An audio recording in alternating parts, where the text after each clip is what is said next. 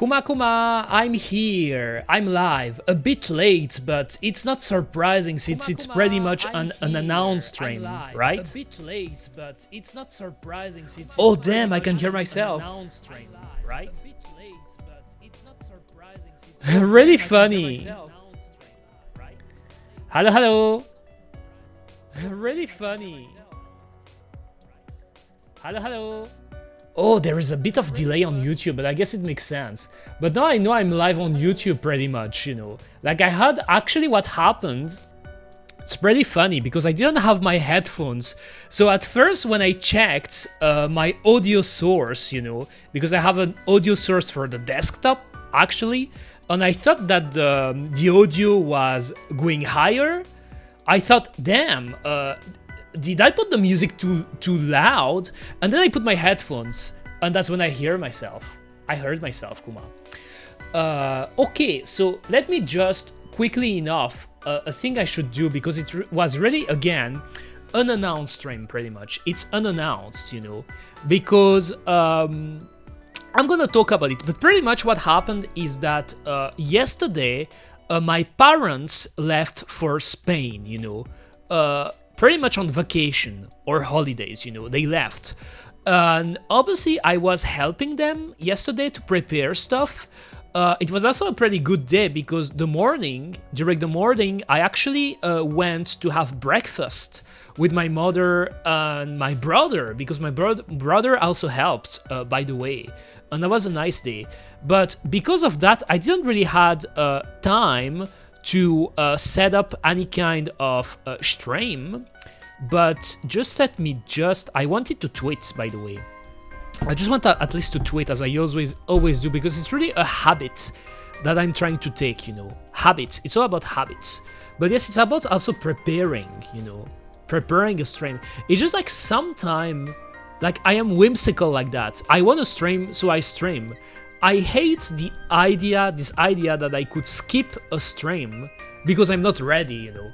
I'd rather just do it, if that makes sense.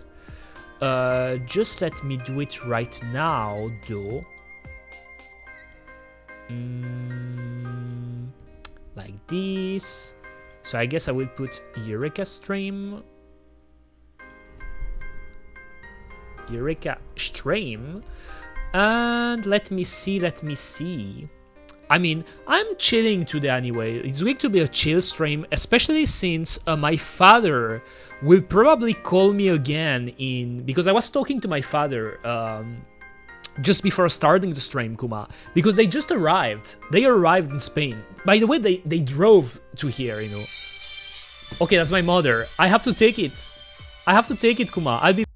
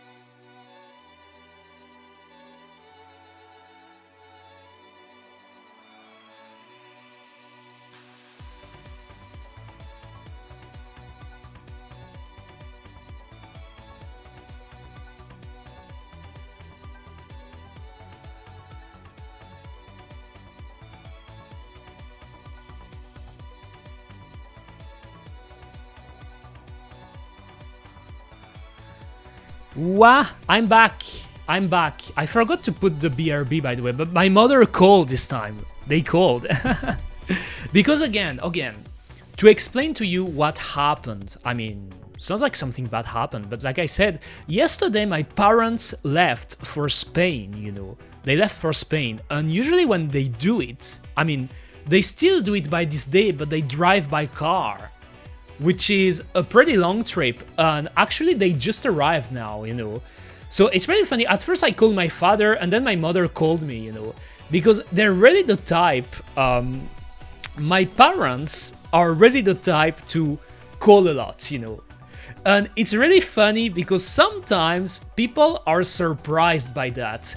I actually have a memory from the time I went to Italy last year, because I actually went with someone, and actually my mother called me like during the trip.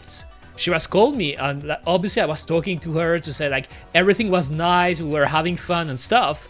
And my partner, like who went with me at the time, was a bit surprised because he was like, damn, my parents never call me, you know, they just send a random message and that's it, you know.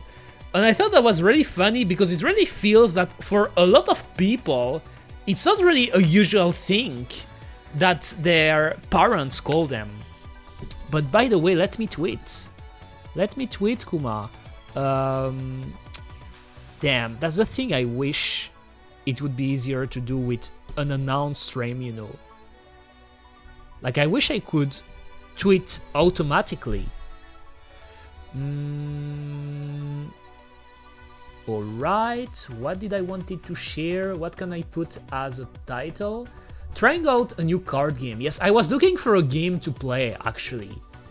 I was looking for a new game to play, and since it was a bit of an unannounced stream, and I don't think it's going to be a long stream either, I just checked in my Steam backlog, you know, all the games I had and what I wanted to play. And actually this game, like Tanto Cuore, I mean, I don't know how you... Do you pronounce it like in Japanese, like with the R, or do you pronounce it like in Italian? Is that Italian? Cuore? I mean, I'm pretty bad at pronouncing like R in Italian and Spanish, you know, pretty much. So trying out a new card game, Kuma, my link. Oh yes, I need my YouTube link though. I need my YouTube link. That is for sure, Kuma. Because if I don't do it, people won't be able to find the right link if they want to watch me on YouTube, you know? Let me see. Let me see, Kuma. My link is here. I clicked on it. Copy, close. And then I go here. I paste it. By the way, I should check the chat, you know. Damn, that's crazy. Like every time when I start a stream unannounced, I feel like, damn, I should do this, I should do that, you know. I haven't done this, I haven't done that, you know. That's the only thing a bit annoying about it, I guess. But I will get used to it because I'm a pro. I'm a pro at yapping, Kuma. I'm a pro at entertaining people and just like chatting. Chit-chatting, Kuma. So right here, my thumbnail, because every time I do a thumbnail too, I mean, I do everything, I think, you know. Like, I try to keep good habits. It's just that, how can I say that? It's just that, that obviously I should try to be better at that, you know. I should try to be better at that. I can still improve. Alright. Naruhodo ne. Save. Save. And I think that should be good. Eureka stream. Posting. Posting.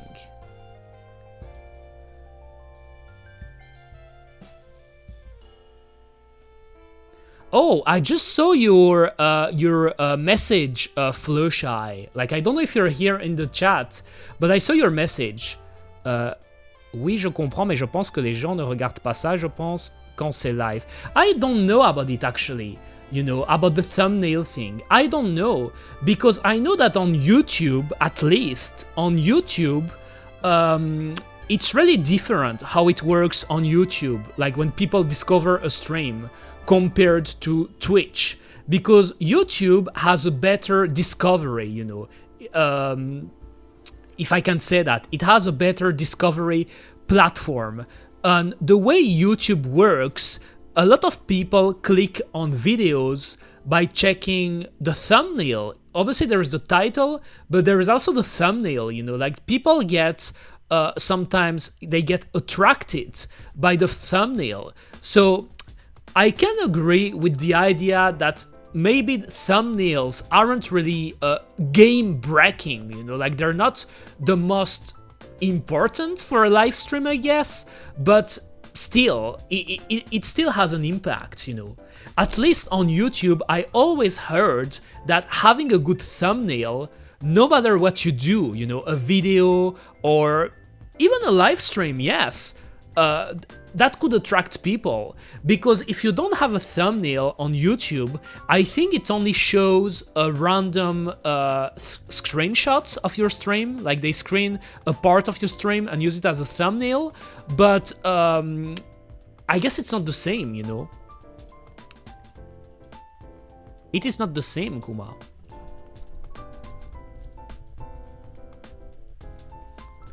And also, I wanted to share... That's really the thing, by the way. I think I will pin it here. And also, what doesn't help, you know, when I do this type of stuff on the fly, is that my laptop is really slow when I stream. It is not too slow, you know. When I say slow, like I know people that have like way slower PCs than me, for sure. But still, you know, for example, everything I do on the browser, it gets slower. By the way, hello Prince Anime, hello, hello. I thought you needed a thumbnail prep to stream on YouTube. You don't need it, actually. You don't. Actually, I was talking about it with one of my friends, like just before streaming. I told him, so Flushy, which is pretty much one of my viewers too, I told him, damn, what annoys me about YouTube is that every time I set a stream, I want to set a thumbnail, like to make a thumbnail for it, because I want to do things good. But then he answered me, oh, but you, like myself, personally, I don't do it, you know. I don't. But still, I think it's important. I think it's really important to do, you know. You're not forced to do it. You can actually stream on YouTube like that without setting up a thumbnail. But the fact that YouTube works like that, you know, that you have the possibility to put a thumbnail on YouTube, I want to do it. I have to do it. I feel like I should do it, because if I don't do it, it's like I'm not using one of the tools, you know.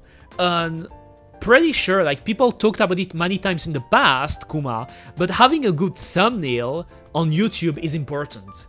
It is important, you know. I'm pretty sure you can't do that on Twitch, you know. You can't actually set up a thumbnail before a stream. But if you could do it on Twitch, maybe I would do it too. I don't know. Even though it's true, like on Twitch, it works differently, like the way you get discovered and stuff. Let me just click once on my stream here.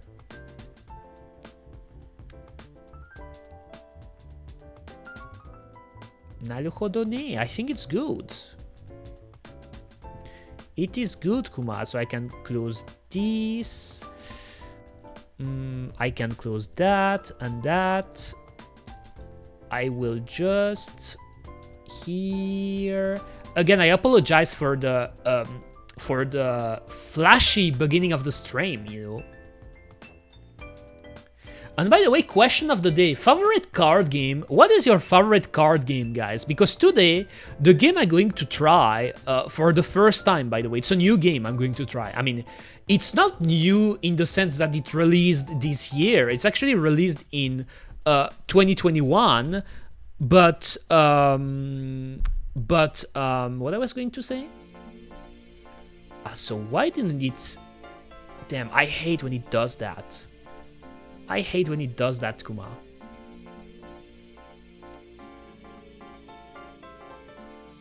My browser is too slow. I hate it. I hate it, Kuma. Firefox, why are you so slow? Why are you so slow? Come on, Kuma. Why? Why are you so slow? Why? Like, I wonder why, actually, you know. Why are you so slow? Why?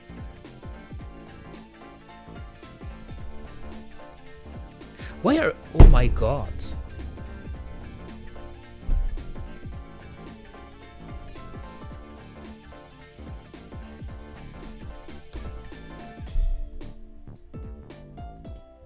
Okay.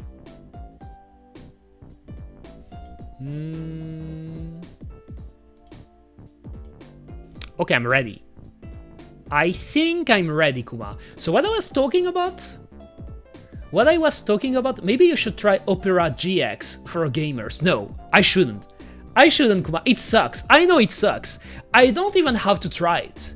I don't even have to try it. Actually, I've seen some people use it in the past, and honestly, it's really gimmicky.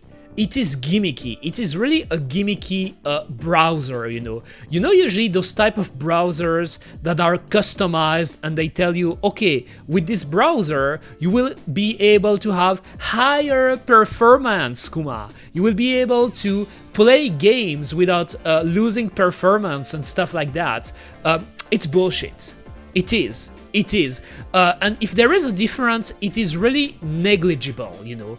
If anything, the mistake you shouldn't do is using Chrome, Google Chrome, because Google Chrome is notorious to be really resource intensive on your computer, even more if you have a low range, medium range computer like me, or even laptop. But besides that, you can use pretty much what you want, you know. You can use Firefox, you can use Microsoft Edge, because I know that Edge is a bit better nowadays, at least better than Internet Explorer, Kuma, or I guess Opera, but there's no difference, you know. There's no difference. Actually, I really like Firefox.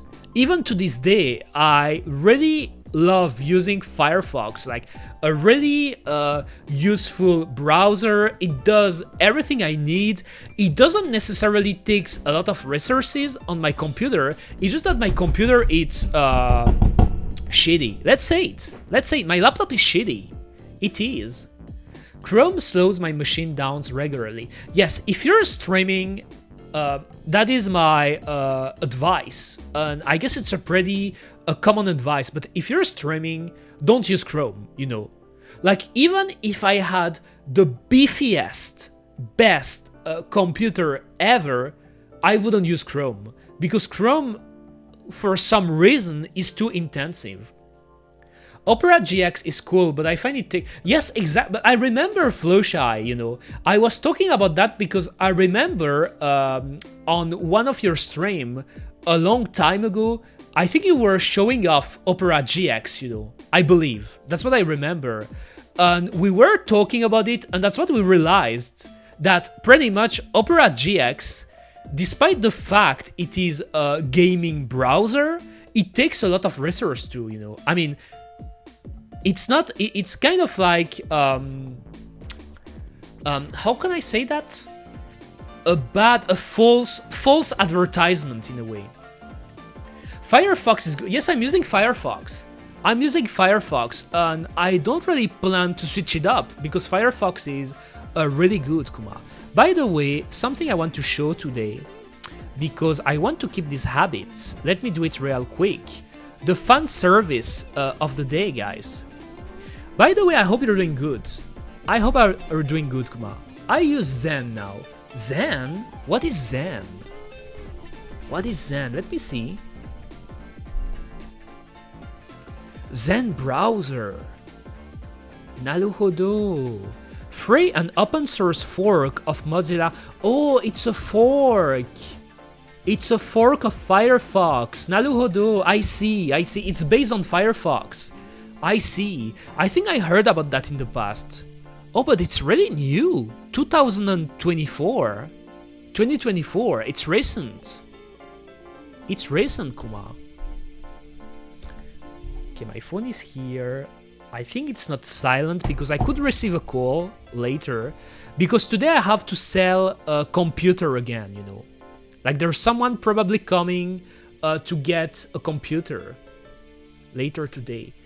Okay, my thing is here. Let me show you. Not this. This is my old drape, you know. Old Eureka. But let me show you. Let me show you, Kuma. Look at this. Fan service of the day. What do you think? I think Neko Mimis are quite cute, you know. They're a bit...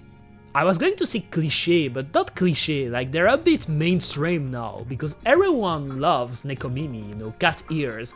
But I like it, you know. I like it, and I like the smug. I like the smug a lot. I really am a lot about smug. I mean, people who talk to me, especially if you talk to me on Discord or anywhere really, I like to use smug's reaction pics a lot. I'm smug. Eureka is smug, pretty much, you know. I'm the smug type. Like, I'm not gonna lie. It's a browser for nerds. For nerds? Really? I see. I see the type of thing it is, you know. Like, by the way, I'm surprised you're not using Linux, Flushy. But I think we talked about it before too. That you said that Linux is a bit annoying to set up when you want to play games and stuff. You know, like Linux is an OS for nerds. That's a good example. You know, I don't like Linux, by the way. I don't. Linux or Linux? Is it pronounced Linux in English? Like I pronounce it Linux. Pretty much. But yes, a fan service of the day. You can see the smug, like the Mesugaki brat smug right here. She's eating chips, and then you can see the legs, like a tiny bit of the legs, the shiny legs. Cute art. Yes, I like it. I like it. Fan service of the day, Kuma. Pretty much. Let me get my water bottle too. Fan service of the day.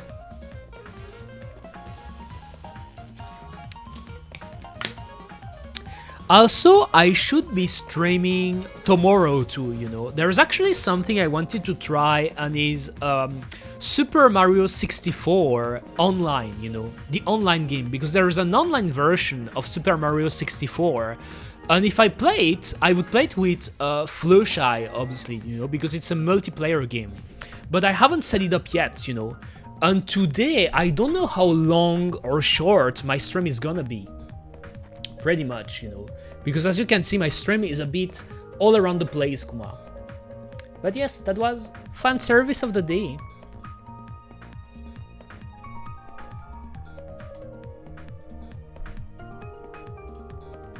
Nice. Alright, so I guess I can now start the game, you know. Like, I haven't played it. It will be the first time I'm playing this game.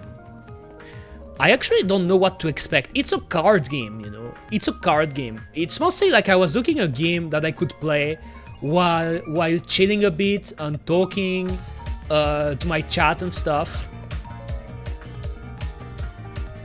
You can hear the music already. Oh, English voice acting. I wonder if I can switch it to Japanese. Let me just capture it. Let's see if it works. Okay, it works. Nice. Perfect. Maybe I should drop the music a little bit.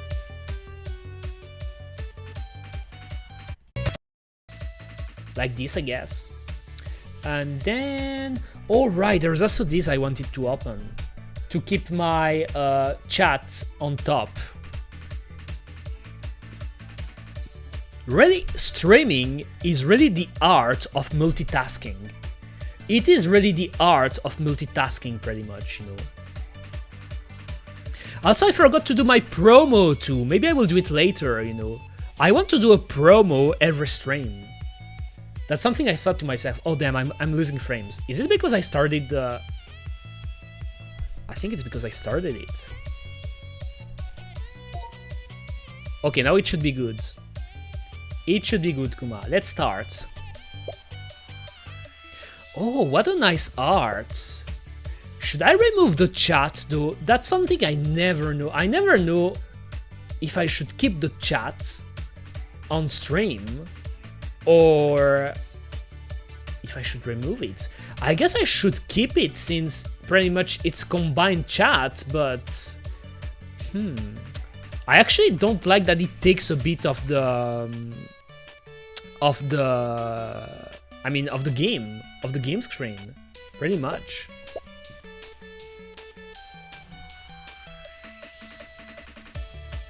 So let's see the settings. Video.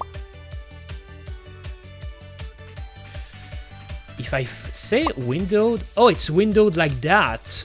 I guess I can leave it full screen because it seems like to be borderless full screen anyway. Foil effects, okay. なるほどね. Sounds, sound effects, music, voice. Is the game audio right, guys? Is it good, the game audio? Because if it's too loud, I could drop it down, and if it's too low, as always, I can make it higher, you know? Because I still never know what would be the sweet spot, you know? Like usually I try to keep it in the highest grain on OBS. Gameplay? Language English? Can I change the voice acting? Okay, if I put Japanese, it's all in Japanese, Nihongo. So let's leave it in Eigo, English. Cleanup made, what is this? Card speed. Weird, I thought it was going to be... you could pick the voice acting, actually. Oh, actually the sound effects...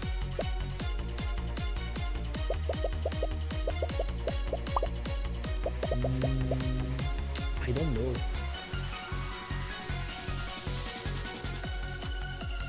I guess I will put it like this. Okay, let's go into the game. Let's go into the game right now. Play. Quick play. Oh, but isn't there a story mode? What about profile? Single, yes, there is a story mode. Oh, that artist reminds me of that heart here, you know, like you can see my mouse. It reminds me of the artist from Monogatari, you know, character designer, and Grisaya too, you know. But I'm not sure if it's him, you know. It seems like it's inspired. It's inspired, Kuma. Oh, Flowshy, is the game audio good? Est-ce que le son du jeu est okay?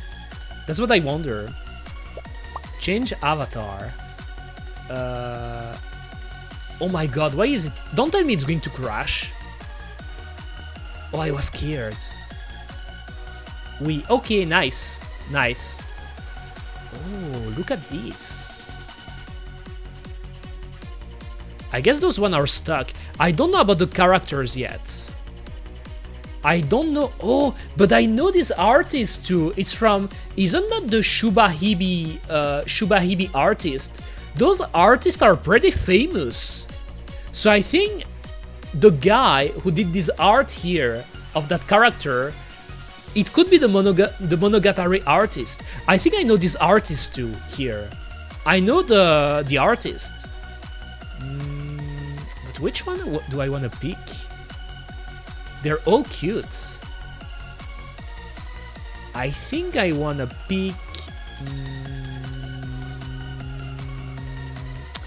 I don't know, they're all cute.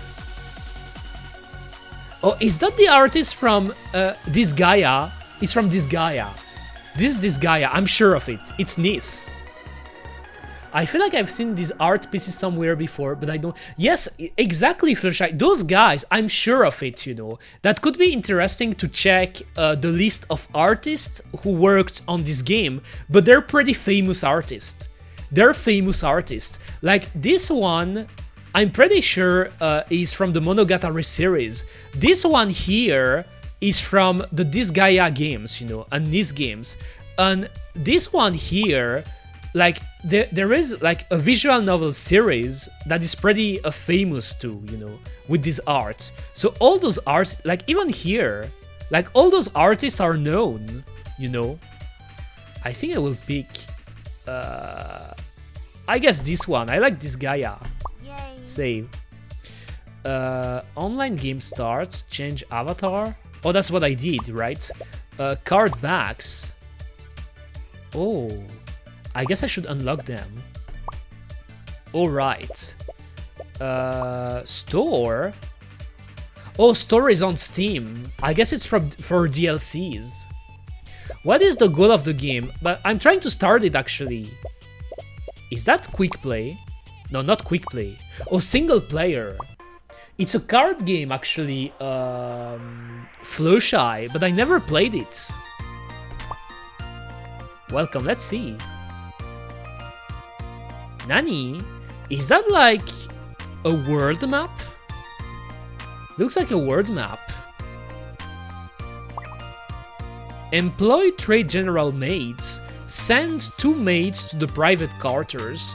Successfully employ 2 events. So those are the goals that you have to get if you want to get the stars. Versus Marianne Soleil. Okay, let's go. Marianne Soleil, so that's her name. She's a cute maid. Do you think you're able to be my master? Goshujin-sama.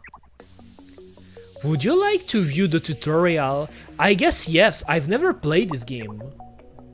Welcome to Tanto Cuore. The goal of the game is to try to get the most victory points by employing maids and having them serve you. Let's look at the different cards. So it's a game about maids. Oh my god. I wonder if it's hard or not. Love is the currency in Tanto Cuore. So the currency, the money. Card games. I know, but I wanted to try it. If it's too boring though, I will switch, you know. If the game is boring, because I never played it. It's just like I had it in my backlog, and I was looking for a chill game to play while chatting with my chat. The heart on the top left corner of the card is the town shows how much it costs to employ. 3 love may also be used to heal illnesses on your maid. So this is the cost. Here it costs 4 and here it costs 2. But I don't know if I should leave the chat or not because it's hiding, I guess.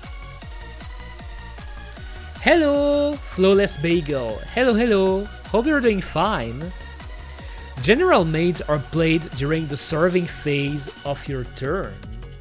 Naruhodo ne.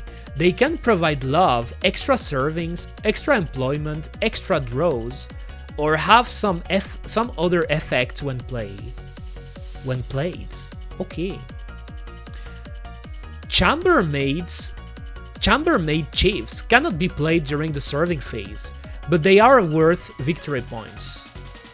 Chambermaid chiefs, so the blue ones, they cannot be played during the serving phase, but they are worth victory points. Okay. Events are played. Okay, so those are the different type of cards. There is a color. So there are the blue ones and there are the green ones, which are the events. So events are played on other players with maids in their private quarters. Bad habits are played directly to another player's private quarters. And illnesses are played on maids in private quarters. Oh damn, I don't understand anything. Do you remember Shadowverse? That game made me fall asleep. Oh, I remember! I tried to get you into it, Flowshy. I remember. I played it a lot. For sure. I mean, I like card games, but I could see some people not liking them. The game ends when 2 stacks of maids in the town are empty at the end of the turn. The private maid stack counts. Okay, that's not the best tutorial, I guess. Does it mean I should play now? Play all love cards. Once you've played enough love, you may employ a maid from town. So I played 1, 2, 3, 4, the love cards. What if I click here? Like, what is this? Oh, right click. So we see the card if I do that. Love +1. So you get +1 love with that. Hello, Pi. Hello, hello. Hope you're doing fine. I'm doing quite good. Even though my stream today is a bit chaotic because it was pretty much an unannounced stream, you know. Pretty much, Kuma. Pretty much. +1. Labu. Does it mean I can play that? At the end of the game, if you have more Colettes employed than any other player, you gain a bonus 5 VP. Private mate? I still don't understand how it works. I ain't complaining. That's nice, that's nice. Yes, like sometimes, like in my case, like I am whimsical. I said it in the past. I am whimsical. Eureka is whimsical. Sometimes I stream totally unannounced.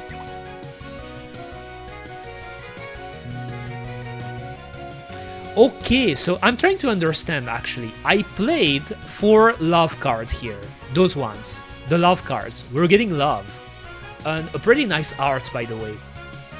So this is my resources to employ mates here, you know. The blue ones.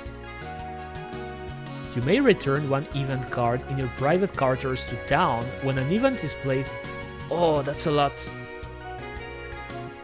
Which one should I play? For each set of saffron you have as chambermaids. Oh, this game is... BRB. Flusha is going to fall asleep. He's going to fall asleep. Too much reading. Too much reading, Kuma. I mean, it could have been worse. I could have played Yu-Gi-Oh! Like, have you ever tried Yu-Gi-Oh, guys? Yu-Gi-Oh! I love Yu-Gi-Oh!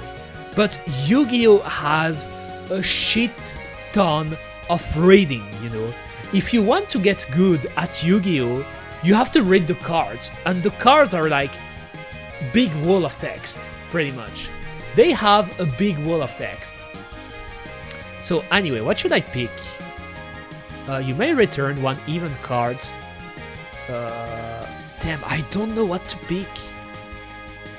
Serving +1. You may return 1 event card in your private quarters to town. When an event is placed in your private quarters, you may reveal this card from your hand. If you do, return that event to town. But what does it mean, though? I guess I will pick this one. Excellent choice. Playing mates that give you extra serving will let you play more mates in 1 turn. Okay, so servings lets you play other cards. Okay. But what does it mean now? So it costs 3. I only have 1 love left, and by the way, you can't even see it. Does it mean I should place myself here?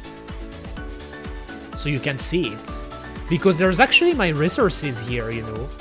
So maybe I will place myself here and turn. Marianne, private quarters. Okay, 1, 2, 3. I don't know what she did. I really don't know what she did.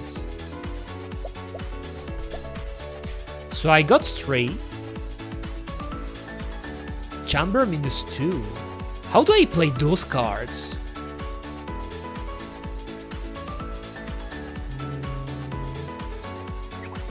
I guess I will pick that. But I don't know what I'm doing here, actually, you know. Like, I'm picking those cards, but... Okay, 1 serving. I got 1 serving now, but... Oh my god, this game is confusing.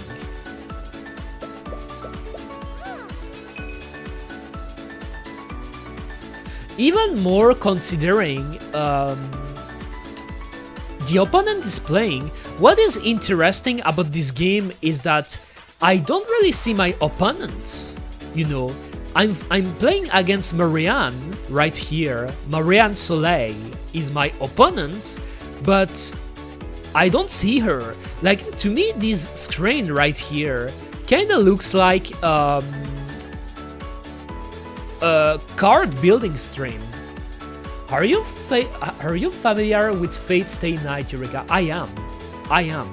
Actually, I love Type Moon a lot, but funnily enough, I don't know if it's a hot take or controversial opinion or anything, but of all the Type Moon works, believe it or not, of all the Type Moon works, Fate Stay Night is my least beloved, believe it or not. And by that I mean, it's not like I dislike it, but it's just that I actually like more all the other things Nasu worked on.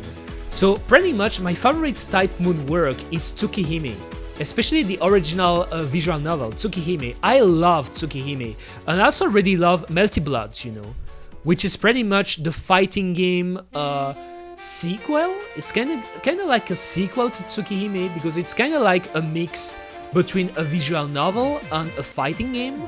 And I really like Kara no Kyokai with Shiki, the original Shiki. I love it. And I like Mahou Tsukai no Yoru, you know, with Aoko. I love Aoko, by the way. Aoko is one of my favorite character ever, you know. So all of those things I actually like more than Fate Stay Night, you know. But I like Fate. But a thing that I don't like is Fate Grand Order, you know. I tried to get into Fate Grand Order, but I couldn't, because it's a gacha. And I'm not really into gacha game, you know. Okay, I played that. What is this then? You may return one event card in your private characters to town when an event is placed in your private characters. You may reveal these cards from your hands. If you do, return that event to town. But what does it mean? Okay, I got 3.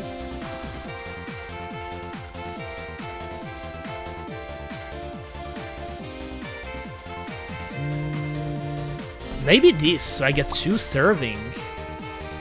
Okay, I completed a goal. And turn.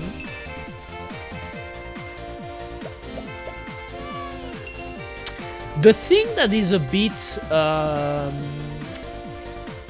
not annoying, but I realized something, you know. It's a new card game I'm trying out, but I don't understand the rule for now. It's a bit annoying because usually I like to explain what I'm doing to people. I was asking because they're having a collab in HSR. Oh, really?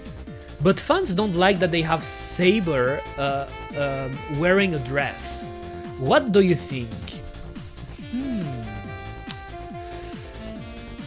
I think, in general, gacha collabs are really crazy things these days, you know. I actually have another example in mind, you know, like, I won't answer your question right away, but the other example I have in mind would be what they did with the Evangelion collab in Nikke, you know. Like, you probably know the game Nikke, like Victor and Nikke. I always forget about the full name, but the one with the characters moving their butts, you know. Like, when they're shooting, they're moving their butts and stuff, you know, like this game, the Nikke game, you know. And they actually had a collab with Evangelion. And you can actually get Asuka, Rei, and Mari, I believed. And I think Misato too. I don't remember if Misato is playing. But you can get those characters in Nikke. And I know it was really mixed in its reception, because some people don't like the idea of making collabs for the sake of making collabs and then putting some characters in weird situations like that, you know. Like, for example, Nikke is pretty much a loot game, you know. Like, I always saw Nikke as a loot, a kuma game, pretty much, you know. That's like a big target demographic for Nikkei are the Kumers. Let's be real about it. So having a game like that and making a collab with Evangelion is a bit weird, I guess, you know. I could see people not liking it. So to answer your question regarding Seiba in HSR, so I assume you're talking about Honkai Star Rail.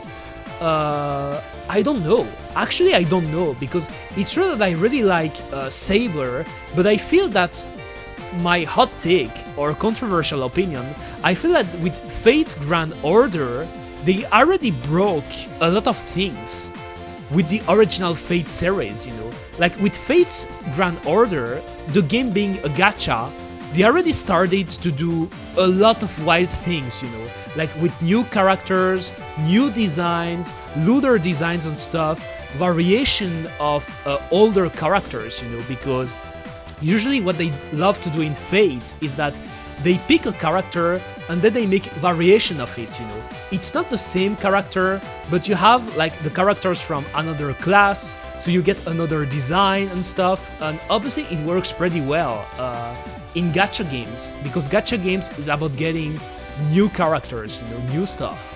So I don't know, I guess in my case I don't really care about it, but I could see people being annoyed by that, I guess. Are you sure you want to play Love?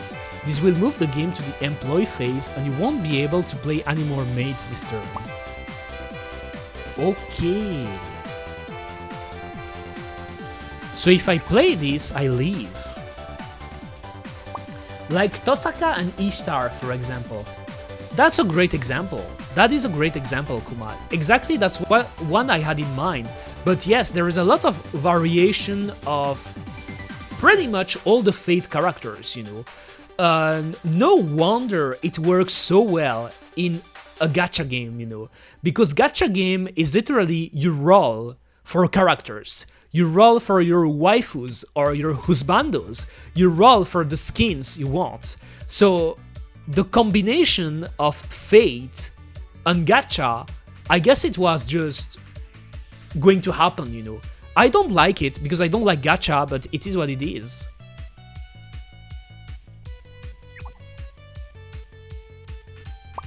Okay, so I play this first, and then I play my love card, and then I pick +2. Also, I got a message, right? Oh, it was just a random notification. I play this on my discard pile and turn, I guess. I feel like those cards are passive cards. So at the end of the game, if you have more Colettes employed than any other player, you gain 5 bonus VP. What are VP? So serving +2, serving +1.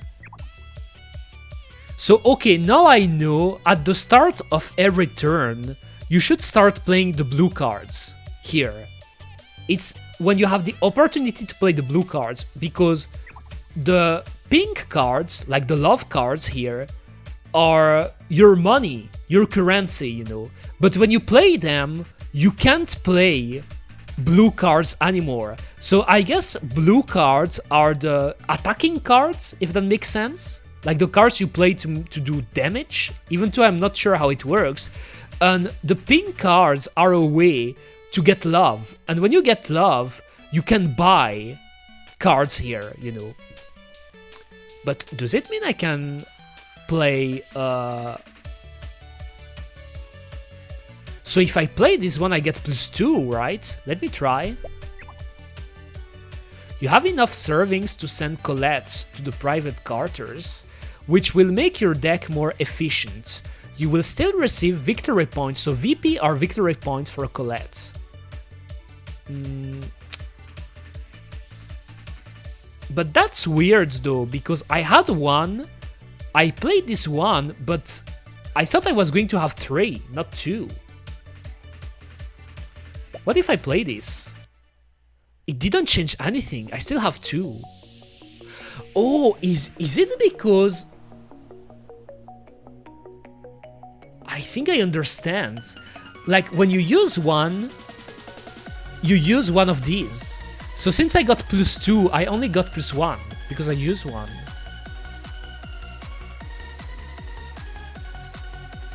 And then I can play this, right?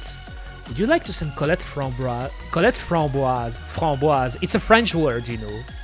Like, framboise would be... How is it called in English again? Not strawberry. Not strawberry. The other berry. But I forgot. Click on a player's name at the top to view their private carders. Okay, so those are my private carders, and I put Colette here, you know. And I could put Colette here because I had enough. Like, I had 2 servings, so I could buy her services, I guess. While Marianne, for now, 0. And I guess those are, like, Maid Chiefs 3, General Maids 2. Like, I wonder what is that, but... Okay, I got 1. But with 1, I can't... Oh, I can buy this, right? So you can buy love cards too. But does it make sense? Like, should I do that? Because I would waste 1, but get 1 again. Are you sure you want to end your turn? You still have 1 love to spend. Can I keep it? Oh, you waste it! Right? I lost it. Yes, I lost it, so you have to use them. You have to use them anyway. Okay, I guess I will play the 5-1. And I can buy this now. What is this? Millie Violet. Or Millie Violet. Violet would be the way, like... In English you pronounce violet, but it's exactly the same word in French, violet. In French we would pronounce it violet. By the way, it would be pretty fun. I should do French classes, you know. Like, teach you some French in some of my stream. So 2 victory points. During your serving phase, if any of your mates cause you to draw a card, you gain +1 serving. This effect can only happen once per turn. I kinda wanna try that. Private mates have ongoing effects during the game. Remember, you may only have 1 active private mate at a time. You can only have 1 private mate. The black one, I guess. Okay, it goes here. And so it means now I have this passive effect that is if by the way, just let me do... I kinda wanna have the... here so I can see how it looks. So it means that now if I use a mate that lets me draw a card, I get +1 serving, you know. Only happen once per turn. So I wasted it. All of my love. I guess I can end turn.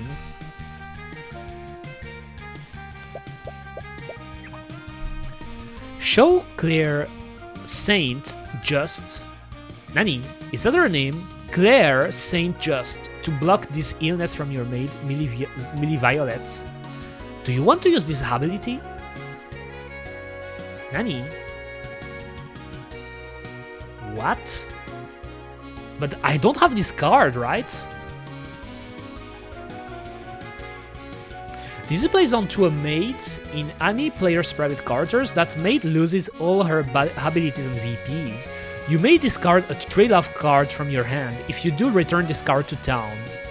Oh my god, this game is... I guess I will say okay, but... no way. Okay. This game is confusing, guys. You know, it looks fun though. It looks fun, but obviously I don't know how to play it for now. May return 1 event card in your private characters to town when an event is... But what is town? Is town here?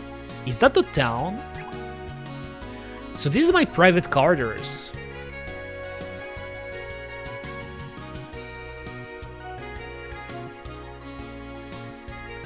So I would assume this is the town here. This place here. I guess I will do this. So I get +1. Can I play 2 of those? Send 2 mates to the private characters. So those the green ones, I can play them, but I don't know what's with the X here. So at the end of the game, if you have more Colettes employed than any other player, you gain a bonus 5 victory points. Okay, but there is an X, so it feels like it disables. It's disabled. So I will play the love cards now. I got 2. What can I get? Oh, +1 draw. This one could be useful because I need cards now. Like my hand is almost empty. Chambermaid bonus for each set of 2 or 3 crescent sisters you have as chambermaids, you get bonus VP. Each set of 2 different sisters, 3 VP. Each set of 3 sisters, 7 VP. I guess I will take her. I'm pretty sure, by the way, the music you're hearing right now, they're probably free to use. I think they're free to use songs. Okay, I used it, but does it mean next turn I will draw another card? Who suggested this game? Nobody. I played it on a whim, Kuma. I played it on a whim. Actually, what happened is that at first I wasn't sure about streaming today because I was really busy yesterday because my parents, like, pretty much I told about it at the start of the stream, but my parents were leaving for Spain yesterday for holiday, for vacation. They were leaving. So I was helping them to prepare stuff, and pretty much I had a busy day yesterday, so I couldn't really announce a stream. But now, today, I felt, damn, I want to stream. But I don't know what to stream now, I don't have any idea. I just want to stream a chill game that lets me talk to people on the side, on the chat, And this was not one of the games I had on Steam. I never tried it. But now I realize I don't know anything about the rules. I don't know anything about the rules, Kuma. Marianne. Show clear saying just to block this event. Do you want to use this ability? But why do I have those cards?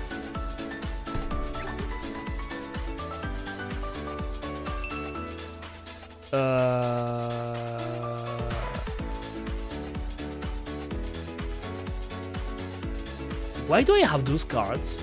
Or maybe it's an effect that is happening.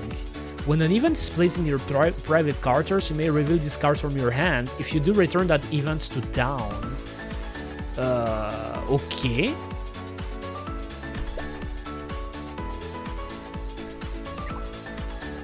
So I got a third one I can use?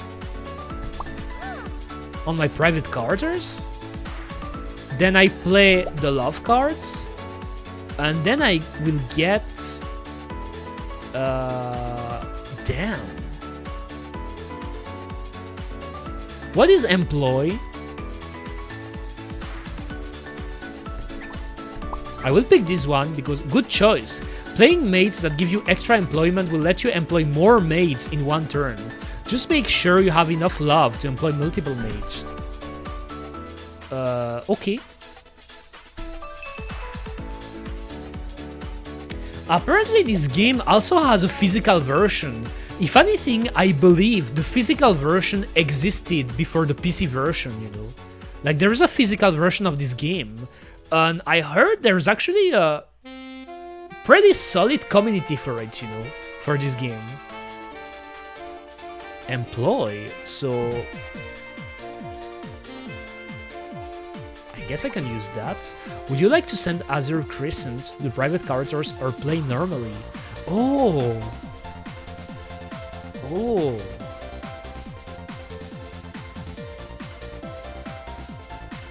What does it mean though? Also, what if I don't play her? Because I don't have mates to play right now, right? What if I just play my love cards and I could buy another Colette? Some mates can be sent to private characters or play normally. Mates with a number on the top right can be sent to private characters with the proper amount of serving. Okay. Enter. I don't even know if I'm winning or not. I don't even know if I'm winning or not. That is crazy. So did I receive a message here?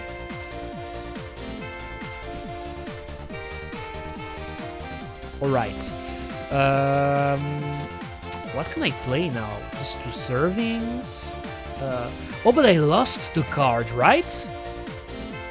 Like where is my Colette now? Or does it go in my drawing deck here? I guess I could play that. Okay. Then I play the love cards. Yes. Yes, I think it goes here. It goes to my deck. I still don't know if I'm winning. Just 2 servings, 1 serving. 2.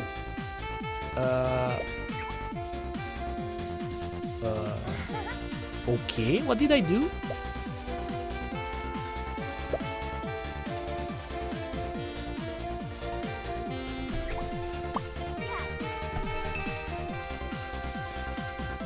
That is really a confusing game. I wish at least I could just finish this game to see if I win or not. So -2, but I don't have enough now. So if I use my cards here, I got 4. I guess I will buy this. Oh, this is placed onto a maid in any player's private characters. That maid loses all her abilities and VPs.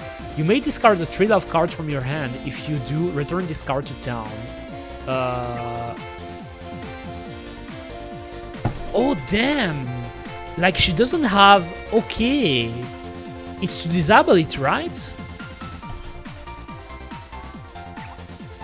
Okay, so that's what was happening. I mean, that was really a dumb play. But actually, this card, as just used, it disable an ability of your card.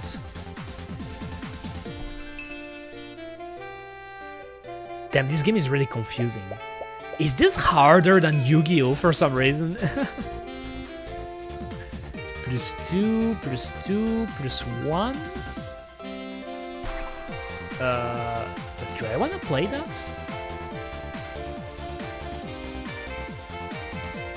I think I will play this. I will play this, so I got 3. Okay, but now...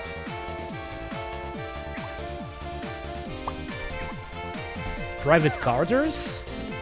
Play all love cards. I will buy this. I really don't know what's the win condition. That's a problem. Show St. Clair just to block these events. Do you want to use this ability?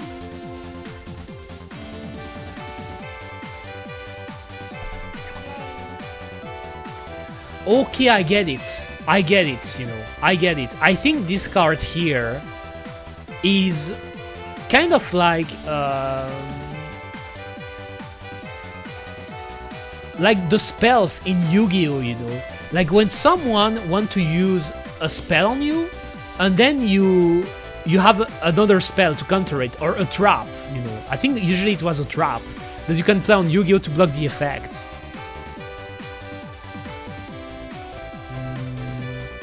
But I guess I could play it again then.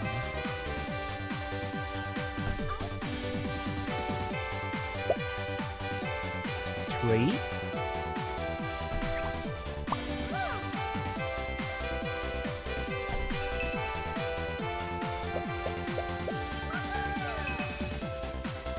Does any of you know how to play this game, by the way, guys? I'm not even sure if any person played this game before, you know. Like, probably a lot of Japanese people, but other than that, I don't know. Chamber. Yes, this game is confusing. So if I play this, do I draw a card? Okay. So since my deck was empty, I do this. Okay. So I can draw cards. Then I play this. Then I play all the love cards. Then I can buy this. Should I buy this? What should I buy? I can think of one card game I've played, and it's a Kingdom Hearts game. Oh, Chain of Memories, right? You played Chain of Memories. It's a great game, by the way. But Chain of Memories is funny because it's a card game, but to me, it's more of a combo game, if that makes sense. If I remember correctly, a lot of the gameplay from Chain of Memories was based on combos, you know. Like, you had different number for each cards, and obviously you wanted to combine them to trigger an effect, you know, like a strong effect to beat enemies. So in a way, it's a card game, but not a traditional card game, if that makes sense, you know. Still a card game, though. It's a card game, but different, you know. It's not like, for example, Yu-Gi-Oh! Or a Pokemon trading card game, or Magic, or even this game. This game is... It's confusing, but it feels to be like a classic card game. It's just like I don't know the rules. Oh, 2 love. Should I buy that? I think I will buy a Colette. And turn.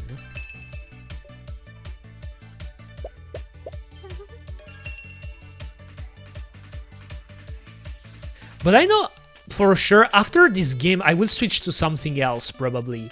Not because I don't like it. Not because I don't like it. But if I want to play this game, I would at least be able to understand it so I can explain. Does Gwent count? I played Gwent. I played Gwent a long time ago. I mean, not a long time ago, actually. I mean, it's been 1 or 2 years now, but I did try out Gwent. Gwent, to me, is closer to the type of games like, for example, Hearthstone and Shadowverse. Like, we were talking about Shadowverse. I used to play Shadowverse a lot, by the way. And from what I remember, Gwent is really fun. It is really fun. But to me, it's also... I mean, if I had to do categories for card games, you have the traditional card games, what I would consider traditional card games, like, for example, Yu-Gi-Oh!, Magic, the Pokemon trading card game, you know, pretty much the staples, you know, the classic traditional card game. Then you have the card games that pretty much got popular on as video games, you know. The first one being Hearthstone, because Hearthstone, when it released, it got really big. And then you had variations of Hearthstone, like, for example, Shadowverse. Shadowverse is pretty much an anime variation of Hearthstone. And then you had games like Runeterra. Like, I don't know if some of you remember of Legend of Runeterra, the game made by... always forget about the name of the studio, but the studio who made League of Legends, pretty much. They made a card game that is called Legends of Runeterra, and pretty much also a variation of Hearthstone. And I would put Gwent in that category too. Even though Gwent, what I liked about Gwent is like, it still felt different, you know. It felt different than, let's say, Hearthstone or Shadowverse, and that's why I played it for some time, actually. If we're talking about the standalone version of Gwent, by the way, because I know there's the Gwent in Witcher, the Witcher games, which is more simple, I guess, because it's the first version of the game, because later they released a standalone version of the Gwent. So I draw a card, I can draw this, I can play that, I can play the love cards, I can get another Colette, I guess.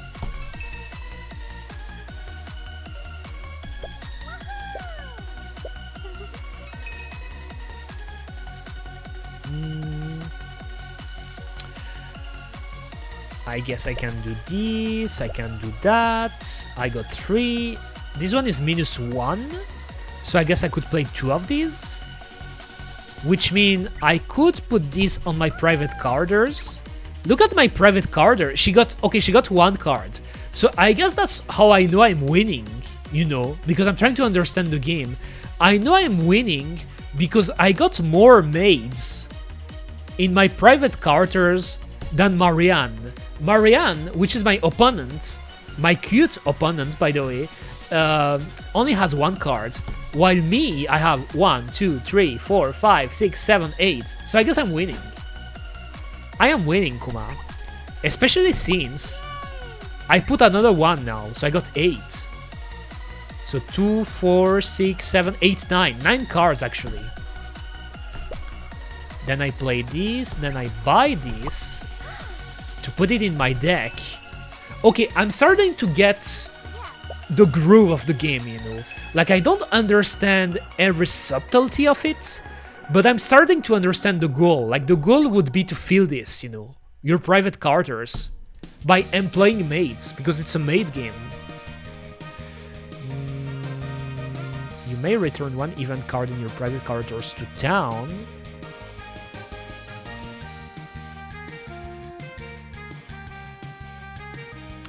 So, does it mean this one is better to hold on my hands?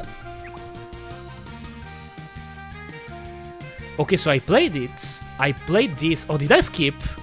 Don't tell me I skipped it. I think I skipped it, right? I canceled it. I'm still not sure how this card works, but this card seems really useful, you know. This card seems really useful. It's just like I don't know how to use it for now.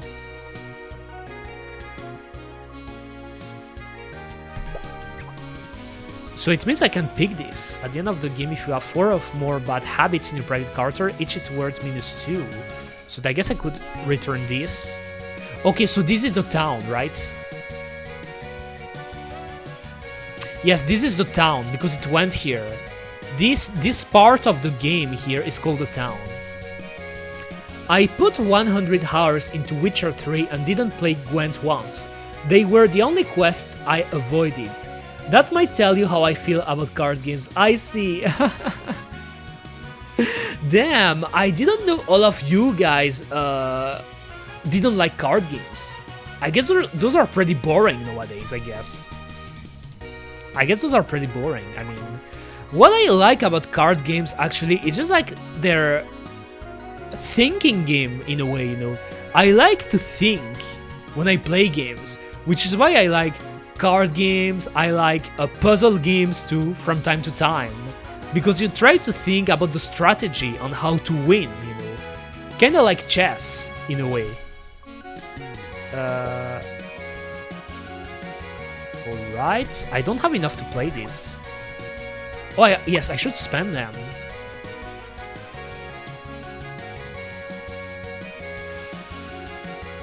Employ maybe?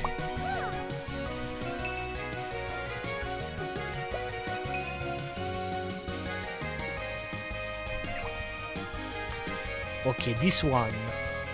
Do I want to draw something? Nope, I don't want to draw because I can't employ. I wouldn't call them boring. I think my attention span is lacking and I'm a little too impatient to learn them. I can see that. I can totally see that. Card games are... I wouldn't say they're hard to learn. Even Yu-Gi-Oh! Like again, like Yu-Gi-Oh! That is pretty much infamous to have a lot of text, a big wall of text on their card. It's not that it's hard to learn. If anything, I think Yu-Gi-Oh! Is quite easy in its mechanics to understand them. But you have a lot of things to learn, actually. It's about learning, you know. It's not that it's hard, but it's like you have to learn. And I could see people being bored by that, you know. Being bored by it. This idea of learning a game. Like that. +1, right? Private carters. Should I send it to my private carters? Yes, because I don't want to... I don't want to draw here, because I don't have enough... Oh, I didn't read it. The bad habits. What if I press that? Oh no, I don't want to quit. I want at least to beat this game. I mean, this specific game here. Oh, I guess I could use it on one maid. So Marianne. This one. Oh, okay. And turn. Round 19. Like, we're in the round 19. This game is like... It doesn't end. Employ, draw, employ, draw. Should I draw?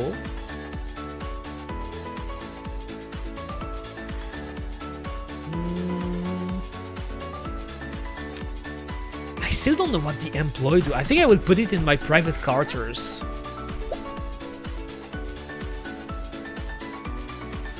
Here I need... What I need actually is serving. But I don't have cards for that.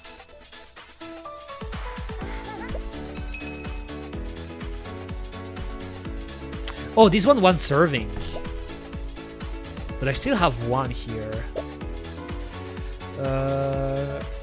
Should I get a Colette again? What is this? At the end of the game... I don't know. I don't know. Maybe I will buy another Colette. But yes, you don't keep the cards in your hand, you know? If you don't use them, that's what's a bit tricky about this game. If you don't use your card, they go to your discard pile. And if, for example, I want to get back my Colette in order to play her, I think I should wait for a cycle. So my deck to empty here, my deck on the left. I mean, you can't see the number of cards here, but I have 2 cards. Oh, there's a game log. There is a game log. Okay, I want this to... Oh, maybe I shouldn't have used it, right? I'm not sure now.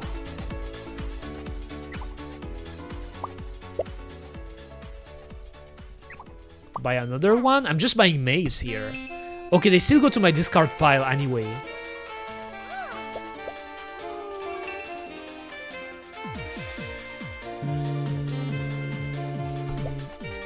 Two. This one is -1, but I want to play Colette. It's filling up.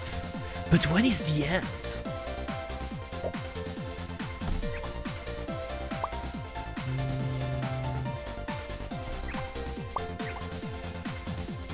If you have 4 or more bad habits in your private carters, each is worth 2 VP. What does it mean? Is this a good thing? That I use this on Marianne? Like, I don't know if it's a buff or a nerf, actually.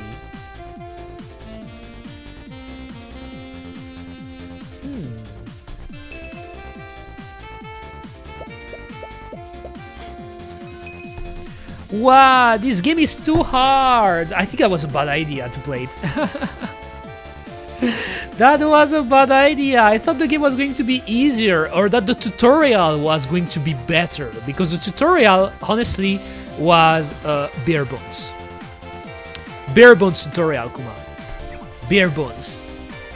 Like, the Shadowverse tutorial, for example, is better. I guess I could do this. 1 love. I got 4 love. I will buy a Colette again. I keep buying Colette, you know. I will trust Colette to win.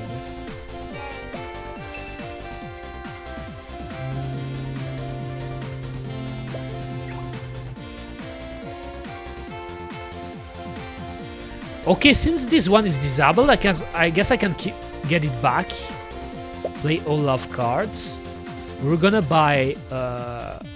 Maybe I'm buying too much Colettes, right?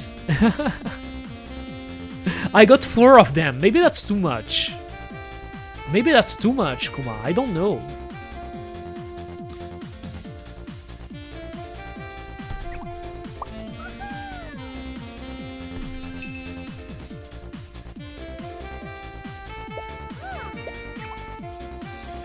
To block this event, but which one? I wish I could see which event I'm blocking, but I will do it. So I'm blocking something from my opponents.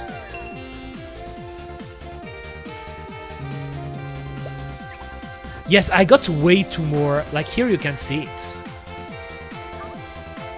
Here you can see it. I got 3 colettes, but not enough servings to use them.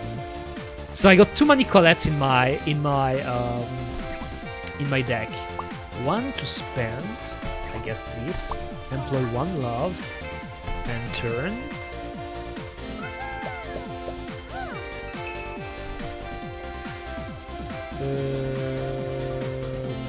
Nope.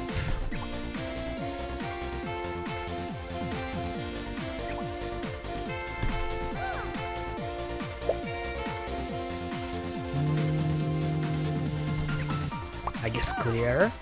And yes, I think you should keep track of how many cards you have. Okay, I can block her. I can cock block her. I love cock blocking people, you know. I love cock blocking my opponents. Oh my god. My brain. I mean, I say this, but I don't even think here. I'm just trying to pick the right cards, but serving +1.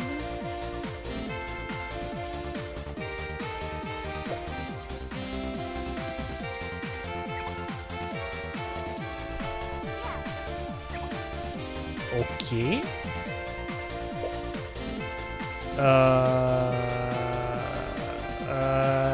Employ, draw, or love? I think I would pick this. I don't have enough love, actually.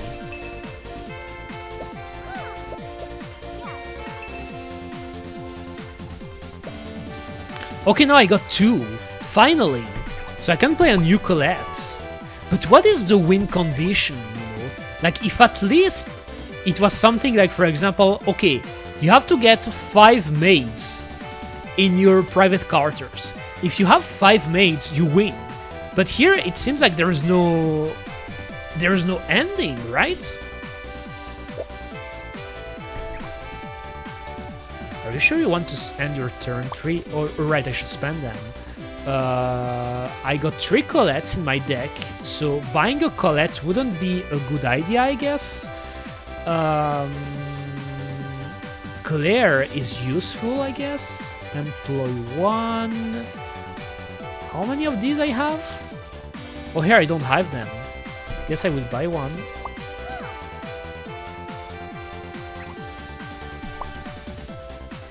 Nani? Yes. Why can't I buy it? Is that a bug? I have 1 love, but I can't buy that. And my deck got bigger too. And what is this? Okay, here I know that I got my... Like, I got the 3 goals completed. Rulebook. I guess I should have read that. Icon reference. Love, servings, employment, draws. I just want to see winning condition.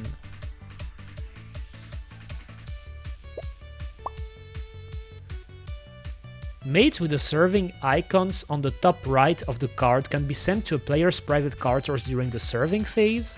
The number of servings required is displayed next to the icon. 3 love. During the start phase, before any private mate's abilities are activated, you may discard the 3 love from your hand to heal an illness on a maid in your private quarters. End game. The game ends when 2 maid stacks in town are empty. The game ends when 2 maid stacks... Okay, so I should keep you... Okay, got it.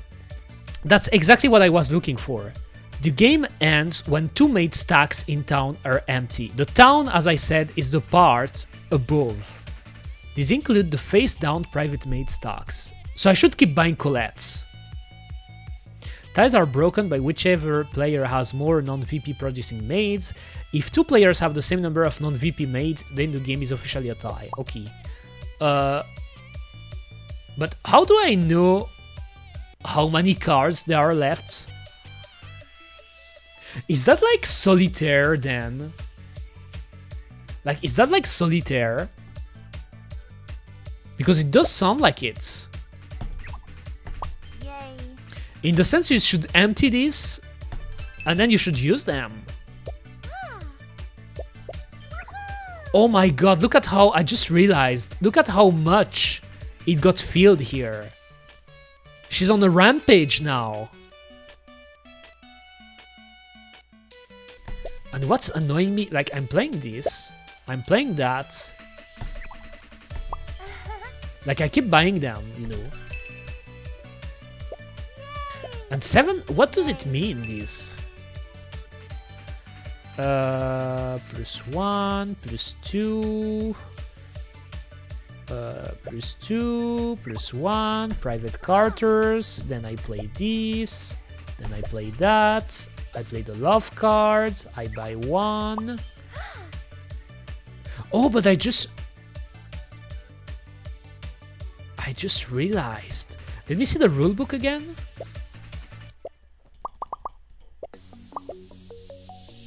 The game ends when two mate stacks. That's a lot.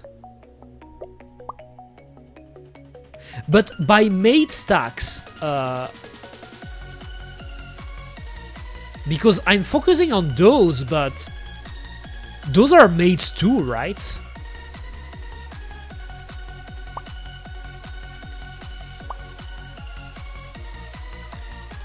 Yes, general mates and mate chiefs. So I don't necessarily have to focus on this, you know. I think.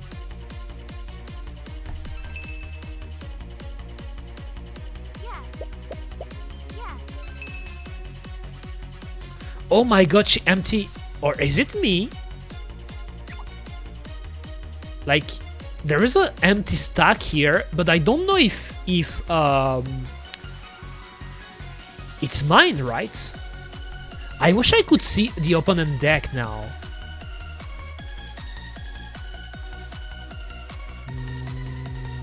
Plus draw 1, +1 serving.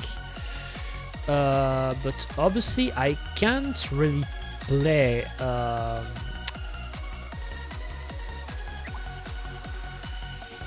private characters. Play all love cards. We will buy...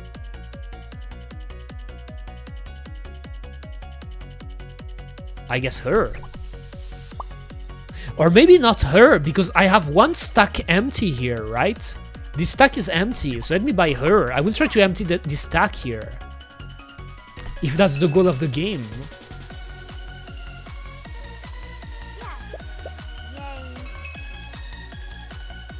Okay, my turn. +2.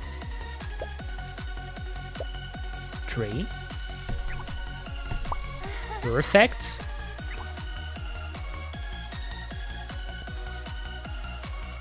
So that's her only effect, you know. You're feeding my, like, the private characters, and I guess with all of those cards I will get more victory points, which is maybe a currency in this game, I guess, you know.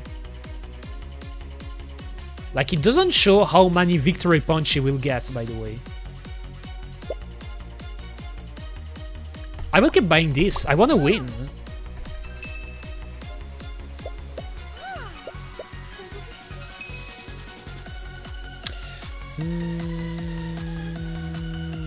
One serving. Play Olaf cards. Let's buy this. End turn. So if I can buy her next turn, I think I won, guys. Okay, let's block it. Cock blocking. Let's block it again. Cock blocking. What? Why? I lost. Are you serious? Oh, look at the game time. I am baffled. Look at this game time. Like, really? Did my game last so long? I can't believe it. Did it really last close to 1 hour? Are you serious? What? Nani? I swear a lot of this design look familiar. Someone else said the same thing, Pi. You're right. You're right. A lot of those artists who designed those cards are known. There is... damn, why did I forgot his name, by the way? I hate that sometimes I forgot names like that. There is... let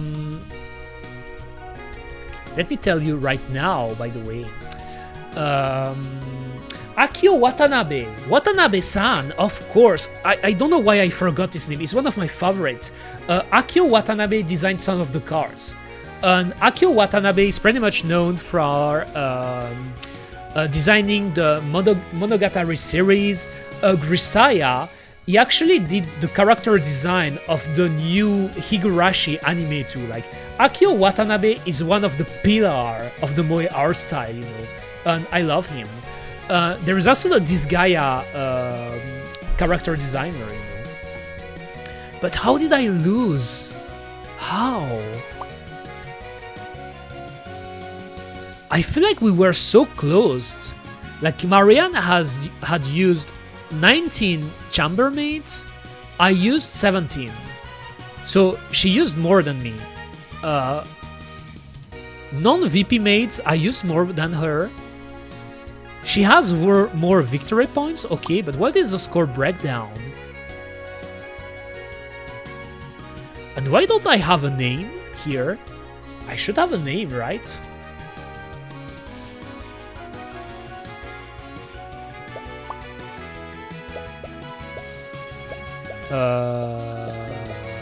Okay. Okay, so I don't even keep the stars. Damn, this game is brutal. Okay. I think what I'm gonna do... Can I check the rules right now? I just want to check the rules. Like, I think I won't play another game. Because, like, the game lasted really long. And I don't know if it's because it's an average Tanto Cuore game, or if it's because I didn't understand anything about it. Where can I see the rules? No, not here. Nope. Multiplayer? Oh, are there a lot of rooms in this game? No games found! Nobody's playing this game now! Oh my god! There is nobody! This game is too filtering! They got filtered! No games found! Oh my god! Even if you refresh... I think... What a shame! I mean, come on. I mean, I can see it. It's hard game, but come on. Where do I see the rules again? I don't want to play. You know what? I will start this. I won't play the game. It's just like I want to get to the rulebook. No, the rulebook. Here. So welcome to Tanto Cuore. The goal of the game is to generate the most victory points by employing maids into your service. Icon reference, love, labu, servings, employment, draws. Game phases. There are 3 main phases in Tanto Cuore. The starting phase, the serving phase, and employment phase. Starting phase. The start phase is when most private maids' abilities are resolved. Like, it's pretty much like in all other card games, you know, where there is a beginning phase where if there are specific effects you have, they will trigger. You may also discard a 3 love card to heal an illness on a maid in your private quarters. This one I didn't know about that. Serving phase. The serving phase is when general maids are played from your hand to the table or sent to your private quarters. So this one, the starting phase, like, it's really a typical thing in a lot of card game. Usually during this phase, you do nothing for the most part. You do nothing because if there are effects to be processed, they trigger automatically. And I guess the only thing you can do manually in here is discard a 3 love card, you know, if you want to heal a mate. That's it. Serving phase is pretty much when you play a card from your hands. So what I was doing like all this time in this game. So general mates are played from your hand, the table, or sent to your private characters. Employ phase. What is the employ phase? The employ phase is when you employ mates from the town directly to your discard pile. Private mates are placed directly into your private carders. No mates may serve during this phase. So I assume the employ phase is the phase when I use my love points, to employ mates. And so they go from the town to my discard pile when I buy them, pretty much. The town is where you purchase love, mates, and events with the love generated during your turn. So love are the pink cards, mates are the blue or green cards, and I think events are the purple cards, and maybe the black cards too. Employing cards can only happen during the employ phase. なるほどね. So the employ phase is the last phase. Okay. Love, the pink one. The currency, you employ cards from the town by generating enough love during your serving phase. So during this phase, you're getting your love, and then when you use the love, you get to the employ phase, and you can buy cards. I mean, you can employ mates, pretty much. Playing love cards during the employment phase, okay. General mates, the blue one. General mates are blue and may be played and sent to the private quarters during the serving phase. So again, the serving phase is really the phase where I play the blue cards, pretty much. Mate chiefs. So the green one are the mate chiefs. Green and cannot be played to the table during the serving phase. Okay, so it's actually in this phase too. They cannot be played during the serving phase. However, collect framboise may be sent to your private quarters if you have 2 servings available. So is that an exception? Bad habits. Bad habits are played directly to another player's private quarters. However, they can only be played on the player that has at least 1 mate in their private quarters. So I guess those are traps, like bad effects you want to use. Illness, played directly on a mate in a player private quarters. This negates any victory points or special end game effects on the card it is played on. So you negate, it's a negate, You negate the effect and you negate the victory points, Chambermaids, the blue. But aren't there general mates? What are the different chambermaids? Maids with the serving icon on the top right of the cards can be sent to a player's private quarters during the serving phase. The number of servings required is displayed next to the icon. So -1, it means it costs 1, -2 costs 2, easy. 3 love. During the start phase, before any private mate abilities are activated, you may discard the 3 love cards from your hand to heal an illness on a mate in your private quarters. End game. The game ends when 2 mate stacks in town, so in this part, are empty. This includes the face down private mates stack. So maybe this one was face down. Ties. Ties are broken by whichever player has more non-VP producing mates. If 2 players have the same number of non-VP mates, then the game is officially a tie. なるほどね. Buildings.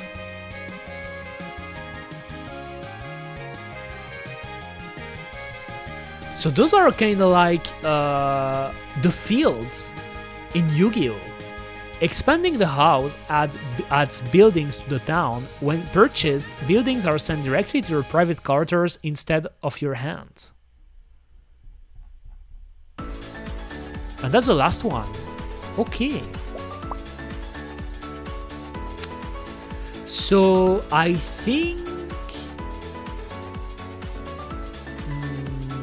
I get it. I won't play it right now because I'd like at least to do a game by myself, you know, off stream, to be sure that I understand the rules correctly. But pretty much what you have to do is like, you have to employ mates in here to get more victory points and more effects. Thanks to this, you will be able to get more love points. With the love points, which is pretty much the money, you will be able to buy mates, and eventually, if you manage to empty 2 stacks of those mates, you win. That's the win condition. Pretty much. なるほどね. I guess I tried it. I guess I will close it. I have another game in mind I can play though, but I think I will take a quick break first. Oh, weird. When I closed my game, it gave me the achievement. Play 1 illness on another player. Play 1 bad habit on another player. なるほど. So I have another game I wanted to try out, but I haven't installed it yet. So I guess I will install it during my break, my short break. Where's my playlist? Where is it? Where is it, Kuma? Oh, it's funny. Flusha, you appeared again right when I finished the game. I closed it. What a coincidence, Kuma. What a coincidence. That's quite curious. I wonder if Flusha loves or hates card game. What do you think, guys? So let me see. I actually wanted to try System Shock on Steam, actually. Let me install it. Let me install it, Kuma. As you can see, my stream is really chaotic now because I didn't know what to play, you know. Let me install it. I will take a quick break right now. I'll be right back. Where's my BRB? Where's my BRB, Kuma? Currently selling lamps. I'm not selling lamps, by the way. I'm not selling lamps, Kuma. Let me just remove this. Alright, I'll be back. 5 to 7 minutes. The first immersive sim. Is it an immersive sim? It's not an immersive sim. I just finished my video, that's why I'm back. Your video? Do you mean a video you were making? Flushy? Or do you mean a video you were watching? But anyway, I'll be back. 5 minutes, I won't take long. I'll be back, Kuma.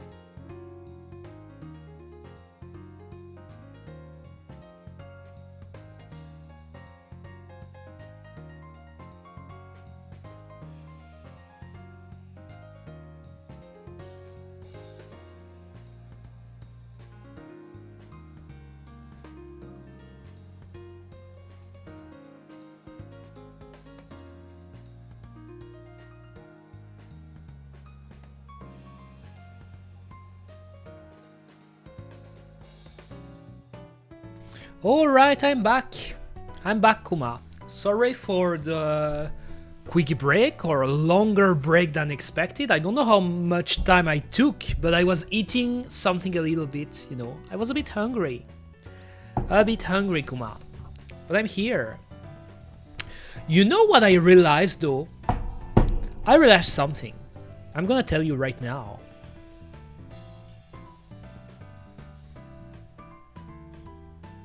So I realized something, actually. Can remove this too. I realized that, you know how I was talking at the beginning of the beginning of the stream of how I thought that what was a bit annoying with YouTube is how every time I set a stream, I felt the need to do a thumbnail, you know, as good practice, because usually on YouTube, when you make a video or when you make a live stream, you can add a thumbnail, and it's better to do it that way. I believe it's better. I believe it's good practice. But the thing is that I never know what type of thumbnail I want to put when I don't know what to play. Which is why at first I picked a game and I thought, okay, I'm going to play this game. But now, since I actually switched games, I still have the Tanto Cuore thumbnail on my stream, but I'm going to play another game. And to me, that's what I don't like about YouTube, you know. That's what I don't like about YouTube, because it means that if I want to do a random stream, I can't. And I know there is a problem with it, you know. Because you could tell me, yes, but Eureka, you don't have to put a thumbnail, which is true, you know. Like, Flowshy earlier told me this, and that's true. But even if you don't do that, for example, if you play a game and you want to set a category, it's a fixed category. I can check right now on OBS, but I'm pretty sure, again, correct me if I'm wrong, but how do you switch the category? You can, I'll tell you. What do you mean? Do you mean about switching? But I don't have the thumbnail anyway, Flowshy, if that's what you were asking, you know. Because if that's that way, I guess I should predict it, and I should make several thumbnails of every type of game I want to play.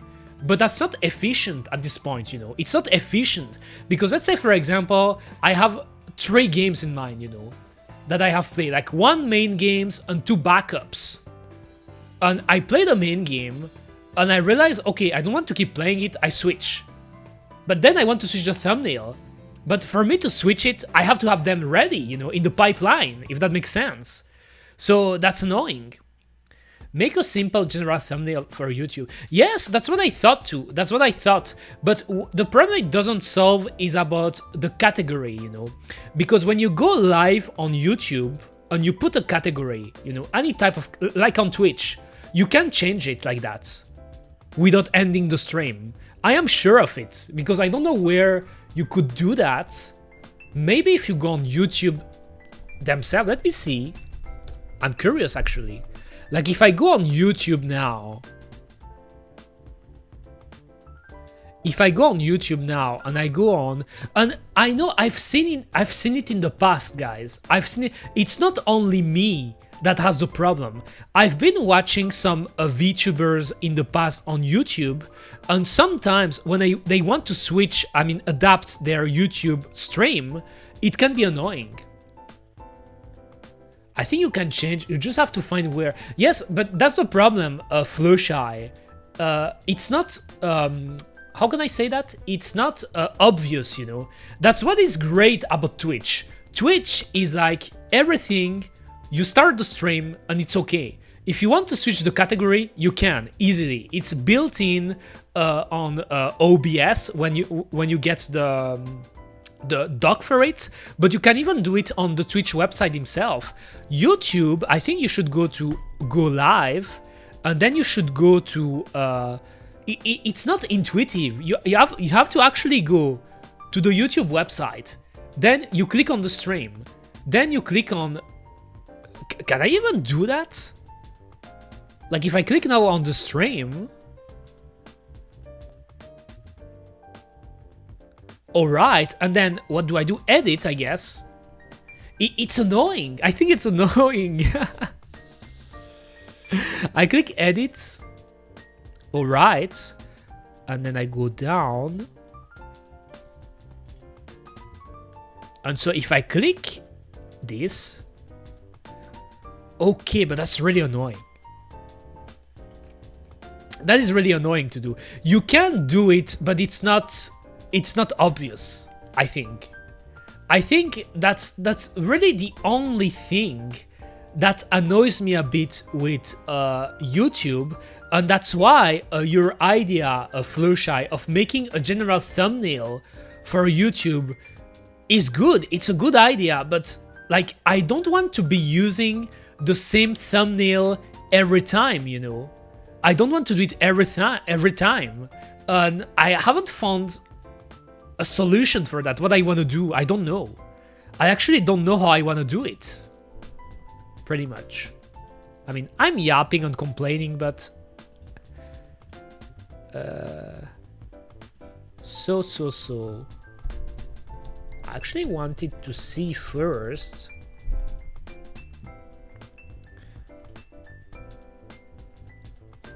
Can we find the artist list? I was actually curious to check the artist list from Tanto Cuore, you know, the list before switching games. But I don't know if there is a list for that. Oh my, Eureka complaining. Oh, Latni! She appeared right when I was complaining. Now she will think I complain all the times. But that's not true. That is not true, believe me. I don't complain all the time. I mean, I complain a lot, but I mean, not all the time, for sure. Hope you're doing great, by the way. I was playing a game that, but I think I can just, let me show you right now. I mean, I won't start the game again because I plan to switch game, but talk your shit. Yes, exactly. I mean, I don't mind, you know, about this. But yes, I think YouTube, like streaming on YouTube and streaming on Twitch is a different experience, you know. It's really a different experience, a different way of doing it. So the idea of streaming on both platforms at the same time, on paper, is a good and even great idea, but on practice, I don't know how to word it, but on practice, it's hard to do it flawlessly, at least to me, because I really believe that the type of experience people are looking on YouTube and the type of experience people are expecting on Twitch is not exactly the same, you know. It is not exactly the same. On Twitch, there is clearly a Twitch culture. There is a Twitch culture that has been here for years and years, because Twitch is pretty much the first mainstream streaming platform, you know. YouTube actually started to implement streaming way later, you know. It's still fairly recent. And the way people watch streams on YouTube, they don't expect the same experience, you know. So it's hard to balance that, I think. That's how I see it. So let me just capture, I guess this here.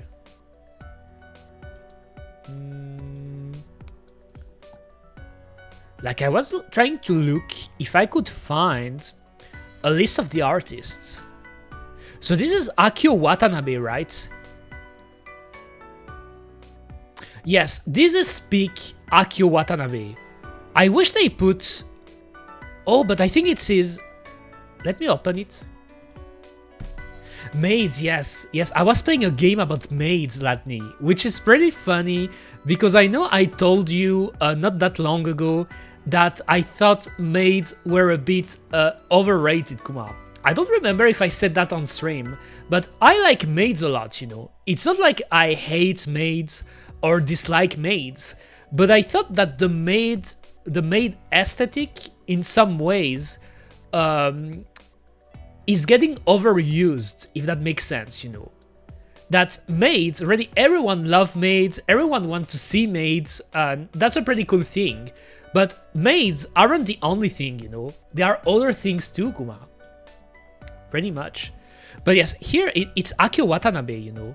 I think it is actually one of his pseudonym here. So by Akio Watanabe, I mean, in the case you don't know him, I mean him. He pretty much did character design on Monogatari, amongst other things, and Grisaya too. But as I said, it's pretty much an iconic. Oh, it's actually the same cards. They made a print of it, right? Yes, that's the same art. They made a print of it. But yes, I knew it. I knew it was Akio Watanabe, you know. It's one of my favorite artists because he's one of the pillar of moe art style, you know. I think Neko maids are overrated now, personally. I kinda agree with that, you know. But to me, it's just like, in general, maids are overrated, I think. I don't know how to word it actually, you know, because usually overrated is not a word that I like to use. Because at the end of the day, who cares, you know, like if you like something or hate something, if you think something is overrated, I mean, who cares? If people love it and get hyped by it, that's cool. I love maids, by the way, you know, again, I love maids. Akio is so recognizable. Yes, I instantly recognize him, for sure. But I wish there was a list of all the artists, you know, because here they give you, they talk to you about the promos and stuff.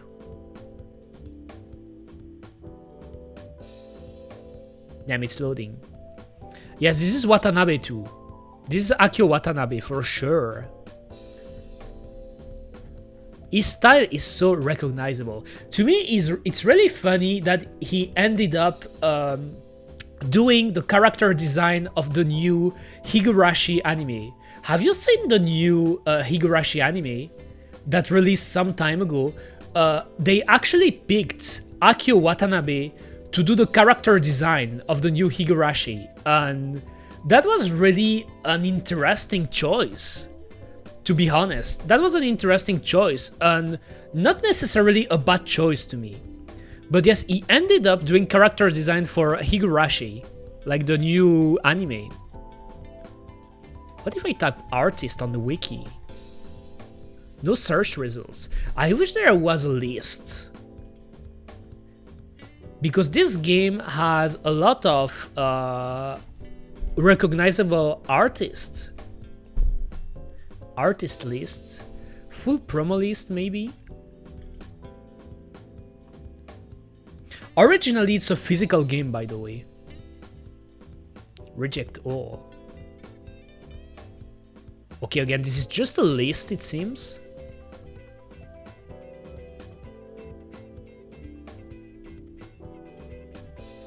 Yes, this is just a list. Fav card game. Yes, I was wondering. Oh, I know, Ladni, do you like card games? You like card games, right? Because I remember the first time you actually ended up on one of my streams was when I was playing Pokemon trading card game. So you're maybe one of the only person here right now that may like card games, because like we had this discussion while I was playing Tanto Cuore. By the way, let me show you on Steam, like the game I was playing. Like we were discussing, and it seems like not many people enjoy watching card games on stream, it seems. But this is the one I played, you know, with mates. So you play mate cards, you know, a ton of mates. And the goal of the game is actually to fill your private quarters with mates.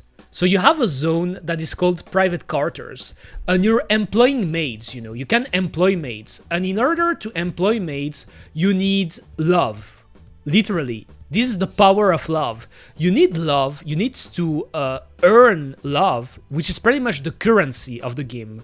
Love is the currency, the power of love. And when you get enough love points, you can buy cards, you know, quote-unquote buying them, but it's pretty much employing maids on the game. And when you employ maids, you can send them to your private characters. And the goal of the game, pretty much, is to empty 2 stacks of mates from the main zone that is called town. So if you manage to empty 2 stacks of mates from the town, you win, pretty much. That is the winning condition. But the game has a lot of rules and special effects, and I realized when I was playing it, I guess I could show a video too, a quick video. Is there a quick video? Very recognizable artist, exactly. There is the artist from the Disgaea series, and one of the pretty famous NIS artists. Like, NIS is a pretty famous Japanese JRPG studios. There was also the artist of Shubahibi, and there was the artist of, I believe... Damn, I forgot. But yes, a lot of recognizable artists, that's for sure. Like, if I can show how it looks. Gameplay, no commentary. And there is a physical version of this game, pretty much. There is a physical version. If anything, the game released on physical before releasing on Steam. So yes, you click on one of the zone, you click on the world map, and you go into the game. You play against another mate, and you should try to win. And yes, that's what I wanted to show, you know, because obviously we won't watch 1 hour of this, for sure, but that's pretty much how it looks. So here, it's your main zone, as you can see, which is called the town. And this is where you will use your love points to employ maids, you know. And as you can see, there are stacks of maids. Like there's, for example, 10 here, 10, 10, 10, 18, 8. Those are the stacks. And each turn, you try to employ maids. And the goal of the game is pretty much to empty 2 stacks of those maids. And if you can do it, you win. Pretty much. So here, this is your hand. The pink cards, so the Akio Watanabe card here with the cute maid, the pink cards are used to get love points, pretty much. You get love points when you play them. And with the love points, then you can employ maids, you know.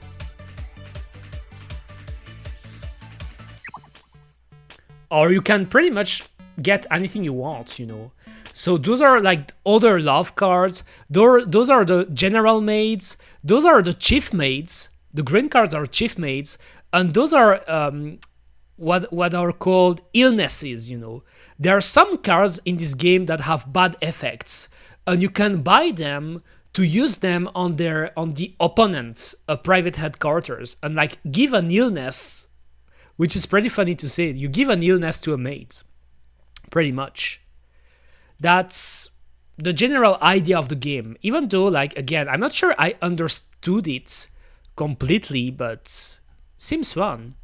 But it's just like, it's not the best idea to play a new card game for the first time on stream, because if you don't understand the game, it's hard to explain.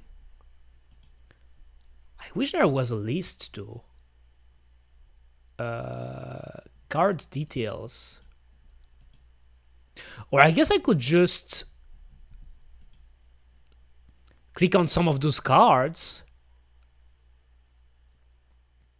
It's just like, since it's in Nihongo, since the names are in Nihongo here, like I'm pretty sure it's the name of the artist, but I don't recognize some of those kanjis, especially when it's for a name. So I guess it would be hard to find about those. Oh, I think I know this artist too.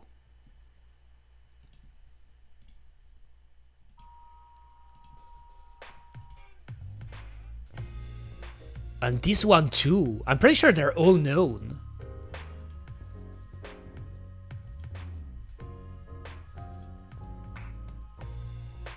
Oh, this one we see more going on here. Nice. Oh, is that Damn, that's a fat bird. Isn't that the bird from Aladdin? Isn't that Iago? It's Iago, right?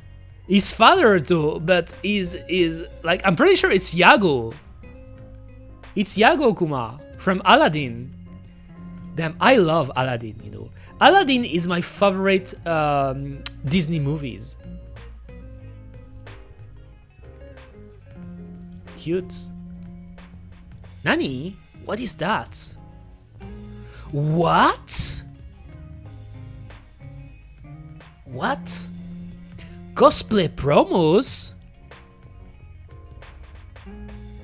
What?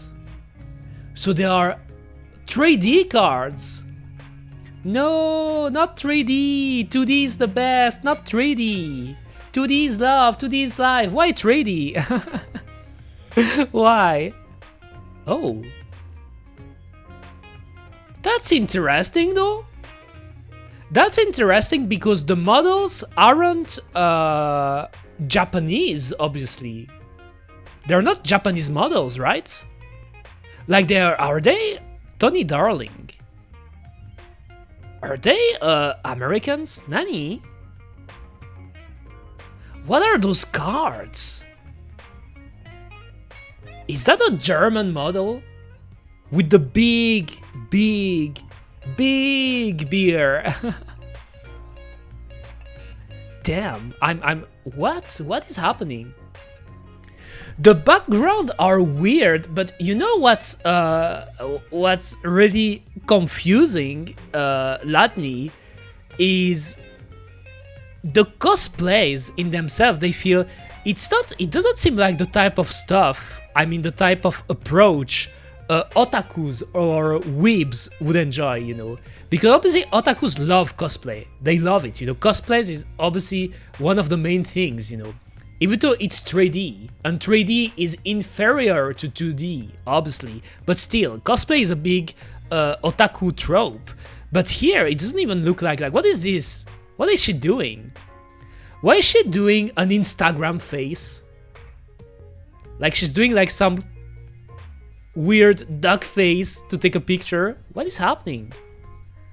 But what is this? Is that Oktoberfest? You know, there is a holiday in Germany that is called Oktoberfest, I believe. And in Oktoberfest you drink beer. No, you just drink beer. Okay, this one is not, I guess I left the oh, this one is cool. That's a nice one, Kuma. Looks like it's for middle-aged perv. That's true, I guess. That's true. Middle-aged pervs, you know. Not the usual type of pervs, you know. Like, not our type of pervs. The middle-aged ones, you know. They're different. Oh. Okay. I was surprised by those cars, actually. International Kickstarter. Additional promos. Oh, those are the butlers, right? So they're butlers. Oh. Maybe only one butler. Oh, I think I know this artist too. Oh, look at the abs. Look at the abs. Do you have abs, guys? Look at those abs. Look at those weirdly shaped abs, actually. Abs. Do you like abs, Ladni? Are you into abs? Oh. Oppai lolly. Those are the fields. Nope. Crunches are too hard. You should keep training. You should exercise, guys. You should all exercise and stretch. Actually, my advice, if I have an advice I can give you guys, like a cheat code. Let me give you a cheat code. The best thing you can do every day, and I'm serious. I'm serious. Yes, exactly. You should stretch. You should stretch, Kuma. Do it every day. Listen to me. If there is one thing you should like you could listen from me. I mean, you could listen from Eureka. If there is one thing, one advice you can take from me is like stretching. If you stretch every day, you'll see it's a cheat code. Pretty much, it is. The proportions are weird here. Is that an Apai lolly too? Those are weird proportions. And I like how I think I know this artist, actually. Oh. Oh. Okay. Naruhodo ne. Oh, and this one, okay, this one is like a promotional version of the love card, you know. This is the love card, which is pretty much the standard card you use in Tanto Cuore to get your currency. But this is like an alternative one, you know. Oh, she's winking. Oh, this one is cool. She's blushing. Moe. That's Moe. Like the energy cards, yes, exactly. Those are the energy cards, you know. This is like a promotional version. The standard version would be... I don't even know if it's here. You know. It's not this one. This one is actually another version, you know. Oh, but that's too cute. That would be a cute cosplay to do. If any of you are into cosplay, guys. That would be a nice cosplay to do. That's a cute one. Nice too. Yes, I really love Akio Watanabe, you know. That's such an iconic art style here. It's just so cute, you know. But it's funny because Moe was actually already a thing way before Akio Watanabe. If anything, Akio Watanabe kind of popularized it in the 2000s, you know. Like, it's right during the 2000s when it started to get even more popular. But the Moe art style was actually already a thing in the 90s, you know. Blushing Kuma. Okay. It's a shame I couldn't find about the artist list though, but that's pretty much it. That was Tanto Cuore. Okay. I guess I will switch. Should I try the game? Should I try System Shock? I think I could try it. Let me just switch the title. Trying out a new boomer game. It's a boomer game, right? It's a boomer game. System Shock. The OG version. Done. Alright. And then what I have to do... I guess I would play it with mouse and keyboard, right? That would be better to play it with mouse and keyboard. So let's pause. Let's start. I hope the game doesn't break, because I installed it during my last break, and I actually haven't set it up. Okay, it's already doing weird things. I think it's not in borderless window. Can I skip that? Like, I can't see OBS right now because it went full screen. Oh, it looks old. New Atlanta. I like it. Can I skip? Oh my god, it's crazy. How do I put? Oh my god. Where's borderless window? Okay, we sing borderless. Oh, it's already borderless, right? Okay, wait. Yes, it's old. It's really old. Okay. Things that annoys me a bit is that when I click out of the game, it's minimized. I know I can fix that though. I know I can. Let me capture it though.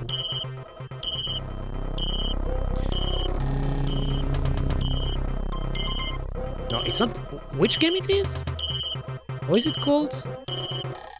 I mean the executable.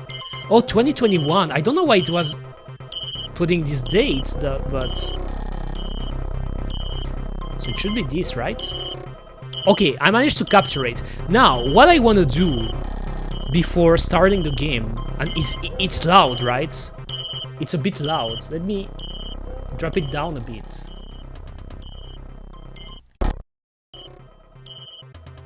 Okay, now I hope I didn't put it too low, but before option, I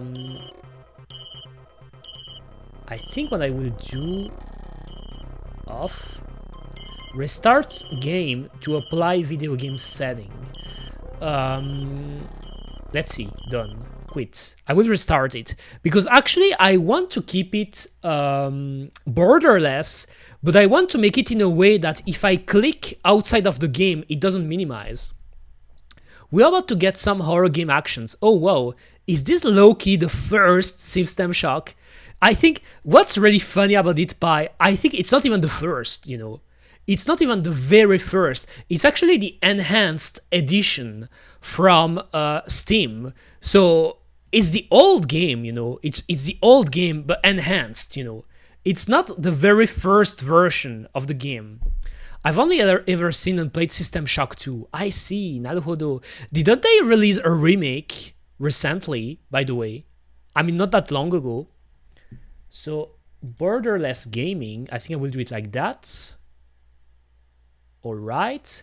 Then I start the game again. I hope it will start windowed, by the way. Also, my father hasn't called yet. So I guess the guy coming to get the computer isn't here yet. Let's see if it works. I don't know if it works. So I want to put it here. Oh my god, I hope it didn't crash. It didn't. New Atlanta, Sector 11, Building 71G. 7 April 2072. Yes, old games are not easy to set up, that's for sure.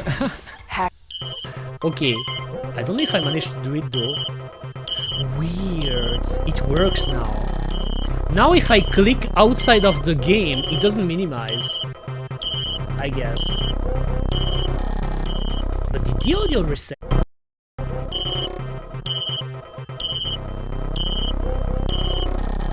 The music is cool though, audio.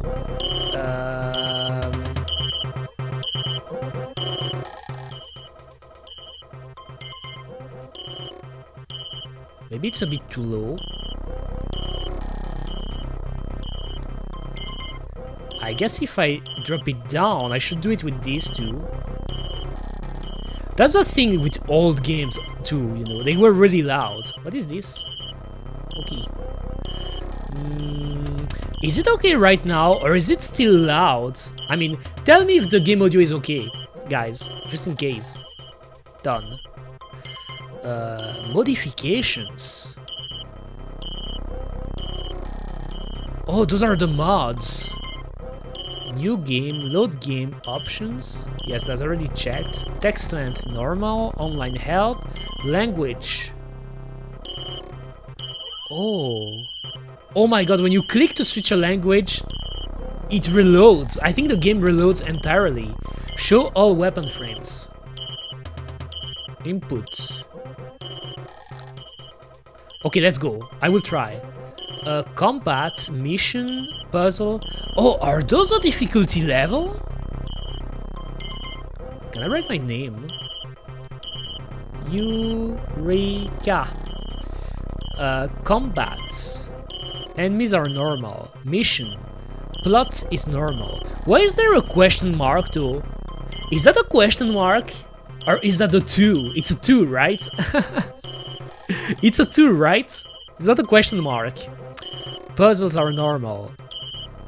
Cyberspace is normal. So let's pick normal, normal, normal, normal. Everything normal. 2. I thought it was a question mark. Because that's a weird 2. Play intro. I guess I could because we haven't watched it. New Atlanta, Sector 11, Building 71G. 7 April 2072. 11:13 p.m.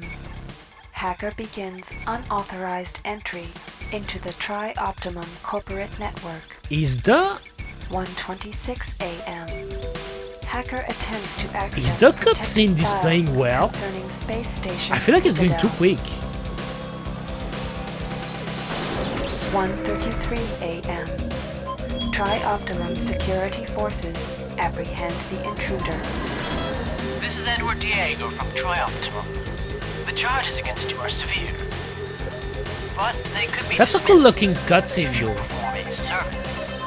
Who knows? There might even be a military Look at the grade frame neural rates. interface in it for you, if you do the job right. Edward Diego gives the hacker Level 1 access to Shodan, the artificial intelligence that controls Citadel Station.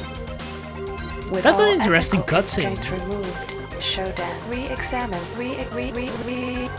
I re-examine my priorities. But I'm a and bit draw confused about the new cutscene because conclusions. there are subtitles, The hacker's but it feels like work the is subtitles finished. doesn't follow But mine what is the people only are talking just about. Beginning. Oh, feet! True to his word. Oh, you can see it because of my Edward head. Diego Look at the allows feet. the hacker to be There's a naked fitted feet here. with a neural Naked foot. cyberspace interface. The healing coma following this procedure will take 6 months to complete. Edward Diego is deleting all files concerning these events. I've never played this game, by the way, you know. I've heard about it. I think I've seen some clips about this game, you know, because the thing is, I'm really bad at FPS, especially boomer shooters, you know. I think, though, I will drop the audio still a bit more, because I think I'll put it at 50. Because it felt like it was still a bit loud. Done. New game. Start. Oh my god, the old-fashioned way, right? Okay, this is my keyboard is working.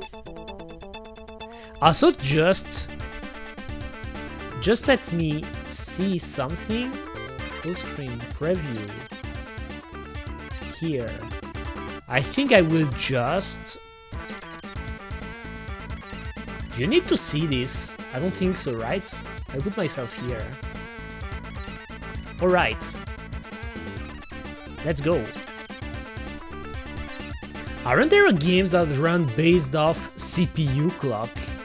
Oh damn, I wouldn't be able to tell you if that's the case for this game. Can you look up though? I don't even know the controls. Oh, okay. Why wasn't weird? Oh, if you press E like this, you can move the camera, but if you don't press it, it gets stuck like this. But that's weird. The music sounds like it's having a stroke, right? That is really old music. Okay, let's go. E. Double click to use button. Let pipe. Drop let pipe in the inventory or MFD to take. What is MFD? Mouse forward. Here. Okay. Oh my god. Why does it... Okay. Drop standard access card in inventory or MFD to take. Stamina stimulant. System analyzer. I guess I'm taking stuff. Right click to throw. MDF, yes, I don't know what it is. Like, I thought it was mouse something, but... Drop navigation mapping unit in inventory. Or MFD to take. Oh my god.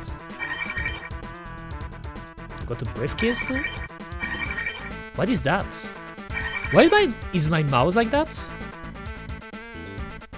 Okay, anyway, E. How do I attack? I don't even know how to attack. So what are the other buttons? Oh, this is a strafe. Left and right. Oh. Wait. A quick break.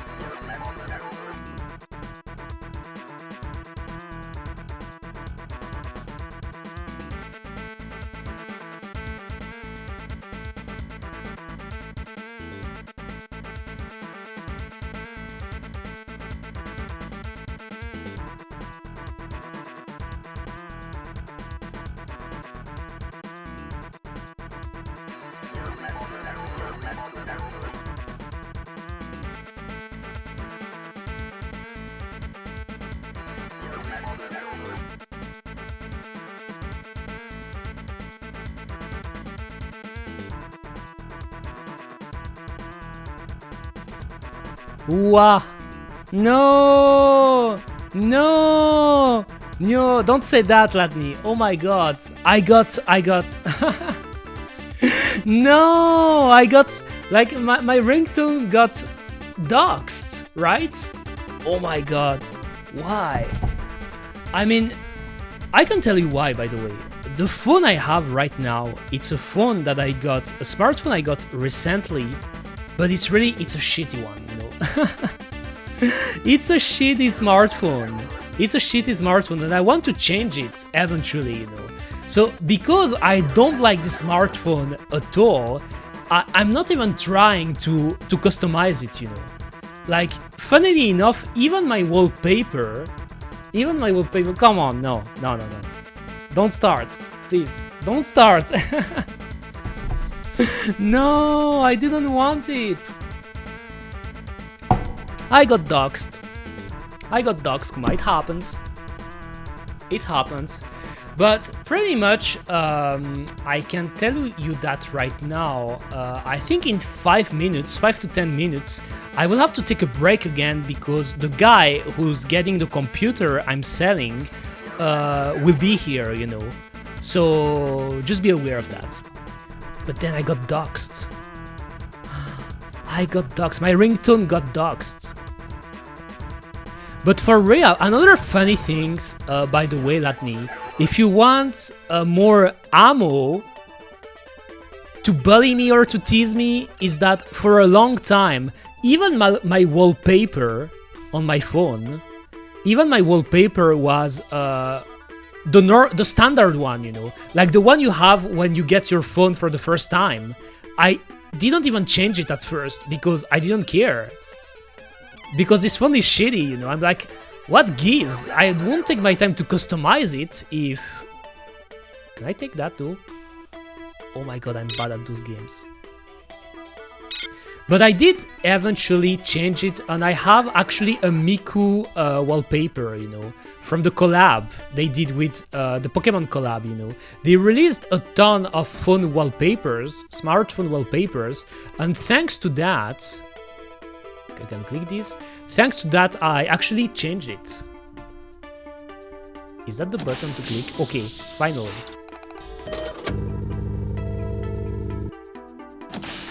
What is that? Oh my god. How do I attack? Oh, it's right click, okay. Oh, it's a robot. Oh my god, this game is old. And you know what's a bit, oh, like it. Oh, it's a camera. You know what's a bit confusing about this game? Oh my god, can I run? Yes, I can run. It's the fact that the screen is so small. It is so small, Kuma. Which is a thing I had to tell some people in the past, in some situations, but yes, it's so small. It is pathetic, Kuma. Why is it so small? Okay. Is that a... Oh!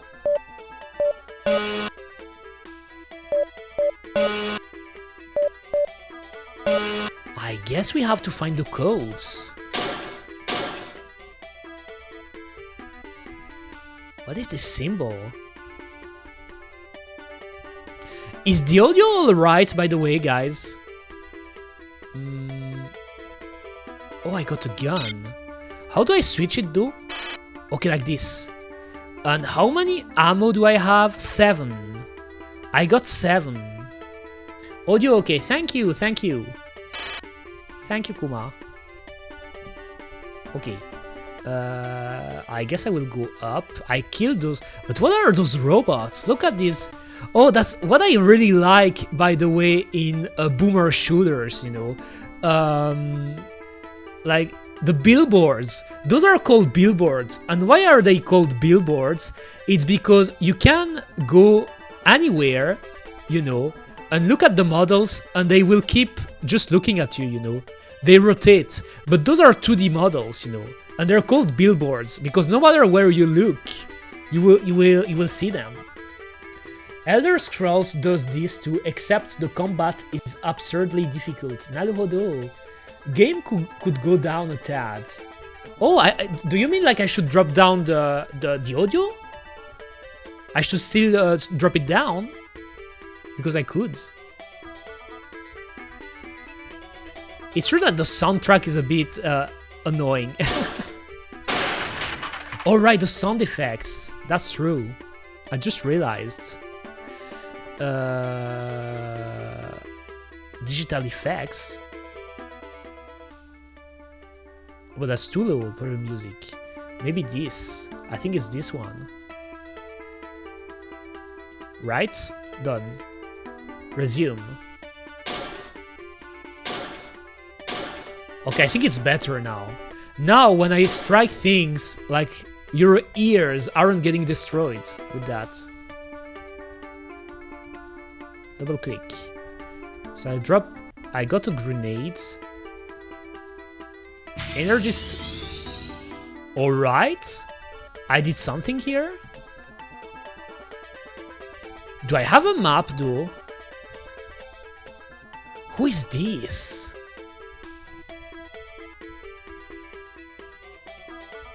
Oh. I dropped a grenade. Will it explode? Is that a mine? Oh, double click to search human corpse. So I got... What is this? Worker helmet. Okay, but... Double click to pick up email. I have a lot of things in my inventory, but that's confusing. I think System Shock 2 may have skewed my perception, because I thought this would be a horror game. Yes, I heard about that too, like the horror vibes of System Shock, but I think the first one is actually pretty much what you could expect from classic boomer shooters from the time, you know. Can I use this helmet? Vaporize. Nani? I removed it, right? I should have checked the manual. Oh my god, that's such an old game, you know. You know how PC games from that time, they feel actually older than console games, like from back then, because video game consoles were actually better for video games back then. You know, not to say that the PC games were bad. Actually, they were quite good at that time, you know. They were quite good, but like you can see, this game is old. Oh, I went back to the beginning.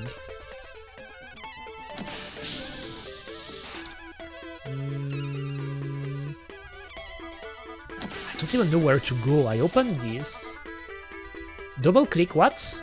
Double click to search. Okay, so you can search even the bots. I got what is this? Drop flask in inventory? Damn, and okay, here, up here, it's my life bar, and then I have my S bar, my System Shock bar. Okay. Should I take everything? 1. 2. Damn, I'm taking a lot of things. And the thing that is a bit confusing, you know, every time I press E to have the fake camera, but then it seems like at some point it just gets fixed like that. This crazy thing is PC games, even up to 2012, can be difficult to run sometimes. Yes, exactly. Because of compatibility issues, obviously, you know. And in a way, that's why, which is pretty funny to say. I think I never said it in the past, but I always was more into video game consoles than PC gaming, if that makes sense, you know. And it's pretty funny because since I'm a VTuber now, I'm mostly playing... Oh yes, I need the keypad, but where can I find the code? Since I'm a VTuber right now, I'm mostly playing PC games, even to old ones. But what I liked about video game console is that you have a standardized environment to develop games. So it's easier to make more optimal games. if that makes sense, that runs on a specific machine. When it's a PC, you have to take into account so many builds and so many hardware, you know. And this is pretty much why nowadays AAA games are so unoptimized, because AAA games, they try to find a way to be able to be run in any PC, but it's not possible because there are so many computers and so many builds, so many graphics cards, a CPU, you name it, that you can do it. And even like regarding graphics cards, CPU, the brands are different, the specs are different, the drivers are different, and because of that, it's just like it's crazy. I think it's obnoxious how much you need to invest for a PC just to... Yes, totally. And nowadays it's so expensive. Okay, where can I find the codes though? Standard temperature settings. Can't use paneling. Maybe I have it in my no items. Okay. So dart gun, pipe, stamina up.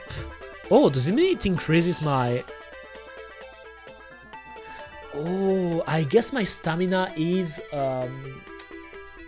Just let me show you, because maybe I could remove the chat just for now so you can see it. But if I hide Axel chat, you can see two of my bars here. Like one of them being the life bar with the plus, and the second one I think is the stamina bar. What is Berserk? It's not Berserk, it's Berserk. Does it mean I'm crazy now? Oh, I'm on drugs. I'm on drugs. Nani? I'm tripping. What did I do? Oh my god, I'm tripping. I'm on drugs. I'm on drugs, Kuma. Oh, maybe it's here. Is that the right way?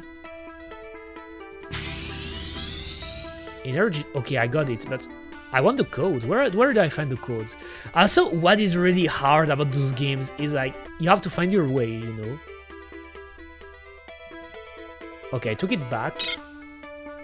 So I have the medikits, hardware. Oh. So this is a compass? Okay, it's a compass. This is a compass. Naruhodo ne. View control, what is this? Oh, I found the full screen. There is a full screen mode. Nani? But is it better to play that way? It's better, right? Right? I should play that way. Because if I remove it... Because yes, I still have the map. I have the... Yeah, the mini-map. I have the gauges. I have... And what is this? I just realized. Full screen status bar. Full screen side icons. Map notes. Okay. So this is my weapon. Auto map. Targets. Data. Okay. I guess I will play like that, right? Far out, yes, because at least here I have a better vision. Maybe there's something here I haven't found. Briefcase, what is this? Multimedia data reader. Okay, let's put it here. Let's get the data reader. Shodan 06, November 72. Employee 2-4601, listen carefully. My name is Rebecca Lansing, and I'm a counter-terrorism consultant to Trioptimum. We're tracking a disruption on Citadel Station, something involving an onboard AI called Shodan. You are Triop's only contact on station. Communications are out, and there is evidence of biological contamination. The mining laser is charging for a possible strike against Earth.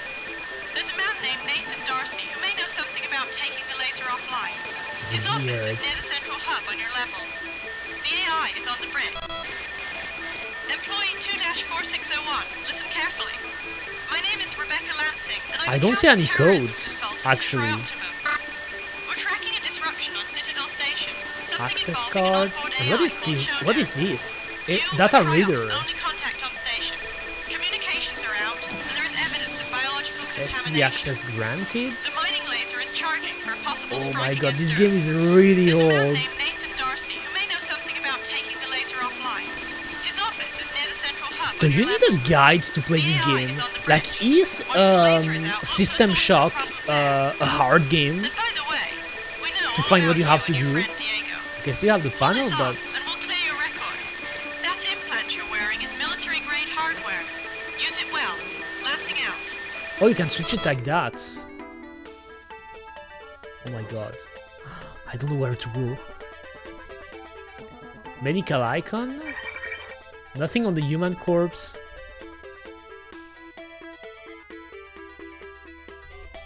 Damn, I'm stuck I'm literally stuck in the first room. It feels like I'm playing an escape room game, actually, because I have to find the codes, but I don't know where to look. I don't know anything about this game, unfortunately. This game is so old, you know. We weren't born. We weren't born when this game was created, you know. I'm pretty sure of that. Isn't that 1992? 93? I don't know how old it is, but me for sure, I wasn't born, you know. But what doesn't help either is that I never really played a lot of boomer shooters, you know. Can't use incubator, can't use diagnostic tools, can't use paneling, can't use light, obviously, briefcase. There is no item anymore on the briefcase, so I took everything. Pipe, dart gun, fragments, medikit. Okay, this one. So this one is pretty much this, actually, you know, the view control, I guess. I mean, I'm pretty sure of that. What about the status? Oh. Processor nodes, main program, computer, groves. Okay. That's a lot of things.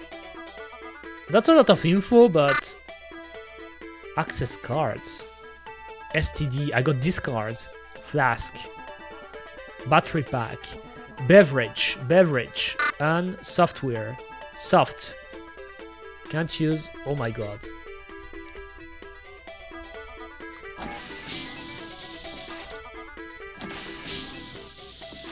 Can I open this? I haven't tried.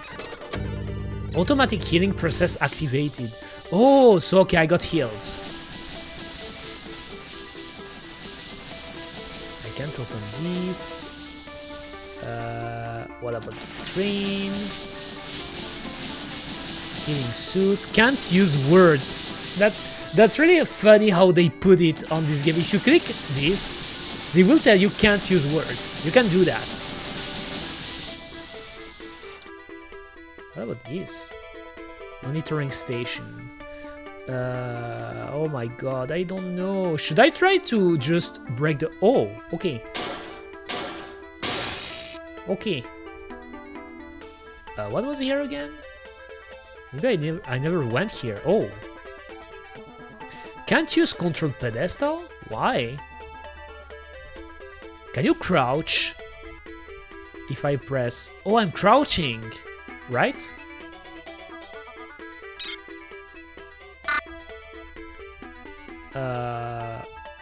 Nani? What did I do? Did I? That was weird. I pressed C. It's crouching, right? Am I crouching here? Like, the crouching in this game is so weird.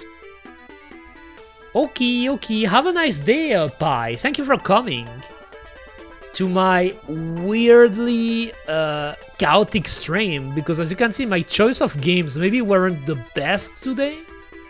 I mean, again, it's not like about the choice of games. It's more that I wanted to do some kind of... Like, this stream was unannounced, unprepared. Unprepared, Kuma. Oh my god, I can't find the codes. Can't use normal screen. Can't use light. Keypads. Like, can I use Okay, so that's the compass. Can I use the data reader to get something with that? Read emails, logs, and data. So emails. No, not this. 2-4601. Welcome back Oh. to Citadel Station. We hope your somnolent healing stage went well. Today I'm is okay the with 6th day of spontaneity. That's what November, you will get with year me. 2072. That is what you will get. I am a really bad planner, if that makes sense. Because even if I plan things, I could change it on a whim, you know. It's not that I don't know how to plan things. If anything, back when I was in school, like in high school and stuff, I was really good at just planning, you know, and doing everything in advance. Okay, my father is calling. I'll be back. BRB. The bridge is located on level 9 and energy systems on level R. All levels can be accessed by the elevator in Alpha Quadrant. We hope you have a pleasant stay on Citadel Station.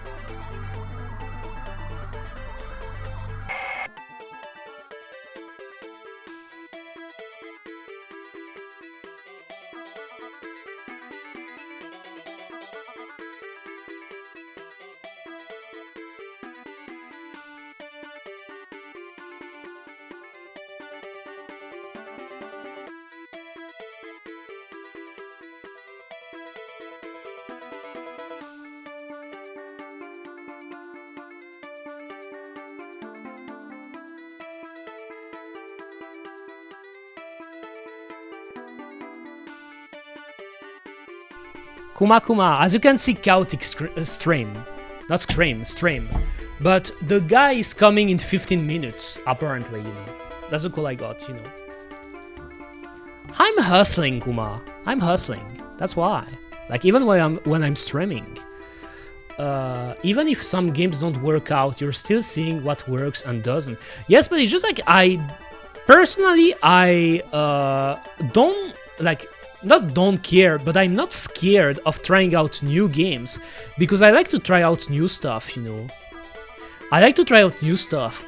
It's just like, to me, the difficult part of trying a new game blind, especially when you want to stream, is that since you don't know anything about the game, you don't know if it's a long game, you don't know either if the game is going to be the entertaining type for a stream, because I believe, I mean, you could stream whatever you want, but obviously I believe there are games that are more streaming compatible than others, you know, pretty much.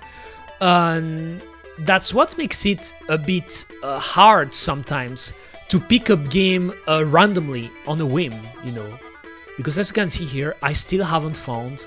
And the blinking lights, oh my god, the blinking lights. What is the symbol? If at least I could go up here. Yes, I went up here already, right? And down here, I got darts. Can I use the data reader here? So I'm sure it didn't give me any code in this message. Data reader. Level 1 logs. What is this? Shutdown security is closing down on us. The elevators are frozen. Myra keeps saying that it's... Shutdown security is closing down on us. The elevators are frozen.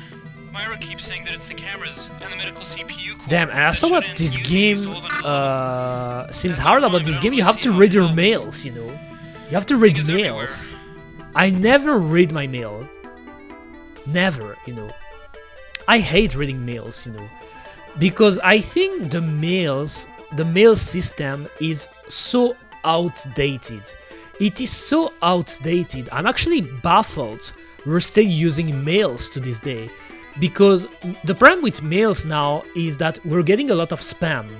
No matter what you do, you're getting spam. And that is so annoying to just open your mail and then having to look through all the trash to find about the important mails, you know. Oh damn, I'm getting a call again. My ringtone is getting doxxed, why?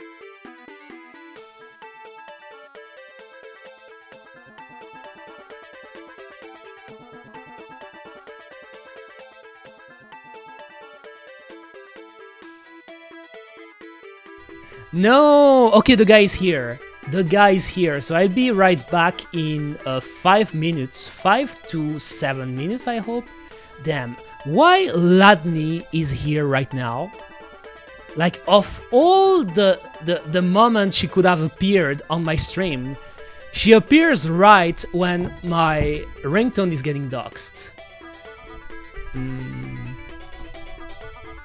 I'll be back in 5-10 minutes. Damn, my stream today is really chaotic.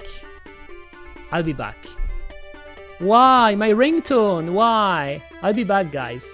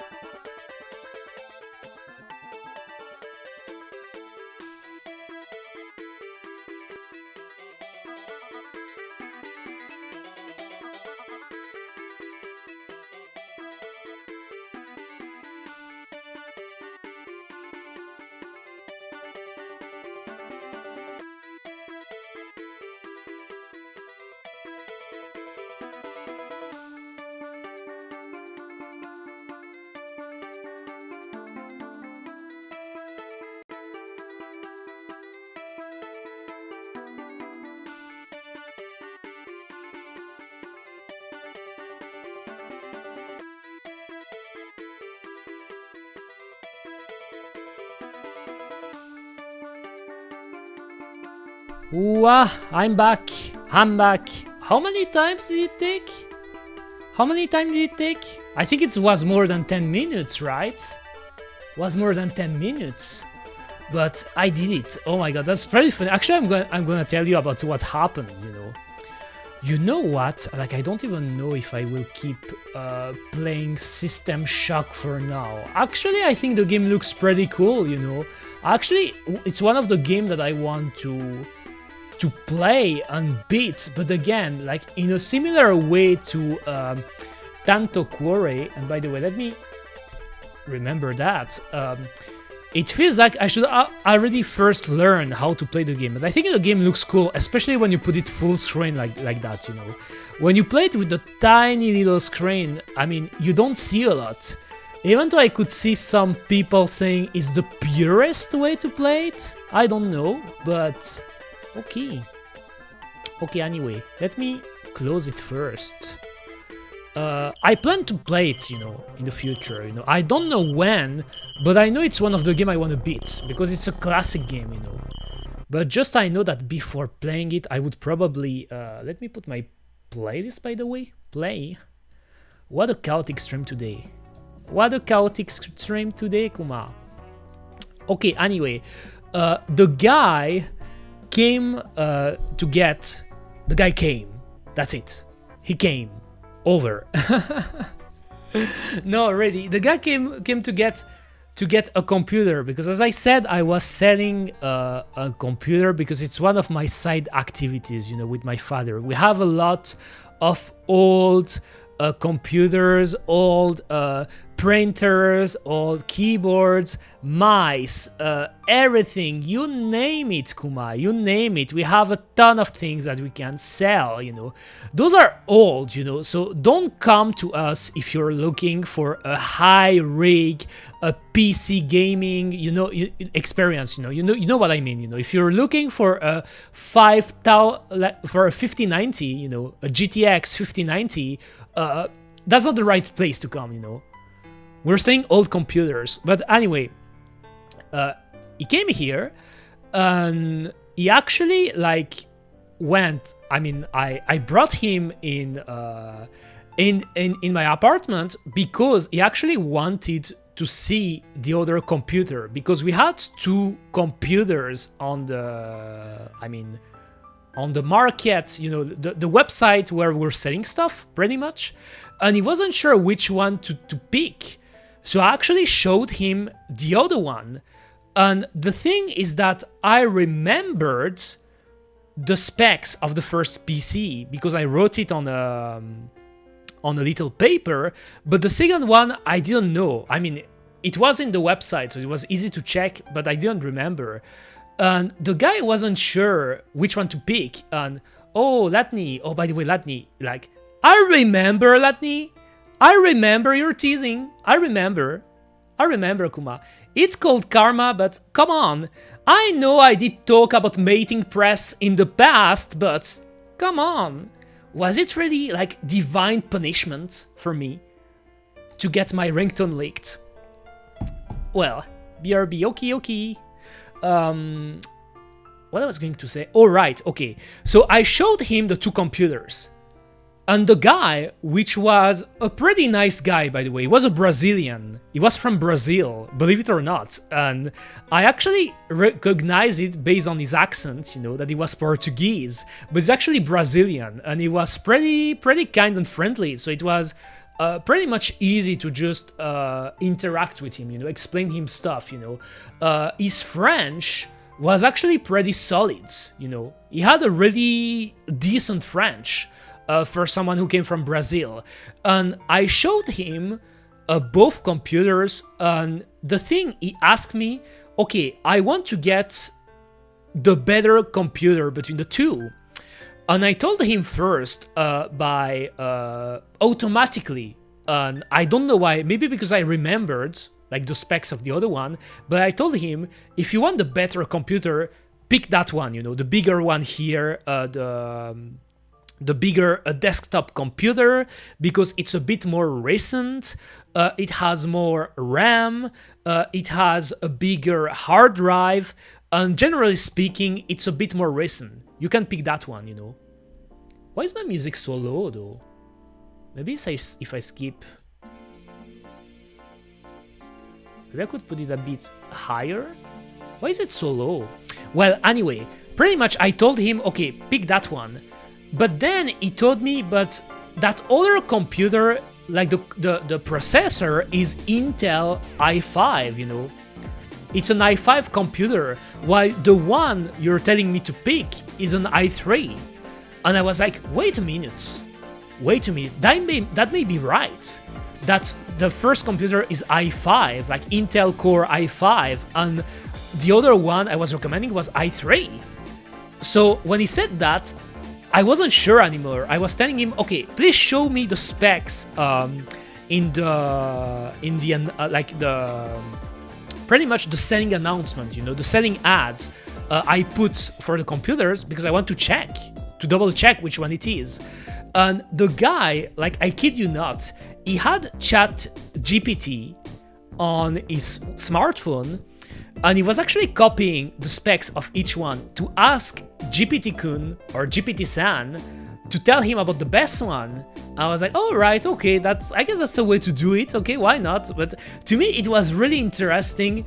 But I noticed it in the past, but it really made me realize, damn, people are really using ChatGPT a lot nowadays, because the guy, he wasn't young. I mean, he wasn't old in the sense, he wasn't like a big boomer, but I think he was in his 30s or 40s, you know, maybe 40s he was. So pretty much generations older than mine, you know, and that made me realize, damn, like, people are really using artificial intelligence now.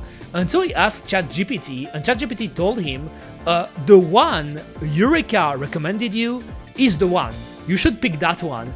And I was like, nice.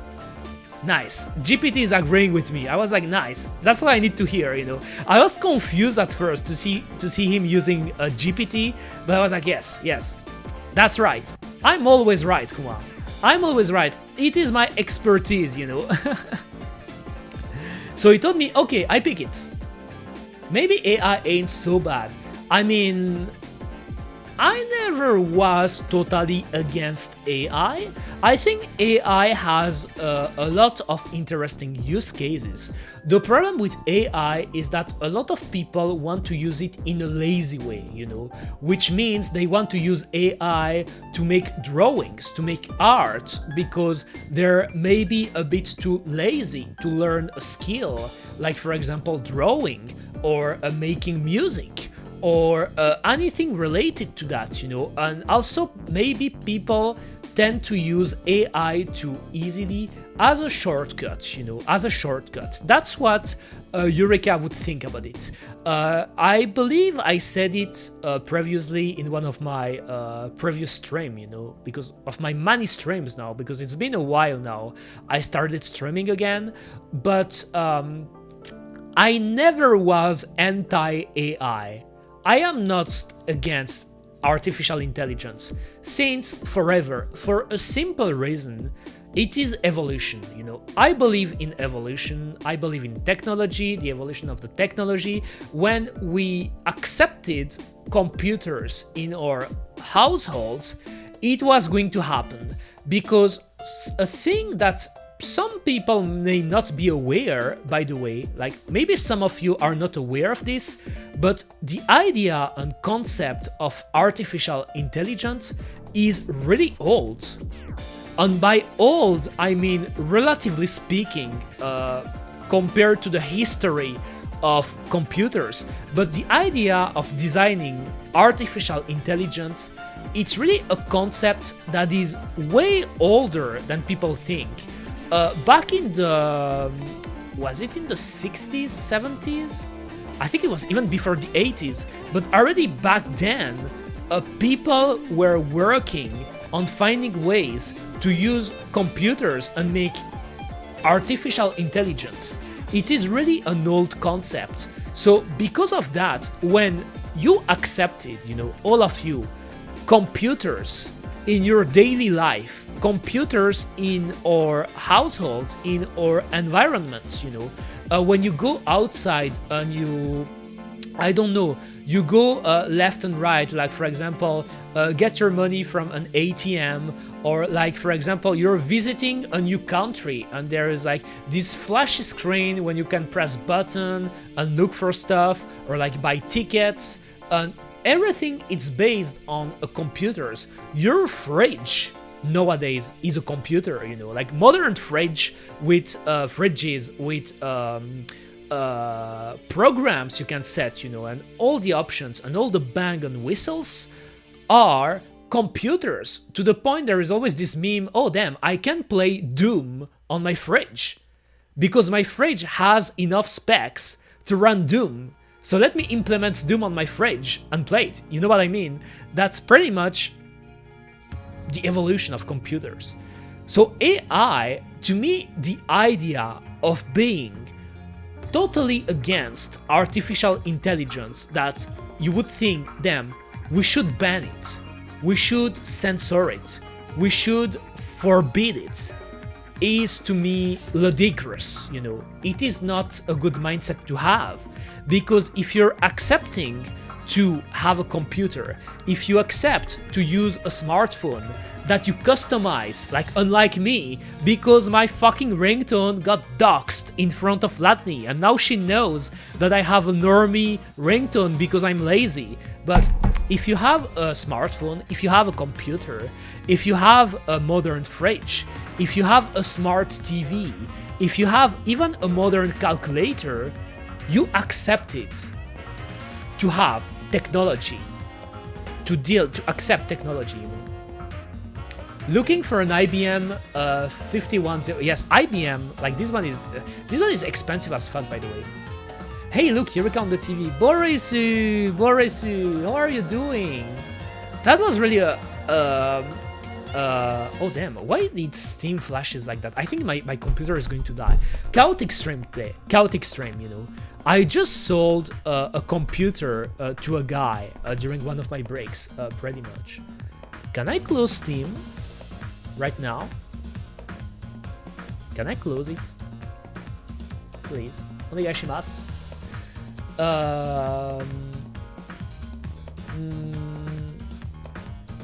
Yes. So what I was saying, all right. Pretty much, I don't see any reason for people to be against artificial intelligence. At the same time, I agree that a lot of people are using it in a lazy way. But I'm gonna tell you this red pill. A lot of human beings are lazy. And whether it is artificial intelligence or not, unfortunately, a lot of people will find ways to do something in an easier way. So it's artificial intelligence now, but it's going to be something else. For sure, it's going to be something. Selling computer was playing card games. Alright, I played Tanto Cuore, but that wasn't the best idea, let's say that. Not that let me drop a little bit. Not that I didn't like the game or anything. The game was cute. It was a game about maids, and pretty much the goal of the game was hiring maids. You had to hire maids, you know, with your cards in the game, and pretty much recruiting the most maids you can, and the winner is the one who managed to get 2 full stacks of maids. Pretty much, you know. So it's a game about maids, and it looked like a pretty fun game actually. But since it was a new card game, I didn't know anything about the rules, and I played the game from the story mode of this game, and I was shocked. The game lasted 54 or 57 minutes, you know. 54 or 57 minutes, because I didn't know how to win, you know. I was picking cards, I was buying maids and stuff, but I didn't know about the exact winning condition. And I realized that the problem when you play a new card game like that on stream if you're not acquainted with the rules, it's hard to explain, you know, and to entertain people with that, I guess. Kuma. Where's my water though?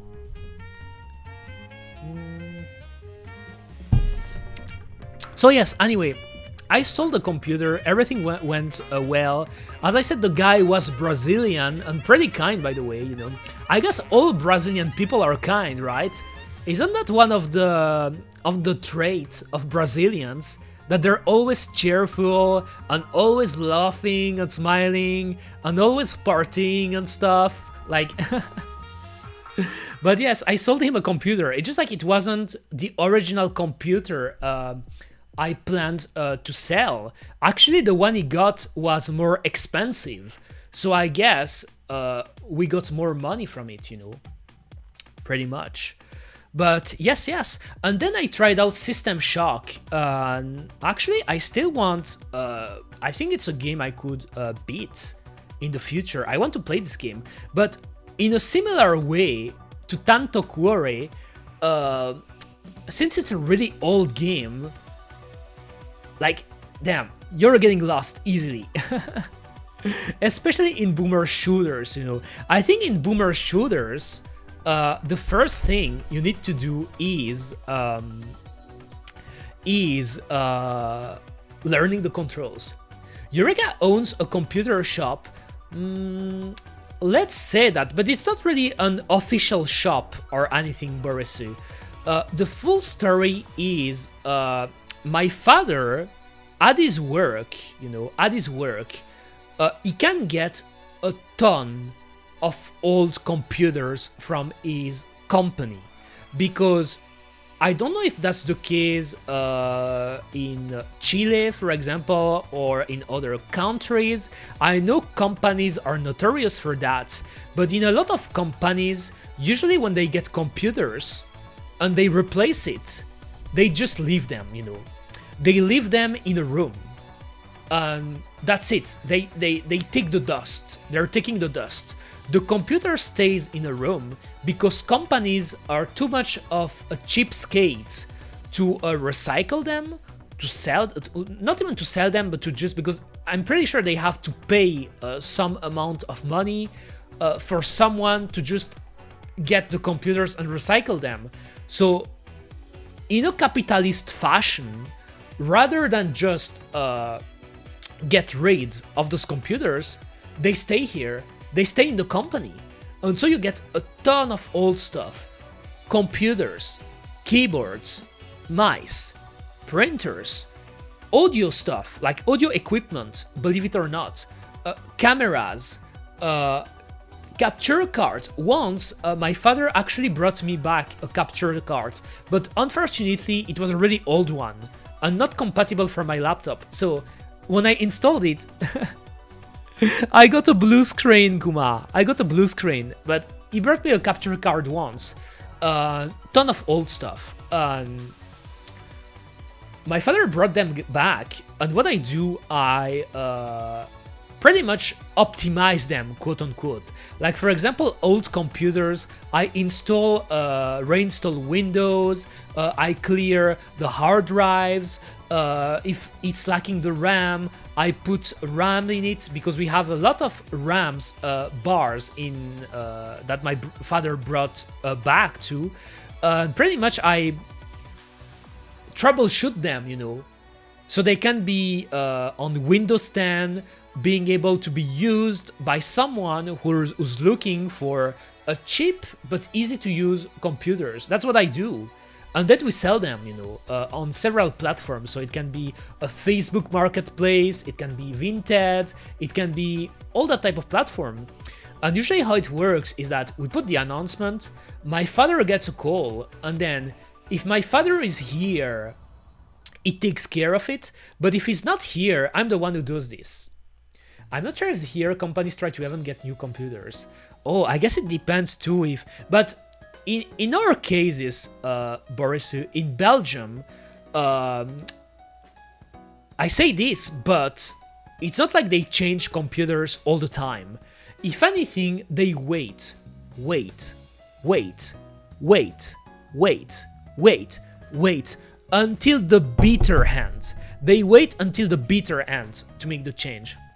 I have an anecdote related to that. Also, I forgot to put back the chat, now that I think about it. Here. I have an anecdote regarding this. My mother, in her company, my mother, obviously, she's working on a computer too, you know, like when you have an office job, you work on a computer pretty much. And they used to have old computers, and they were running on Windows 7 back then, Windows 7.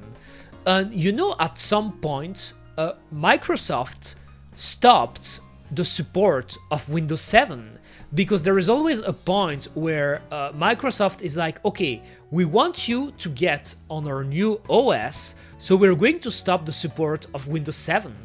And when it stopped, I kid you not, the company, like my mother and all the other employees, they kept their computer and they kept working on Windows 7 for close to 5 months, which is outrageous, because the thing that they do, it's a big risk. Because let's say there is a problem, like the computers are getting hacked, like a cyber attack, for example, cyber attack, or there is a loss of data because there is no support anymore to Windows 7. It's for them, it's for the company, you know, like even if they have an insurance, it won't take care of that, because they could argue that the company was negligent, like there is negligence, and because of that, the insurance won't pay them. They won't pay them any compensation, because they didn't want to upgrade from Windows 7, even though the support was abandoned, and so they put themselves at risk to get hacked, at risk to get you know, getting a cyber attack, to lose data, whatever. Eventually they did it, but they did it 5 months later. So during 5 entire months, my mother and her colleagues were working on old Windows 7 computers that weren't getting any support from Microsoft. Pretty much.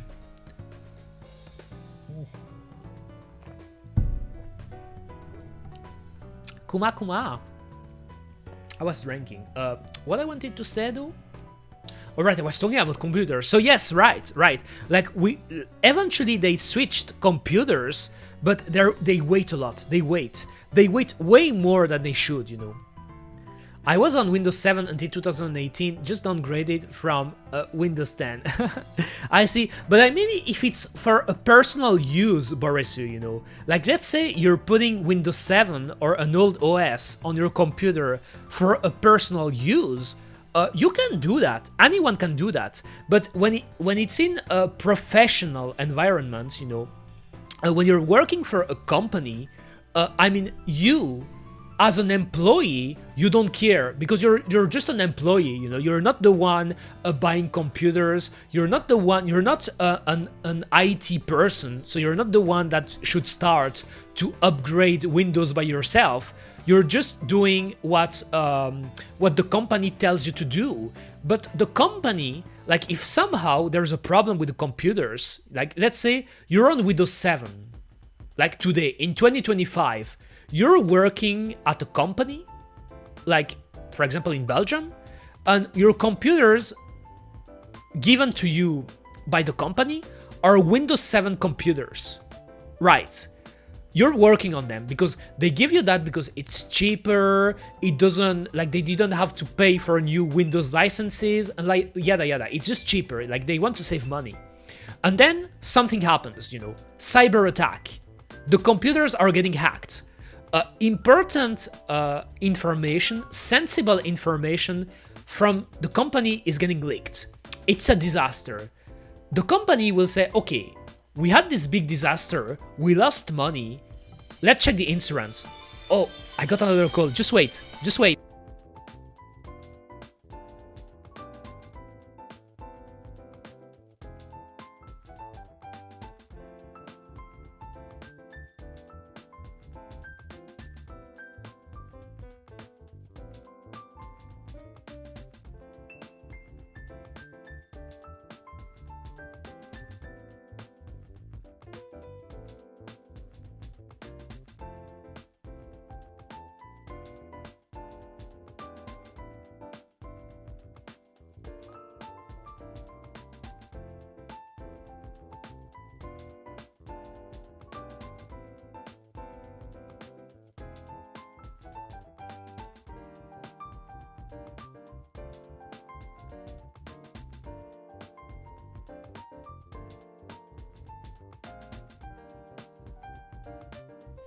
Okay, I'm back. That was a quick call again. Oh my god, this stream is really chaotic. To me, that's the thing when it's so weird that when my parents leave for a holiday, for a vacation, it's like everyone, it's like all of Belgium. Like, it's like all of Belgium want to buy our stock, you know? Like, the entire kingdom of Belgium wants to buy stuff from Eureka, you know? And so I have to deal with that, but... okay, let me check something. Because I had to send... I don't even know if I have my father... I guess it's this one, right? How much it was? Sorry, I'm just doing something right now. Moshi Moshi, hi hi. Nani, hi. Hentai da, hi. Pantsu Janai, hi, bye bye. Pretty classic anime conversation, you know, anime pervert. You're a pervert, Boris. You know that? Okay, where's the 60?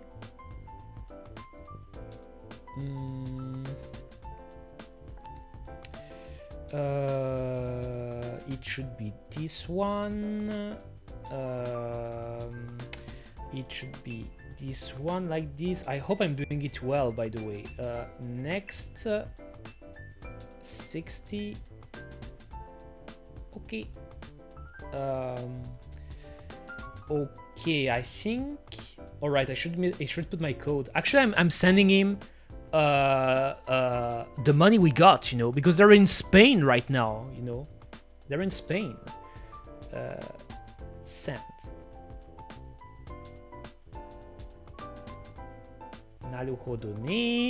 So just give me 2 minutes again.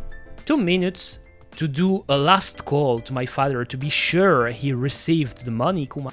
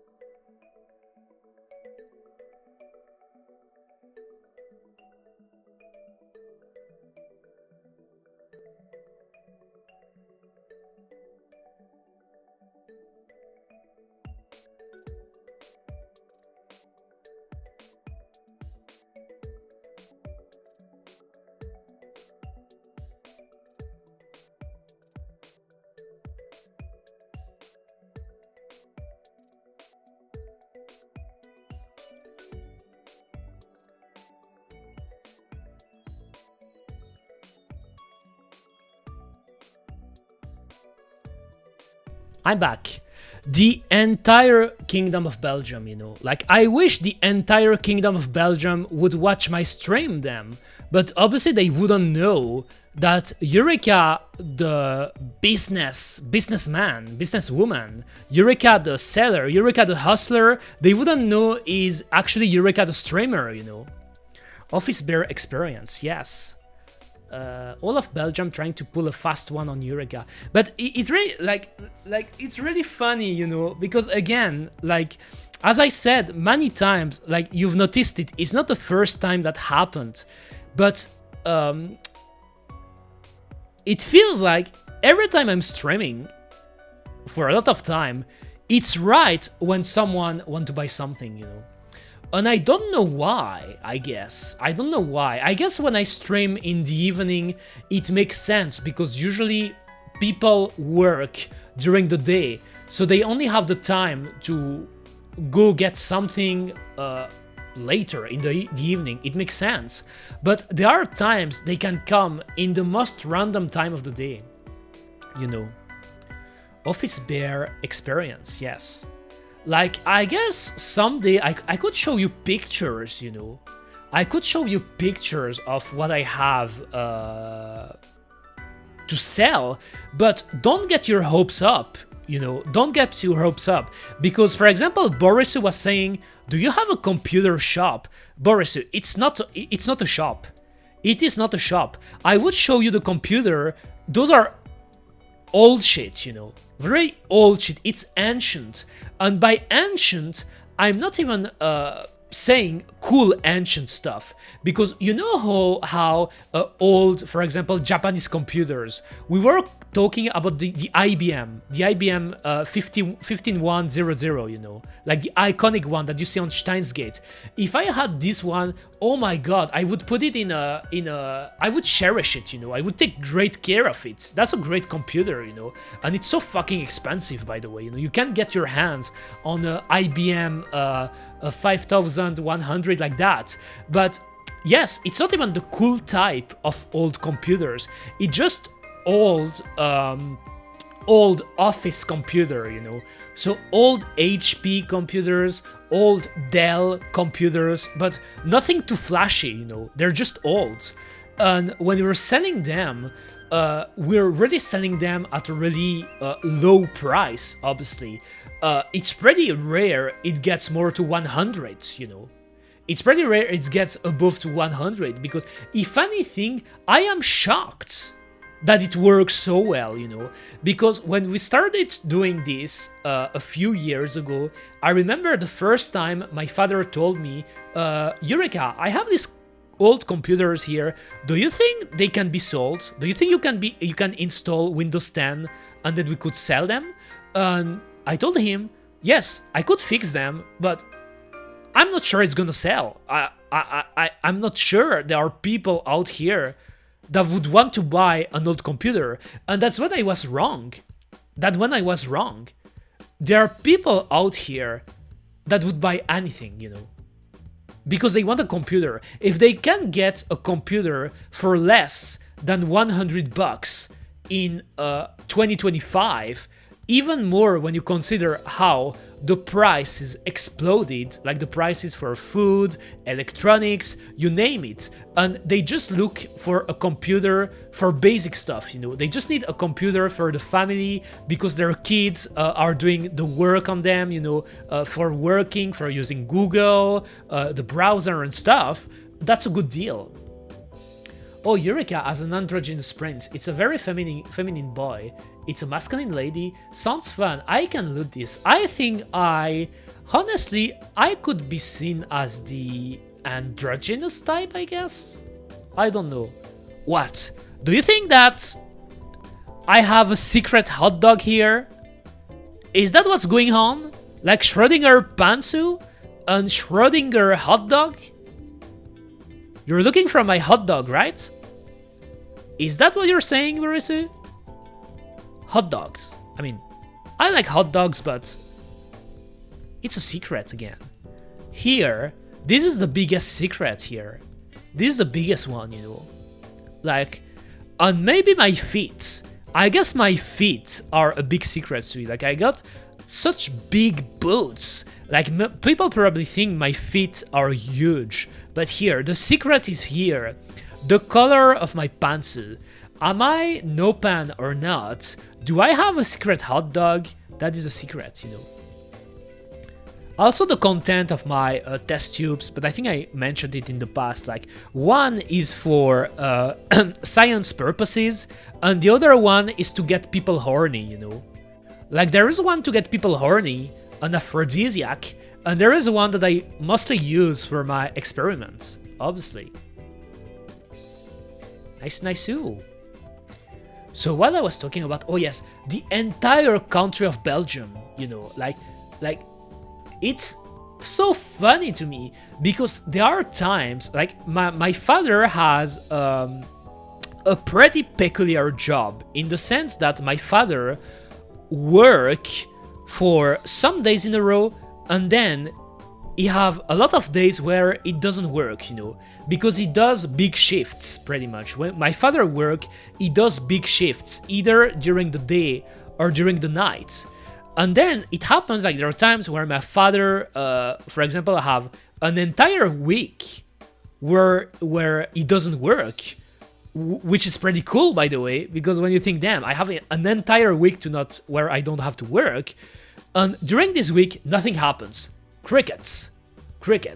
We have, like, for example, 10 ads on Facebook Marketplace or Vinted or whatever, 10 ads, crickets, nothing. Like, people are not interested, no proposal, nothing. Then my father start working again, or they leave on vacation and stuff, and then the entire kingdom of Belgium comes to me. But I guess it makes sense. I am so cute. I mean, I am so cute and charismatic. I guess when I'm alone, they would try to come see me, to hit on me. I guess that's what's happening, you know. Like, maybe I'm too attractive for people, which is why that when I'm alone, they want to come here, you know. That's what they want to do. They want to come here when I'm alone, but they don't know that I have my trusty horny bat. So if someone tried to make a move on me when I wasn't expecting, be careful. I could hit you, you know. I could hit your nuts really hard. I could hit you on the nuts, you know. I mean, not Borisu, because I know Borisu is into that, but you know what I mean. Lore. Yes, that's the lore. That's the part of my lore. I'm a scientist, and I like troubleshooting computers. I like troubleshooting computers, you know. Honestly, I want to get better at that. I want to get better than that because I'm really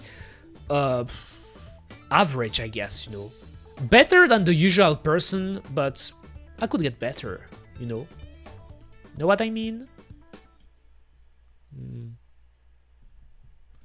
Nice. I don't know what I wanted to say though, but I'm glad I managed to do the transaction though. I'm glad. But you know, the annoying thing actually is not necessarily that there is people coming during the day to buy stuff while I'm streaming. I don't think it's necessarily a bad thing, because funnily enough, I noticed that when nobody comes, I don't take breaks, you know. Like, for example, if I do a 3 hours, 4 hours, or even more, I mean, it's been a while, I haven't streamed for longer, but even longer stream, I don't take breaks, you know. Usually I just stream from beginning to the end. But thanks to that, it's a way for me to take breaks from streaming, you know. Like, I just should learn to be more quick about, you know, putting the BRB screen, or like using some kind of BRB scene. I have one, actually. I have this one. That's the one I used to have, but I'd like to make it more interactive if I can, you know. Like, usually I put music. I used to put the rain music from Haruhi Suzumiya back then, you know. Just this. Share a meme that has happened during the fixing selling computers. That's a good idea, actually. Damn, but I'm pretty bad with memes, actually, Borisu, in the sense that I like memes, but I'm not a meme expert, you know. You know how there's all like a huge heritage? No, that's a big word to use. A huge list of memes that have names, you know. And there are meme experts that could like just name you memes. I don't know, like, I'm trying to think of something. Like, regarding images I could share, I don't know, but I have stories though. There was what happened once with a thing I was selling. So pretty much there was one time, it was a few years ago, so back when I was in my old apartment, because we moved on since then. One of the things we were selling was a laptop. Classic, you know, a laptop. A pretty decent, standard HP laptop. Classic, you know, a laptop. And I remember my father was here, you know. My father was here. But I kid you not, at this point, when they came here to get the computer, my father asked me if I could do the transaction because he wanted to watch football. I kid you not. I think it was the Clásico, you know. It was El Clásico between Real Madrid and Barcelona. And my father is a big football fan, you know. He's a big football fan. Like, my father loves football, you know, especially Spanish football. And it was El Clasico, and it was starting. And so he asked me, Eureka, can you do the transaction because I want to watch football? And I was like, okay, I can do it quickly, you know. Like, I wasn't streaming anyway back then, so I'm like, okay, let me do it. I go down with the laptop, and I open here, and I kid you not, they were 5 black dudes waiting for me. Like in the meme, they were 5 black dudes waiting for me. And I was like, hello, like, what's up? Like, are you here for the computers? And they were like, yes. And actually, only one of them was speaking French, not the other ones, you know. So I was talking to this black dude who seemed to be Belgian, by the way, because in Belgium there are a lot of we have a big history with Congo, by the way. We have a big history with Congo because don't look it up, by the way, like the history of Belgium. Belgium did bad things in the past. I guess that's the case for a lot of European countries, you know, with colonies and stuff, but they did bad things, let's say that. And since then, we have a big, like a lot of Congolese in Belgium because they kind of have the right to be in Belgium. And when I was in elementary school, I had a lot of Congolese friends, believe it or not, because there's a whole generation of Congolese that happened in Belgium, you know. Which I think it's pretty interesting, by the way. So, well, I was talking to this black dude, and he telling me, I was like, okay, that's a computer. Like, I told him, it's a computer, laptop, everything is working. Okay, it's going to be, I think we sold it for 120 bucks or 150 bucks. But okay, I told him. And then he told me he was going to take the computers, but then one of his friends, one of his black dude friend, he said something in, I don't know if it was in Congolese. I think Congolese isn't the name of the language, by the way. I apologize in advance. Like, I don't want to sound offensive, but he was talking in a language I couldn't understand. And he said something to the guy. And then the guy said to me, okay, wait, we want to try out the computer. And I was like, bro, it's working. And they were like, oh, but my friend isn't sure because he wants to take the laptop to Africa and stuff. So he wants to be sure it works. I was like, okay, fine. I can turn it on. So I open the computer. I press the power button. It turns on. I get back into Windows and I show him. And I was like, look at this. Everything is working. Windows 10, here you can see the hard drive, you can see the RAM, you can see the processor, you can use the mouse, you can use the buttons of the keyboards, everything is working perfectly. Kampeki da. And then the guy was like, okay, we take it. And then another of the black dudes, I kid you not, another one, you know, not the same guy, another one, said something in a language I couldn't understand. And then the guide said to me, okay, wait, we want to try out internet. We want to try out Wi-Fi. And I was like, what? Come on, dude, it works. And he was like, oh, no, we want to try it. And the problem is, like, since I was, obviously, like, when I do a transaction like that, I go down my apartment, you know, we do it in front of the building, if that makes sense. Like, pretty much like we were dealing drugs. I'm pretty sure if there was a passerbys that were looking at this, they could think we were doing something shady, you know, like, you know, 5 big black dudes around me, because Eureka isn't that big, you know. I'm not too small, but I'm not big either, you know. So 5 black guys around me, like looking at me, there's something shady going on. And I told him, okay, but the problem is, I don't know how to make you try the internet. because I don't have a way to share a connection right now because I don't have a 4G. I don't have the 4G, like I don't have a mobile connection, so I can't share it. And obviously I can't bring you all to my apartment because my father wouldn't want that, my mother wouldn't want that, and before all, I wouldn't want that, you know. I wouldn't want, I mean, you seem chill, like, don't get me wrong, but bringing back 5 black dudes like that in my apartment, I mean, that's a bit risky.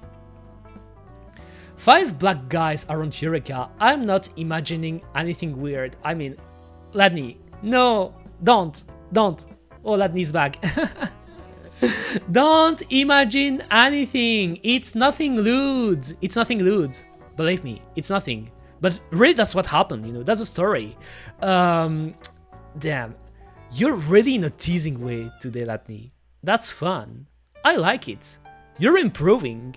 You're improving, Kuma. That's good. I like it. I like it, Kuma.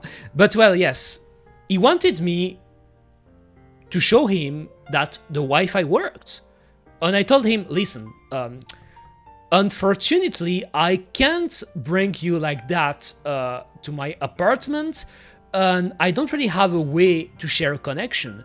Do you have a mobile network on your phone? Like if you have a smartphone and you have a 4G, you could do it. And he was like, well, yes, I have it. So he picked his smartphone. I just appear in specific times. Yes, there's something going on like that. Like, my theory is that Ladney, even when she's AFK, you know, like when she's not on her computer, she leaves some kind of, she leaves my stream either on the background or on her phone. And when she hears something compromising, she jumps. Like a shark, you know, or like a crow, pretty much. That's also a crow behavior. She jumps, and then she's like, what? Eureka, surrounded by 5 big black dudes? Nani sore? What? I should use that against her, you know? Eureka on the TV while Ladney works. Yes, but I think today, like, she's not working, right? I think she told me that. Crows are very opportunistic. Yes, that's true. That's true. Crows are such interesting animals, I think. I think I mentioned it in the past. But yes, to go back to my story, I told the guy, okay, if you have 4G, if you have like mobile internet, you can use it, share it, and I can connect to your phone so you can try out Wi-Fi. And it was like, okay. And so we were trying to set up the connection, like, you know, the internet connection. And for all of this time, like, keep in mind, it was going on for more than 10 minutes. For close than 20 minutes, actually. Because amongst all those things, they were speaking between each other, trying to decide if they were going to buy the computer or not. And I was holding, because I didn't want to put the computer, the laptop, on the ground. I was holding it with my arm, and I was starting to feeling pain, you know. I was starting to feeling pain, Kuma, because my arms are decent, because I do sports, you know, I exercise, so I don't have weak arms. But when you have to hold a laptop on your arm like that, while standing for more than 10 minutes, 15 minutes, it's annoying, you know, it is.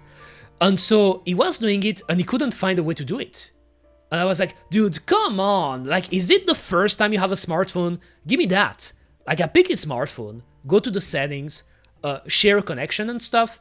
Then I was trying to connect on the laptop. At first, it wasn't working. I was like, what the fuck? I tried connecting again, and then it worked.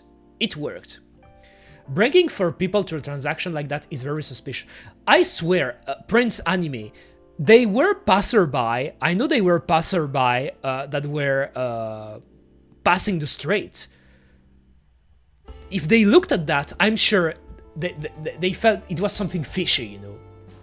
Like 5 big black dudes, they were all big, you know. Like, I'm not even joking. It's not even for the meme or stuff. Like 5 big black dudes and me, like, at the center, and I'm not small, like, I'm not too small, but I'm on the smaller side, you know, pretty much.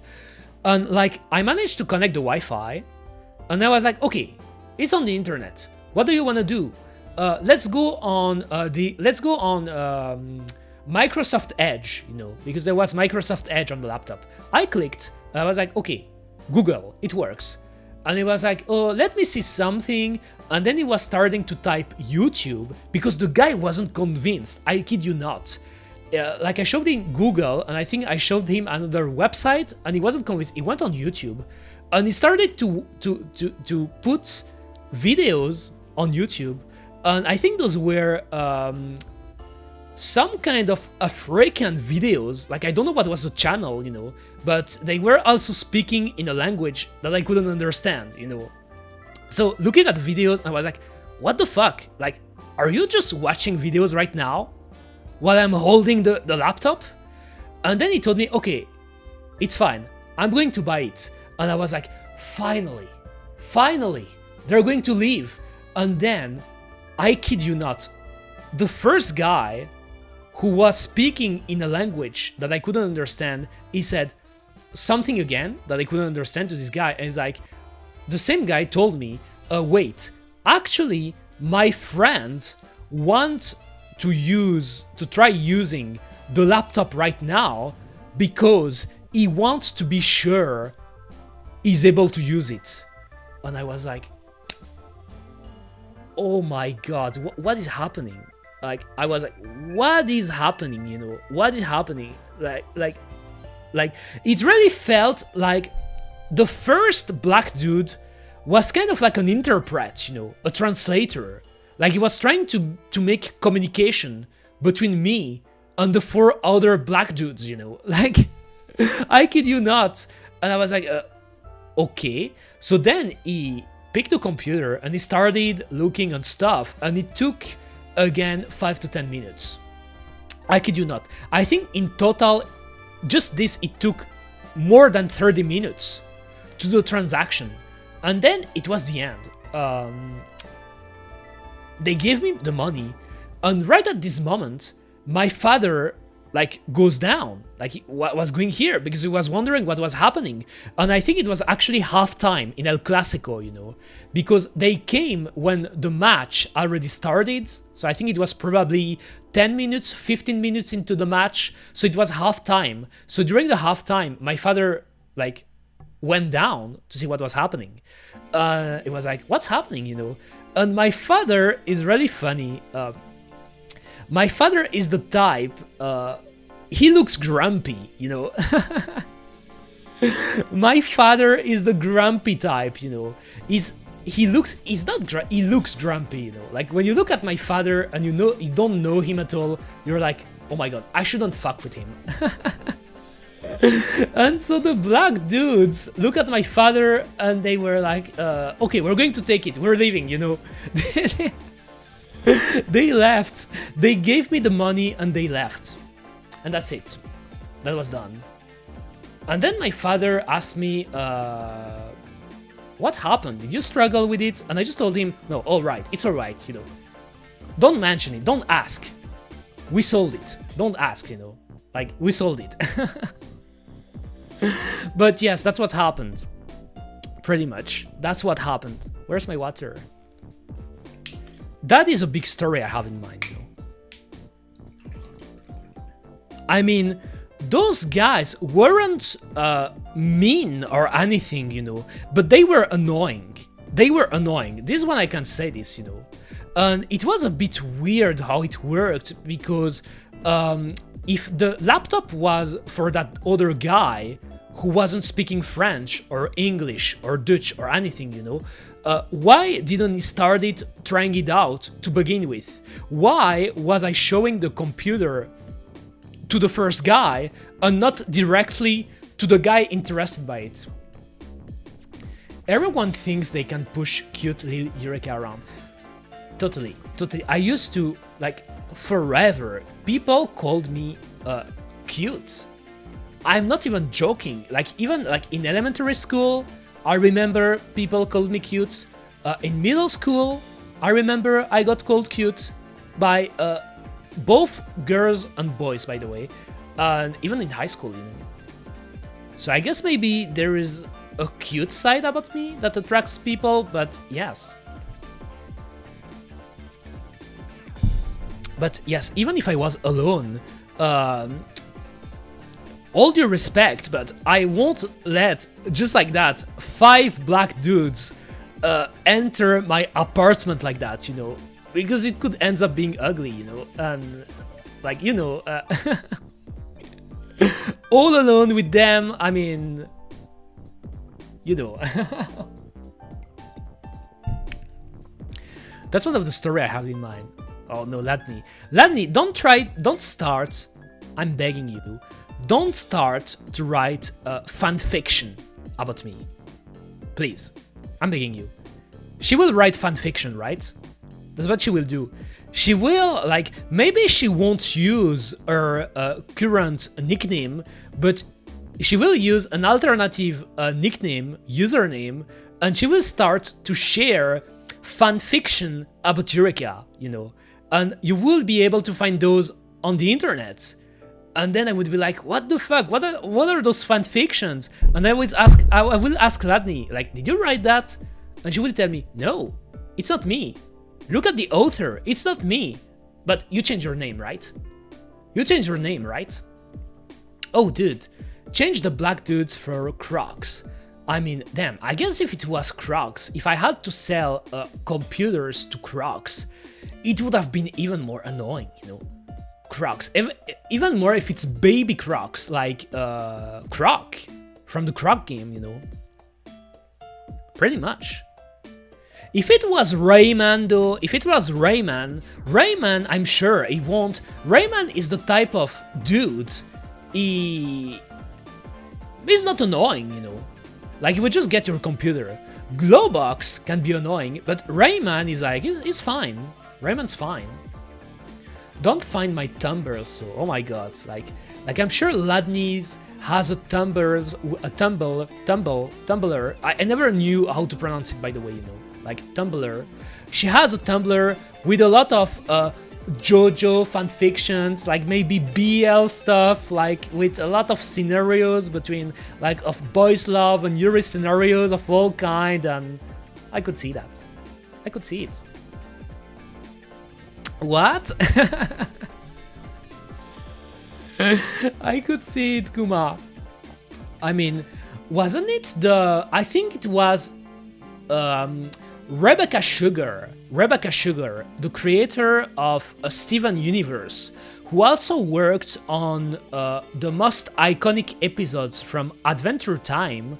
Rebecca Sugar had a Tumblr that people discovered later, and she was writing JoJo fanfictions, you know, JoJo erotic fanfictions on his Tumblr. I mean, her Tumblr, sorry, pretty much.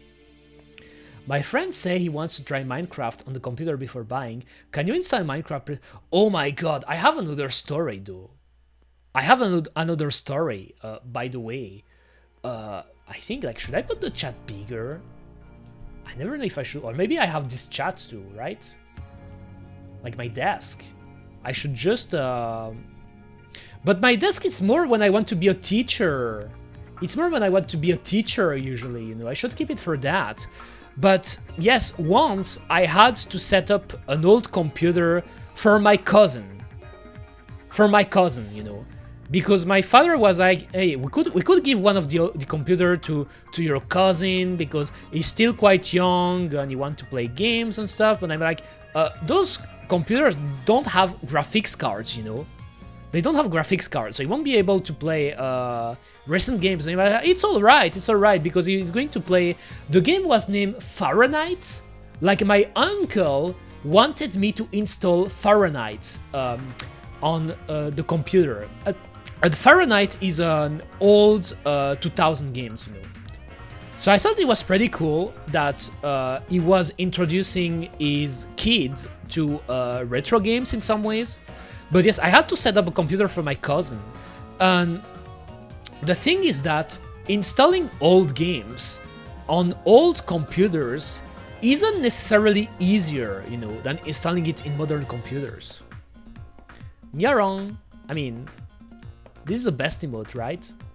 This is the best one. The best one, Kuma.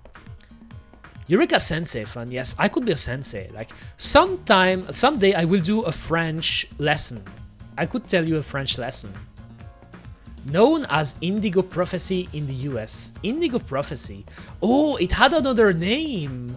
Naruhodo ne.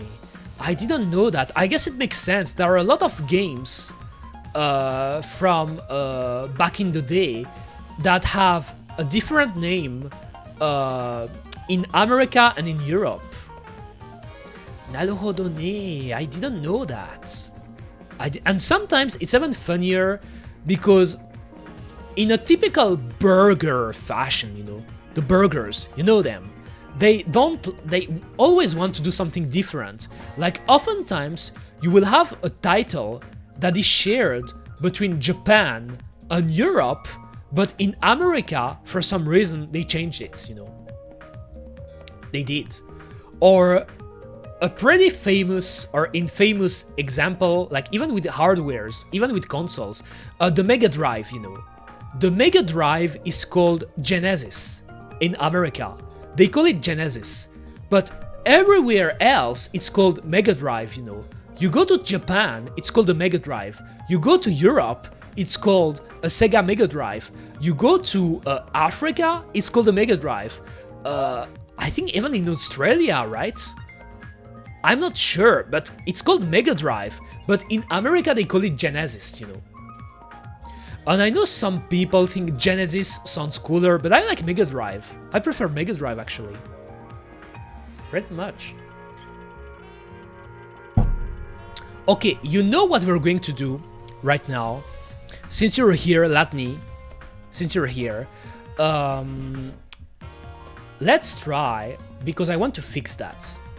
Otherwise, Latni is going to tease me about it until the end of time. Let's find a new ringtone for Eureka. I will do it. I will change it, you know. I wasn't going to do it because, again, to me, this smartphone, where it is, like I don't even have next to me now. It's on my bed. It's on my bed, Kuma. It's on, okay, it's here. It's shitty. It's actually a Samsung. Actually, I could show it. I could show it to you. Firefox. Let me show you, Kuma. Let me show you.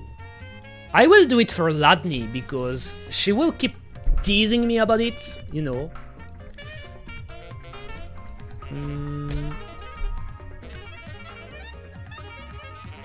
Okay, here, Firefox, was it that one? This one. I think this is my phone. A Samsung Galaxy A50, I believe. I believe it's the one. It's a pretty old smartphone. It's a pretty old smartphone. I think it's a 2018 or 19 smartphone, but it's this one. Let me open in another tab so you can see it. It's this one. This is the phone I have. I think it's shitty. The camera is shitty. The specs are shitty, even for the time. Yeah, it's mid. The Nokia Lumia I had at the time, you know. Do you remember Nokia Lumia? Like, I can show you. I could do an entire stream about old phones, by the way, because it's also like, I used to love old cell phones, you know. I used to have a Nokia Lumia like this. I don't know if it was specifically that one, but I think my Nokia Lumia was better than the phone I have right now, you know. Or at least it was more fun to use, because you're bullying me about it right now, but back then, when I had my Nokia Lumia, it was completely customized. The colors were customized. The ringtone were customized. I think I had the I don't know if it was Saga or Final Fantasy that I had as as a sound for my messages, for the SMS, and as a ringtone. At some point, I had the Chocobo theme song. Let's see. Let's go on YouTube. Anyway, which ringtone do you have in mind? Which ringtone? Probably either something otaku. It should be something otaku, right? Because Eureka is an otaku, you know. I could put music too, but the problem with music is I guess I would have a hard time to browse through music right now when streaming because of the MCA, you know. Like, because of the MCA. If I start doing that, I will get copyright strikes on YouTube, I guess. Already that YouTube is quite annoying. YouTube can be annoying, Kuma.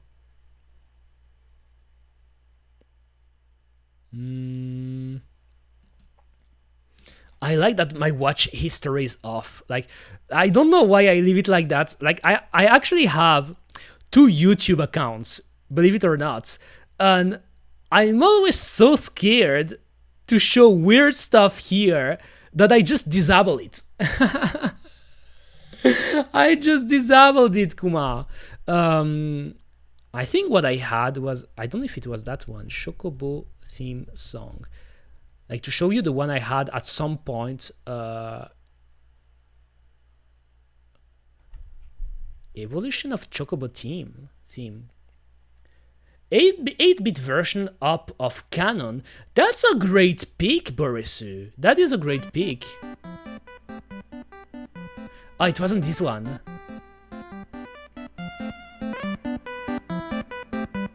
Not this one. Was it FF3?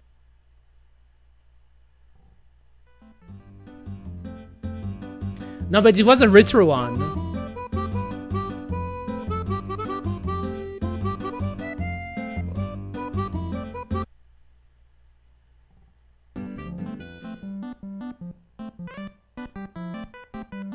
This variation is pretty cool too.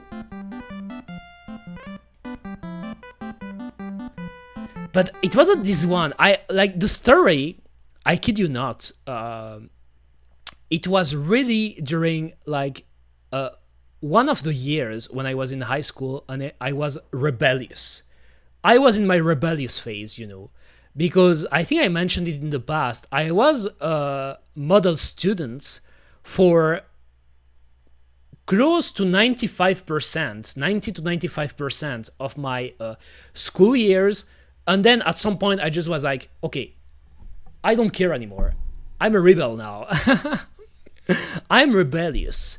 At that time, I had the Chocobo theme as my ringtone, you know. And I don't know why, but I told one of my friends that he could call me anytime, anywhere. Even if I'm at school, just call me. Just call me. Like, if it's something important you want to tell me, call me. And so it was the beginning of the school day, like at high school. I went to high school, and it was French class. I still remember, it was French class. And I was sitting next to a girl back then, because back then at the French class, I was always sitting next to a girl that was pretty cute, by the way, but I was sitting next to her. And it was the start of the French class. My teacher was talking, and I kid you not, my phone rang. Just after the teacher started talking, my phone rang, and I think it wasn't this one, right? Hip Hop the Chocobo. Well, this one is great too. Was it the FF4 one?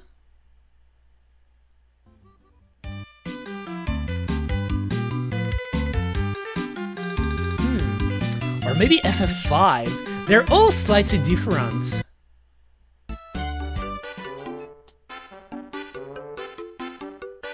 Oh, this one is pretty cool.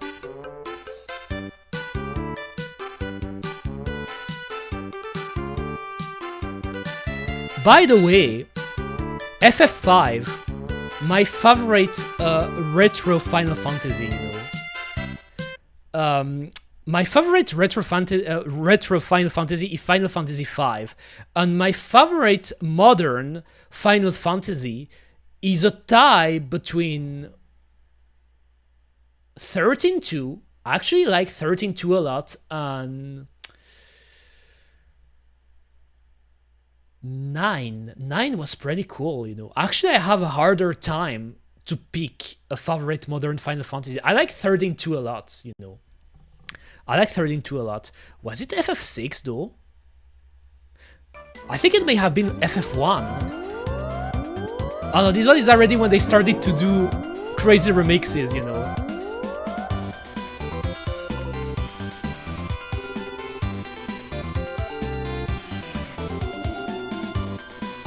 Yes, I remember this one. It's a pretty sick game, by the way, Final Fantasy VI. I know that the general consensus is, not consensus, but the most popular quote-unquote retro FF is FF6. I love FF6, don't get me wrong, but to me Final Fantasy V is better. I always was a Final Fantasy V stan, if that makes sense. I think it was actually FF2 then.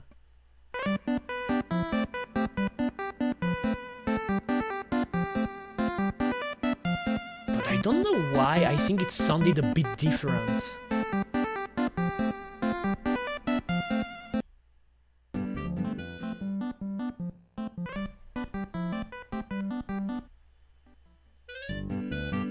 Oh, it's this one! It was this one! Listen, it was the PSP version.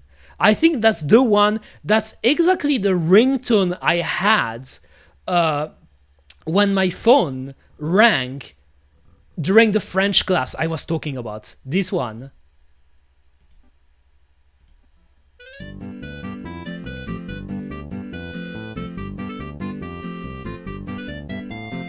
That was the one.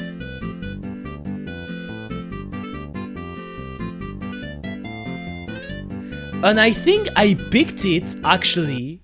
I picked it because you hear it. For some reason, it sounds like a Nokia ringtone. Like the way, like the instrument sounds and all. To me, it was the version of the Chocobo theme that was the closest to being the classic, because obviously it's from Final Fantasy II, and Final Fantasy II is the first game where they introduced chocobos, but also the way it sounds like a Nokia ringtone, Like if you're looking on your Nokia and checking the different ringtone, you would have this. I like it. So yes, my phone rang after my French teacher started speaking, and I answered. I kid you not. I answered. Actually, I picked my phone. I answered. I say hello, and then I said, okay, I'm going out. I left the French class just like that, and then I was speaking outside, and the class, including the teachers, were looking at me. They were like, actually, it's really fun. It's really one of the first instances. It's one of the very first instances where I did something like that. The contrast, the gap, like the gap moe. Like they're like, what? What is happening? They were looking at me. And the door, because back in the last year of our high school, we were having a lot of classes in a place that was, it was pretty interesting. It wasn't on the main campus of the high school.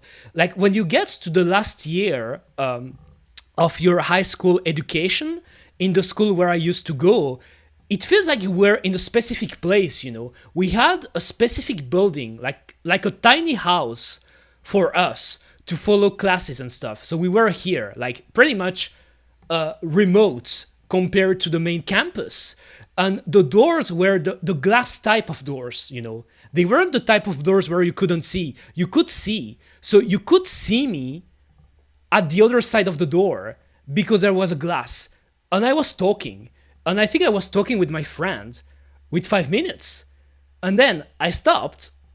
I went back. I sat on my place. The girl next to me, she looked at me. She was like, she didn't know how to react.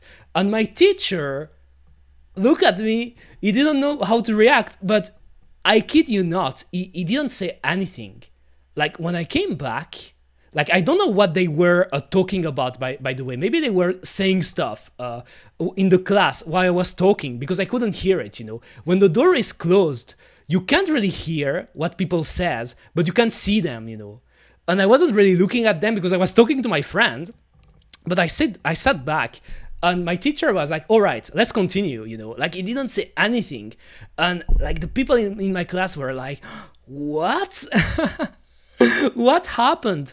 And really, it's because, I don't know, but actually the French teacher liked me a lot. Of all the teachers I had at the time, I'm fairly sure the French teacher was, like, loved me the most, as a student, But really, that's one of the early instances of me doing something like that at school. Zero fucks given, yes. I don't even remember what I was talking about to my friends, Because actually the friend that called me was a friend that was from another school. And the day he called me, he didn't have any class in the morning, So he wasn't at school. And he called me. And I don't know what we talked about, if we talked about... like random shit and stuff, but I was talking to him. I was like, well, all right, And then I went back, and I didn't got punished. I didn't got anything, That was just how it happened. That brings back memories. So regarding my ringtones, what could be a good pick, though? What could be a good pick? There is actually a song that I really like, But it's not in YouTube, though. It's not in YouTube. It is not in YouTube. It could be the one I would put, I think. Do you know of an anime that is called Otaku no Video? Otaku no Video by Studio Gainax. This anime is really an anime about me. It's an anime about Eureka, It's the most Eureka core anime you could find. And the main theme of the anime, I like it. It's actually the opening, though. It's actually the opening. I saw that on TV. Really? They aired it on TV in Chile? Are you kidding? That is so based. That is so fucking based, Kuma. Otaku no Video, like, I don't even know if they have it on the database here. If they don't have it on the database, I could check it here. Otaku no Video opening. Damn, but if I put that one, and then my phone ring, and then my mother would listen to that, but I guess she wouldn't care, She knows I'm an otaku, This is the one. Pause, pause. I want to do from the start. Let me put it first screen. Pause, pause, pause, Kuma. So this anime is pretty much the best anime about otakus, This is an anime that talks about the glory and the pride of being an otaku, And I love it, Let's go.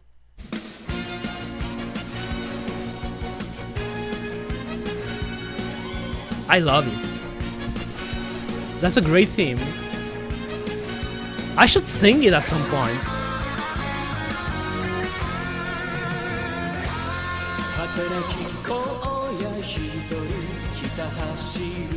Oh, the lyrics are in Spanish. They're translated in Spanish.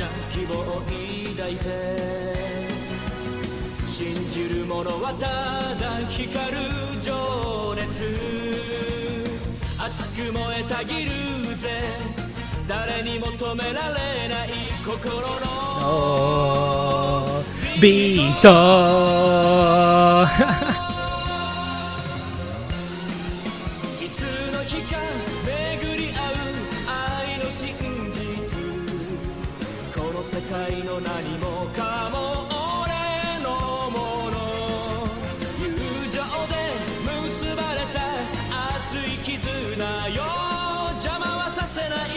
邪魔はさせない我が道行くぜ戦え戦え戦え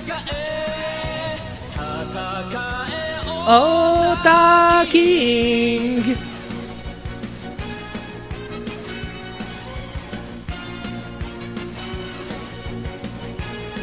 That's a great one.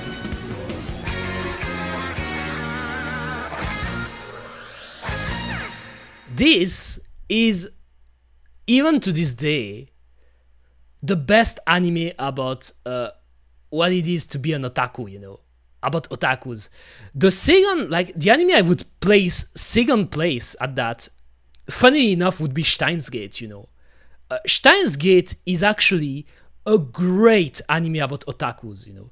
It is a great anime about otakus, and people don't really pay attention to this side because usually when people watch Steins Gate, not play the people who play the visual novels, usually they get more the otaku references, but the viewers who watch Steins Gate, the anime, they mostly care about the thriller aspect, you know, which is pretty great, by the way, because Steins Gate is a great thriller. But Steins Gate is a great anime about being an otaku. They're all otakus. Okabe is an otaku. Daru is an otaku for sure. Mayuri is an otaku. Felisu is an otaku. They're all otakus. For the most part, at least, you know. Maybe I think Moeka isn't. Like, Moeka isn't really otaku-ish, and still, like, depending on the scenes you unlock on the visual novel, you can see they're all a bit otaku-ish, but it's really an anime about pretty much otaku, you know, doing otaku stuff. A lot of otaku references, you know. When Okabe gives the nickname Shining Finger to Kiryu Moeka in Steins Gate, Shining Finger or Shining a Finger, it's a reference from G Gundam. It's from a Gundam anime, and actually my favorite Gundam anime. I love G Gundam, you know. So yes, it's a big otaku anime. But this one, Otaku no Video, is great. I guess I could pick that as a ringtone, right? What do you think, guys? Do you have another recommendation or not? But this one is pretty much it's me. Only Gundam I watch. It's great. It's, to me, the sickest Gundam ever, you know. I like Gundam, the Gundam main series, for the most part. I haven't started watching GQ yeah, I always forget how it is pronounced in English, but the new Gundam, even though I think I could like it, you know, from what I've seen, but my favorite Gundam is clearly G Gundam, for sure, you know, because funnily enough, I never was a big Gundam fanatic, you know. I'm not a Gundam fanatic, you know. Amongst mecha anime, there are a lot of mecha anime that I like more. I would argue that I'm more into the super robo genre than real robots, you know. I love big-ass robots that do flashy stuff, flashy moves, like it doesn't have to be a realistic, you know. I like that, pretty much. But in the real robot type, I like Votoms. I like Votoms more, you know, than Gundam, amongst other. But yes, that's a great example. I don't know if I have another idea though. Like Boris said, Canon 8-bit up. Like I don't know if someone did it. Probably someone did it. Oh, there's the Dan Da Dan opening. Oh. Oh, there's actually this version too.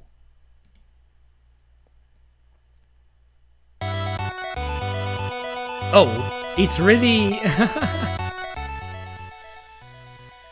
it's really chiptune.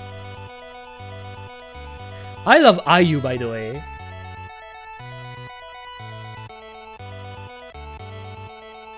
I guess that could be alright.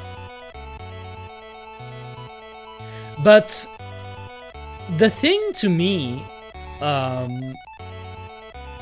the thing regarding canon opening, like the canon opening, I love it a lot. You know, it's a classic. You know, and it's a great song. Like if you listen to the real song, but the canon opening, like of the visual novel that got used, by the way, in the great Kyoto Animation adaptation of the visual novel, it's not an upbeat song, you know. To me, it's not necessarily the type of songs I would use as a ringtone. Not because I don't like the song, but it's just that usually if I use a ringtone, I like to have some kind of upbeat song, you know? Like something a bit more cheerful, maybe? Like, I don't know, but still a great song, though. Yes, I'm trying to think.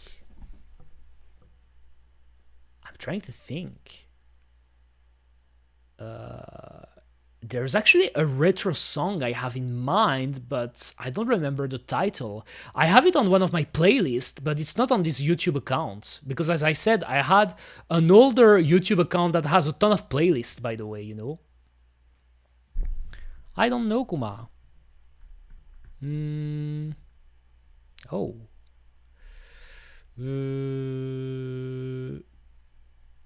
I don't know. I think Otaku no Video is a great choice, actually, because it's a song that I could see myself when the ringtones when it rings, I would sing, you know. Actually, I don't even know if it's a good ringtone because I would be singing, listening to the song, and I wouldn't answer the person calling me, you know, because they would have to wait that I finish singing before I I answer the call. You know, classic, yes, but that's why, because what happened, why am I switching my ringtone? My ringtone got doxed, Volios.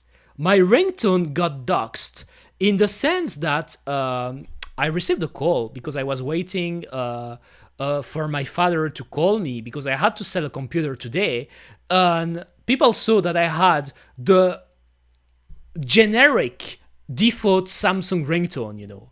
They saw that I had the default ringtone, and I was like, no, don't.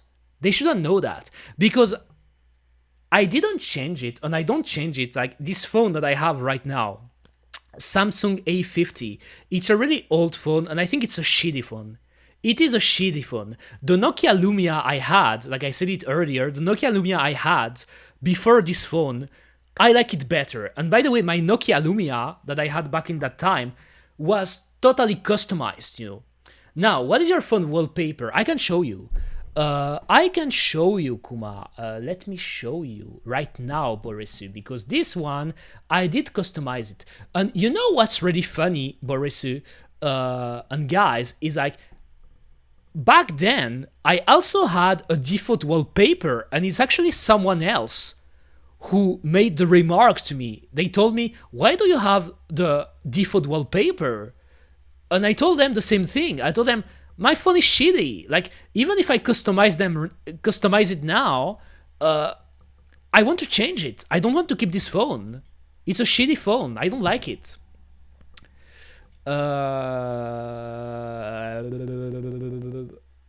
Default deniers. Like, is it really that bad to keep things at default?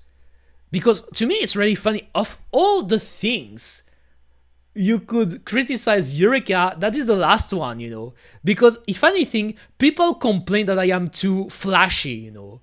Like that I am too flashy in my demeanor, you know, that I am bold, that I say outrageous stuff to people, you know, that I do, like, I'm the type, I could start to randomly talk about the lore of Pac-Man.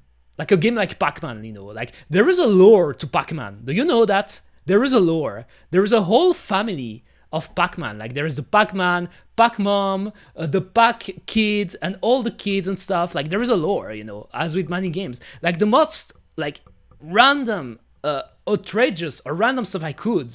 So I'm already really quirky, but people would tell me, oh, Eureka, you're a normie.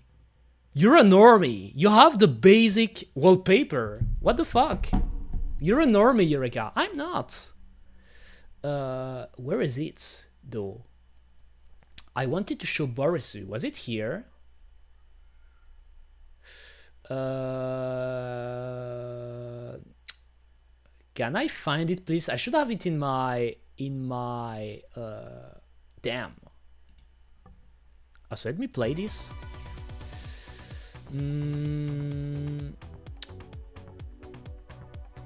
Where is it? Where is it? If I had a second camera, I could show you easily, I guess, but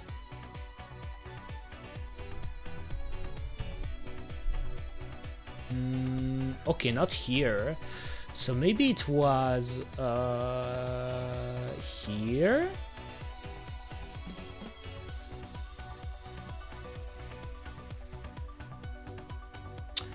Okay, I think I found it. Okay, I found it, but I didn't find it. Like, I found the folder for the collab of Project Voltage. Oh, but you know why? There is a website. I'm dumb. There's actually a website. Like, let me show you. Let me show you, Kuma. Where's the website to? This one. This is the website. This is the website, Kuma. Now I found it. I can find it. The website is pretty cool, by the way. Let me show you. Let me show you. Gallery, maybe? Was it in the gallery?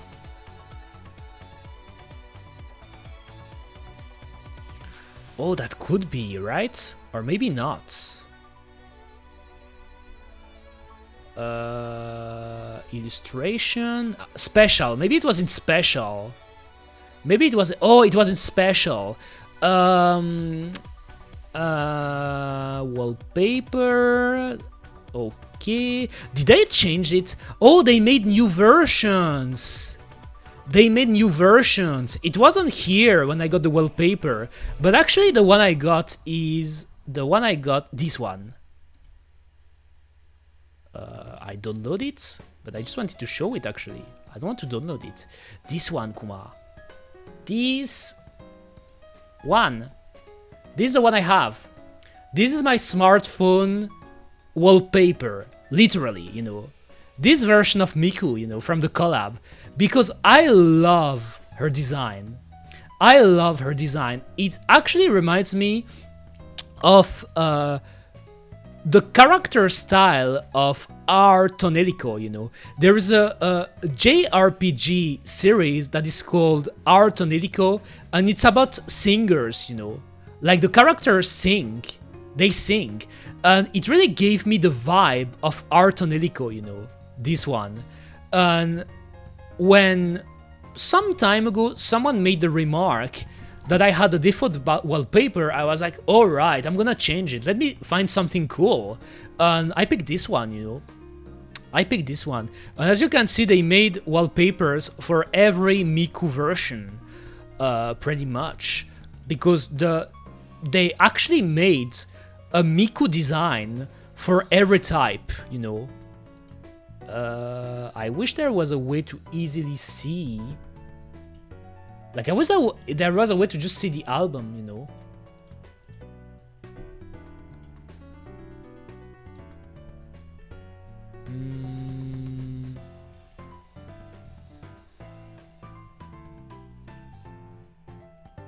Oh, this one is the ice one. This one is the dragon one. This one is pretty cool too. This one, you know, they made a design for every type, you know. That collab between Hatsune Miku and Pokemon was great. They made a lot of great songs. By the way, look at this. You haven't get the character sheet and stuff. Look at this. It looks great. So if you want to do fan art of those Mikus, you can, because you have the character sheet and stuff. With all the designs, all the... I love the steel type. Oh, right, the steel type. The steel type. Steel. Steel. Steel. No, this is darkness. Steel type. No, this is rock type. Nani? Where's the steel type? Oh, here, of course. With Jirachi. Right? This one is cool. She looks like the new character for Rosa. Naruhodo, you're right. Do you mean Zinnia, Volios? Do you mean Zinnia? Because I can see it. I can see it. But it's cool.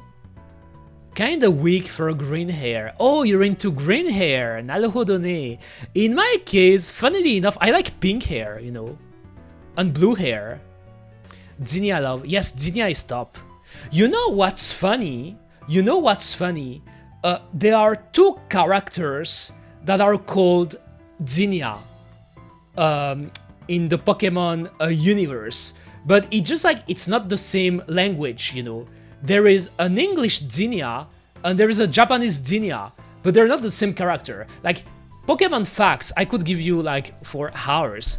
How is it called again? Jacques, right? It's called Jacques in English. I think it was Jacques. This guy. This guy here. Like, you can look it here. Zinnia. This guy is called Zinnia in Japanese, you know. This is Zinnia. And Zinnia, like the Zinnia you're talking about from the Rosa game, is called Higana. Higana is her Japanese name. And that's why now, because as a weeb, I'm a weeb, you know. Like, I mean, you know, right? I'm a weeb. Like, since I started playing Pokemon games again, I learn, and I was always even doing that back then, you know, back before my break from Pokemon games, but I learned the Japanese name. So now when I think about Zinnia, I think about him. This is Zinnia, you know, the biology teacher from Pokemon Scarlet and Violet. And lol, weird, exactly, Volios, because I think I mentioned it in the past, probably on one of our Discord chats, but there is a big imbroglio with the Pokemon localization, you know, that how they started to translate every single Pokemon names, and by Pokemon names, I'm not talking about the Pokemon, I'm talking about the characters, you know. They changed the names for a ton of characters, rather than keeping them. Like, for example, for Satoshi in the anime, they call him Ash, but for Kasumi, they called her Misty, Takeshi, they called him Brock, and yada yada, you know. They changed names. But because of that, since they keep changing names, and obviously the names, they have an etymology, you know, that you can see here, if I can show you. Here, Zinnia, it's from the actual Zinnia here, that is a flower, because Pokemon has a lot of names based on flowers and trees. That is a Zinnia, you know. And Jacques, being a biology teacher, like, it seems pretty fitting that he has the name of a flower, but I believe that when they localized Higana as Zinnia, so the other Zinnia, her, Higana, I think it was the same logic, you know, that they wanted to, let me see, English, from Zinnia, as you can hear, a plant associated with thinking of absent friends in the language of flowers. So what do I mean by that? I mean that both characters, Higana and Zinnia, like the real Japanese Zinnia, they have the same name in different languages, and they picked it because for the same reason. And you know what's weird to me? Higana is a better name because Higana comes from Higanbana. Do you know what is a Higanbana? You know what it is, you know. You know. You all know that. You all know it. the Licorice Radiata. There was a pretty popular anime that released a few years ago, I think now, that was called Licorice Recoil, you know, and kind of puts this flower back into the mind of people, you know. And I think it's the new Silent Hill game where they plan to, they use this flower. But what I mean by that is that, logically speaking, it makes literally no sense. It makes no sense, Kuma, that they called Zinnia in English. If you know what I mean. Like, it makes no sense. They should have called her something else, you know. Or they should have kept Higana. But Zinnia, by calling her Zinnia, they make a connection with the flower here, this one, that is completely different and has really a different meaning. The meaning isn't the same. It is not. And that's the thing with Pokemon and the Pokemon localization. Most people obviously don't care about it because the majority of people outside of Japan are used to the localized name. They picked randomly 100% Volios. I had this discussion with the, you know, the new Pokemon anime, Pokemon Horizons. That is actually, it's not called Pokemon Horizons in Japanese. It's just called Pocket Monsters. It's getting subbed by a fan sub, a pretty cool fan sub group, by the way, that is called Some Stuffs. And I had this discussion with the main translator, you know, the owner. I mean, it's not the owner, but the main translator of the series. And we had this discussion, and he knows about like the localization and stuff even more than me. And he pretty much told me this. He said that more than half of the Pokemon localized names are straight up bullshit. They're bullshit. They're random, as you said. They don't make sense, you know. Like, for example, there is a flower, like we said, the Licorice. They will give a name that remind them of the Zinnia or the, I don't know, another flower, you know, roses or tulips or lavender, you name it, you know. It's random. Random, Kuma. But yeah, so you know now, this is Higana and Jacques is Zinnia. This is the real Zinnia, Kuma. The one with, look at this. At least he's not wearing socks, you know. Like, he didn't make the mistake of wearing socks. Pretty much. Okay, so I'm yapping, but I think that what do you think? Do you have any other recommendation for a ringtone?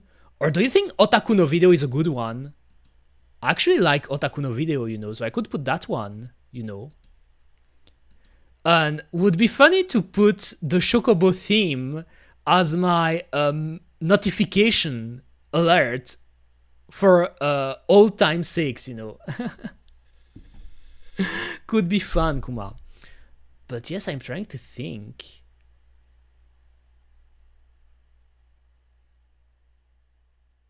Otaku seems good, yes. I mean, the thing with Otaku no Video, it's a real song, you know. It is a real song. I mean, all the, for example, anime opening are real song, but Otaku no Video is an insert song. So you get all the song from beginning to the end, you know. Pretty much. Okay. What can I show you, though? That was really a chaotic stream today, right? That was a chaotic stream. I had fun, though. I had fun, Kuma. What I wanted to say? I'm thinking. I think like I've got nothing else to say. Like besides, recently I've been recommending Gunbuster to some people. Watch it. You should all watch Gunbuster, you know. Gunbuster is cool. Would it make a good ringtone? I mean, I like the... Oh, but I would... Oh... But should I show it? I don't want to show it, but because I don't want to spoil people. I don't want to spoil people. You should watch Gunbuster, like if any of you haven't watched it. But there are a lot of pretty cool songs and music in Gunbuster, you know. Pretty much. I could show you before ending the stream a cool opening, you know, because I like showing opening. There's an opening that I really like. I think it's pretty cool, by the way. It's Gravion. What do you think of that? You'll see. You'll see. You'll tell me what you think. There's actually 2 Gravion, by the way. I'm talking about Cho Kosoku Galvion, which is also called Gravion. I'm not talking about this one, but that one. Lonely Chaser. Gravion D's, exactly. Let's finish by that. Like, I like this opening, but you'll see it's really peak 80s, Kuma. You'll see. Let's go. Pause. I didn't put it full screen. Let's look at that. Should I put myself here so you can watch it? Just my head. My tiny head. So you can see the opening in its glorious format.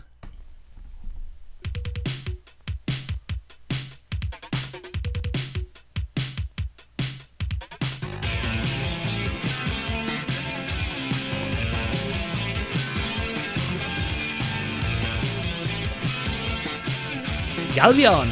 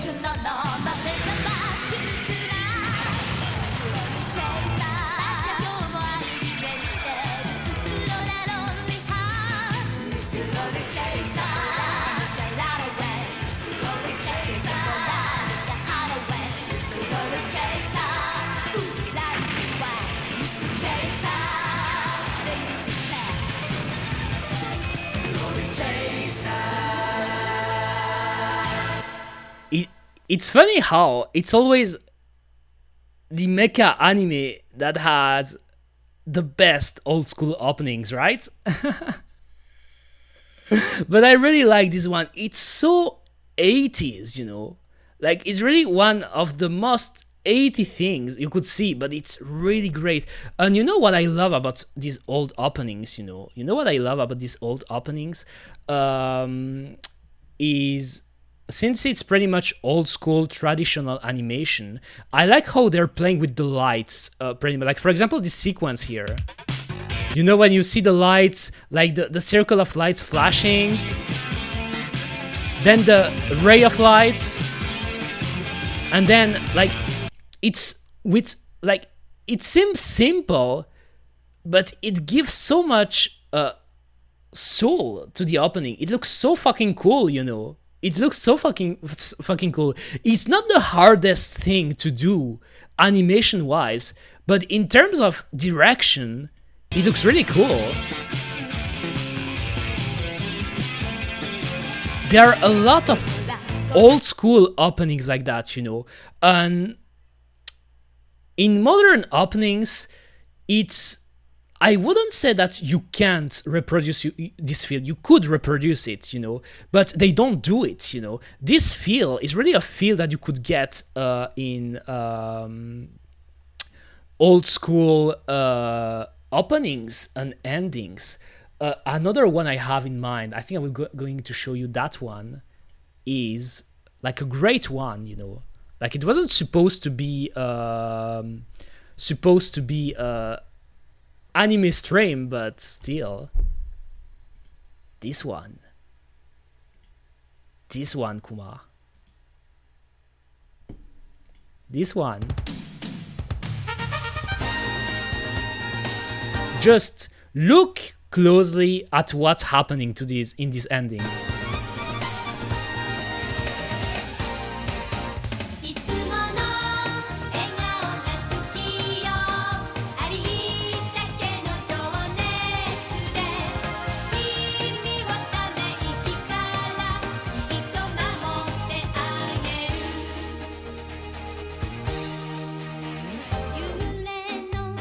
Look at the lights, the reflections.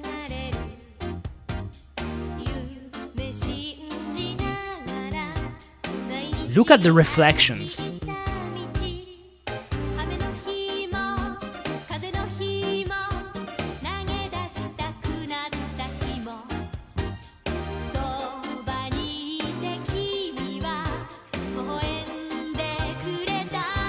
I think it is crazy indeed.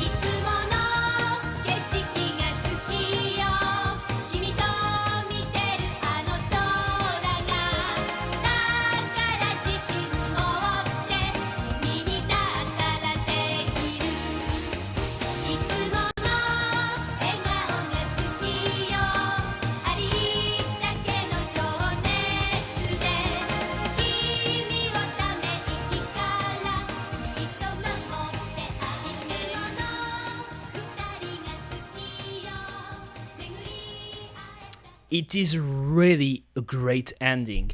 And by the way, the opening of Taiho Shishaozo or You're Under Arrest is really crazy too.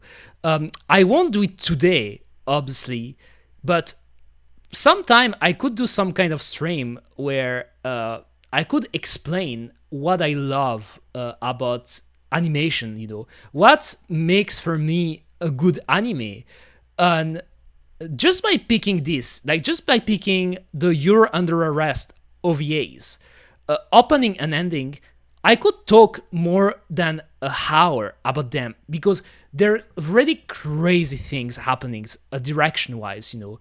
Like to me, when you look at like how like the uses of the lighting, you know, like just this here, just this, that sounds so simple, but how the light rotates wouldn't be the right word, but how, since the car is moving and there are the lights outside, you know, the street lights, and the car is moving, obviously the lighting is always different, and then you have something like that.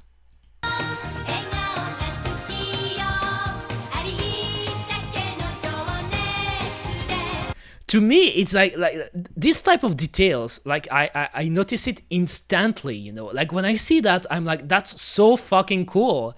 That is so fucking cool, because it's a type of detail that maybe like some people don't care about it, or they wouldn't notice it, you know, because they will watch an anime, they want to get entertained, which is like, makes sense, it's entertainment, and they want to see something cool. But like those type of things, you know,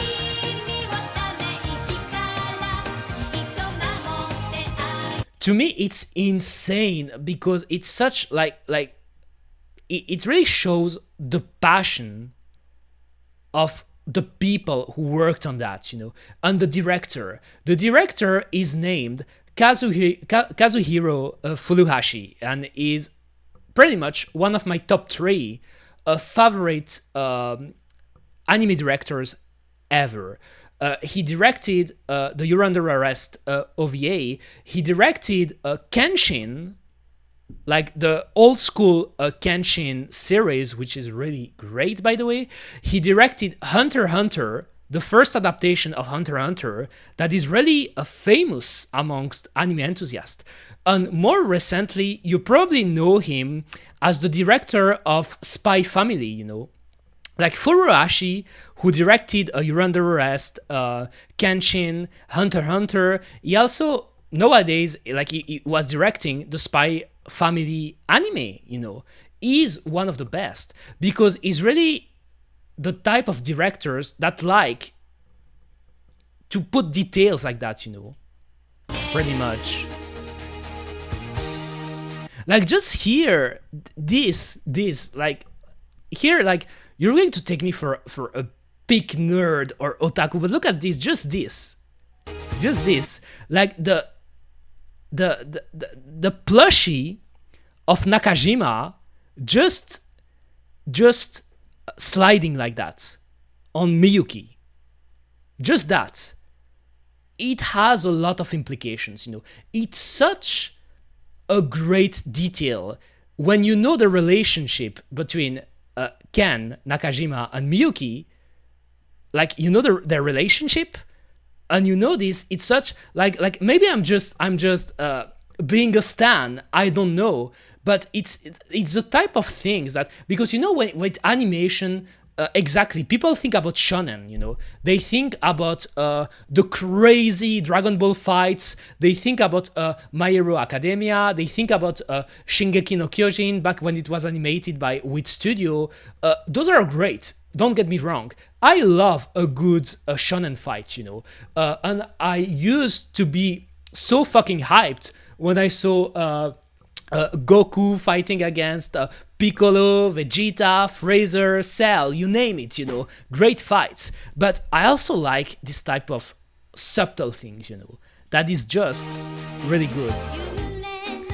And all this part, like this part actually isn't necessarily the most easy to make it look good, but you see the lights like going through the glass, it actually gives you the illusion that it's glass, you know, here. And I think I don't exactly know how it got produced. Maybe they superposed two cells one over each other, you know, like a lot of times in old anime they could do superposition, you know, like there is a cell and then they put other cells above it, and then when they're like moving the cells, you can see that happening, you know, like you can see that happening here. To me that is crazy, like I don't even know, I'm trying to think about it, maybe there is, but of modern airing anime, like for example this season, that is using this technique, you know, that this intricate technique. Information about the big city, yes. And this too, this is perfectionist, you know, like because here goes below the street light, but if you pay close attention, you don't see the light immediately, you know, there is a delay, which makes sense. It makes sense because of the perspective that is involved and stuff that is like just making this ending, like it's like the work behind this ending is insane to me. It is insane, and the director is a to me at least is a genius, you know. Like you have to be a perfectionist, you know, to do that.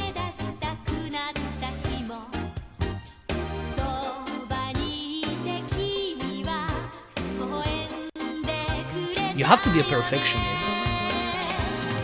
And this, like, I wanted to talk about it when we were watching the ending the first time. But when you see the red light, and then the car start driving again, and it gets blurry.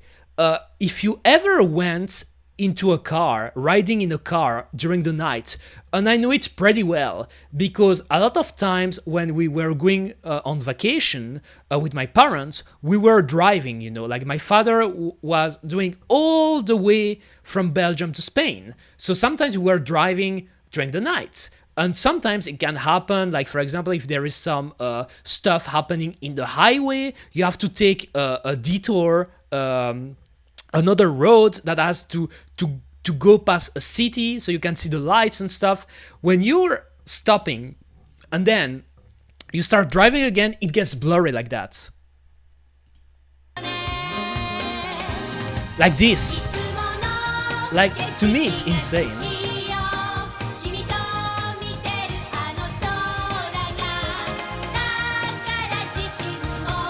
Even this part.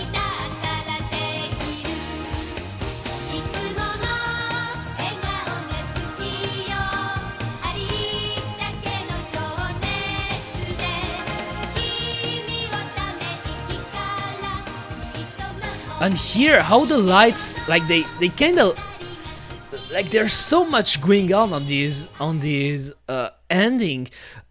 You know, to me it's crazy because not a lot of people talk about You're Under Arrest, Taiho Shishauzo. It's known, like a lot of people, if you're an old school anime enthusiast, you probably seen the OVAs. But I feel like not a lot of people talk about the OVAs actually, because usually people go for the more mainstream stuff, like big movies, like the Mamoru Oshii movies, like Ghost in the Shell, Perfect Blue, the Gainax production with Neon Genesis Evangelion, but they don't talk a lot about this, Eureka in Japanese female cop cosplay when? Please. Oh yes, sounds great. Oh my god. Why did you say that, Borisu? Why did you say that, Borisu? You got Ladney's horny. She's horny now. Because of you, Borisu. She is horny. I'm telling you. She's horny. Why did you say that? Why? She is. She's horny. I know it. What? Oh my god, you're all pervs. You're all pervs. I just say what the people want and what will be the most fun. I think Borisu, you're like Borisu is a brat, right? Borisu is a brat, right?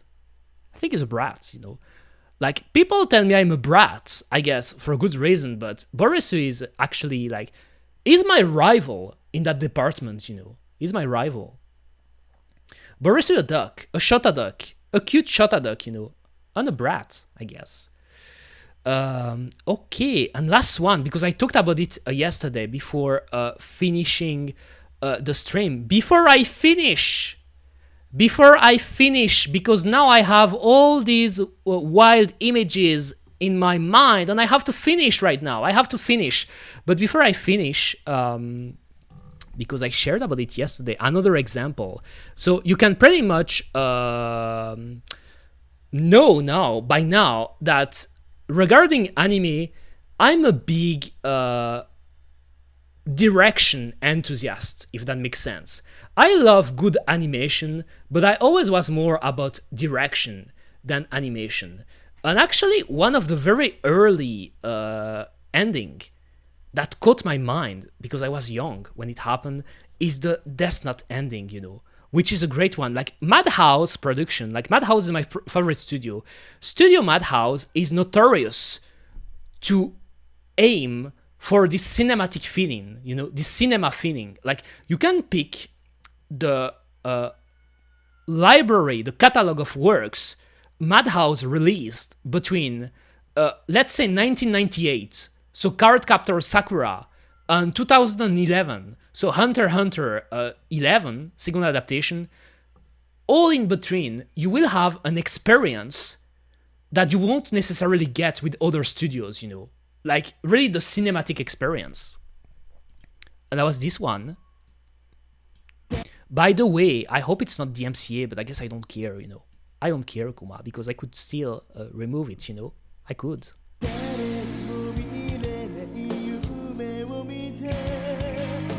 I used to love Death Note, by the way. Oh, Ed 2 is pretty cool too. We could watch it.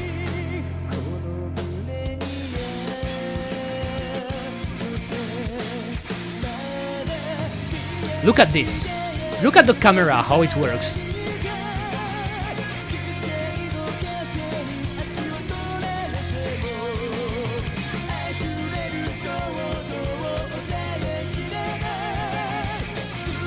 Here, pay close attention right now.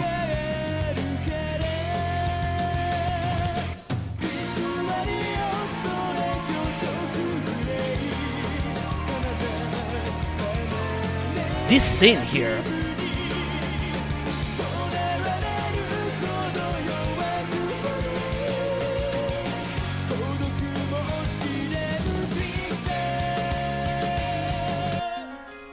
This scene here, when Light throws the apple at Ryuk, when I saw that the first time, I was blown away.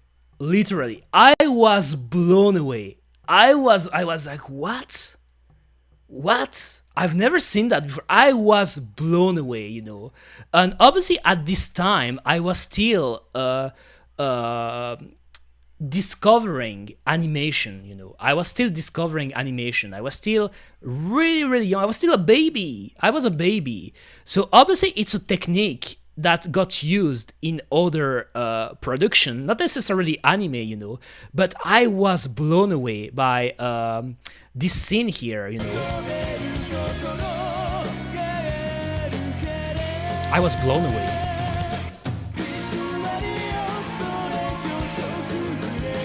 There's so much going on with this scene, you know. How the camera rotates, pans out, and then just like how they made it look in a way that it looks good. To me, it's like, it's insane. To me, it's the type of scene I'm rewatching this like a ton of times because I'm trying to understand what happened, you know. Like, there's so much going on. Like, it's to the point you could go frame by frame, you know. Like here there is a close-up on the hand. Then you go backwards. You can see Misa. That's a nice touch. You can see Misa on the screen here. Just here. A slight glimpse of Misa, which is also a good, like a nice touch. Light through the apples. You see the camera rotating. Then you see Ryuk with the apple. And you see a close-up of like Light looking really gloomy, like with red hair. The colors too, like the colors have a lot of meaning. And the crows, a ton of crows. I love crows, by the way, you know. I'm a big crow enthusiast, you know. That's a great scene.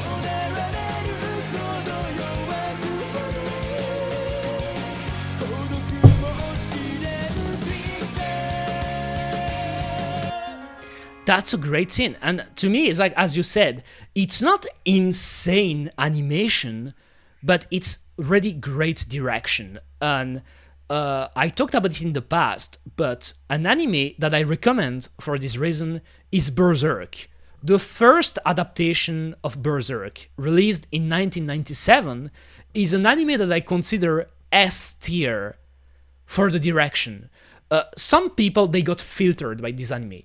They got filtered because it's not Kentaro Miura artwork, so they got filtered because there isn't big anime fights, you know, like the fights are pretty much basic, even below average, but the atmosphere of the first Berserk anime is insane, and the direction is like top tier.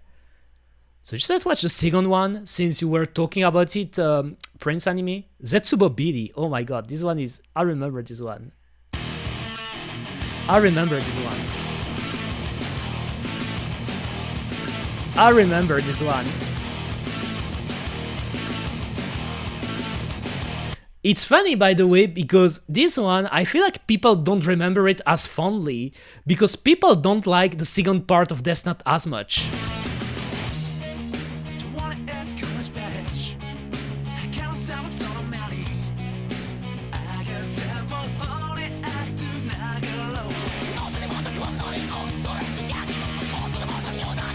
I remember.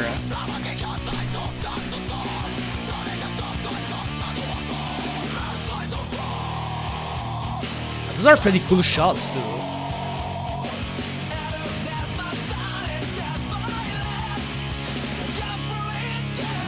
Wow, I remember. Oh, with the cars. With the cars.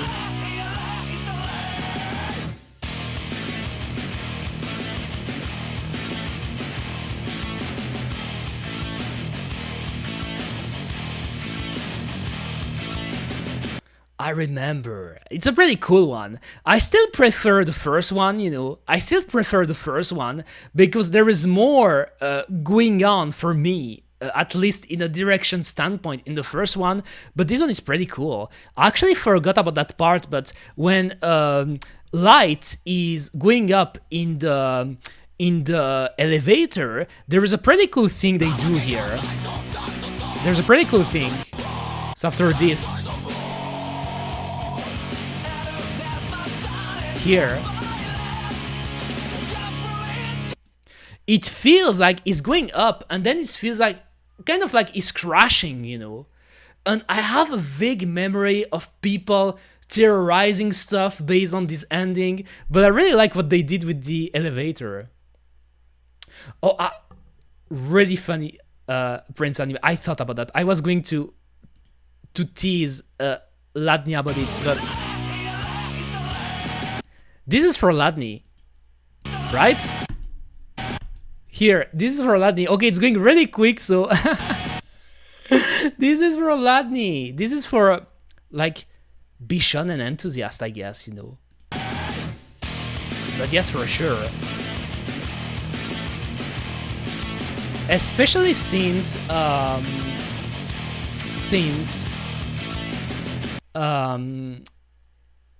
Fujos are a big demographic for anime. I think I talked about it last time, but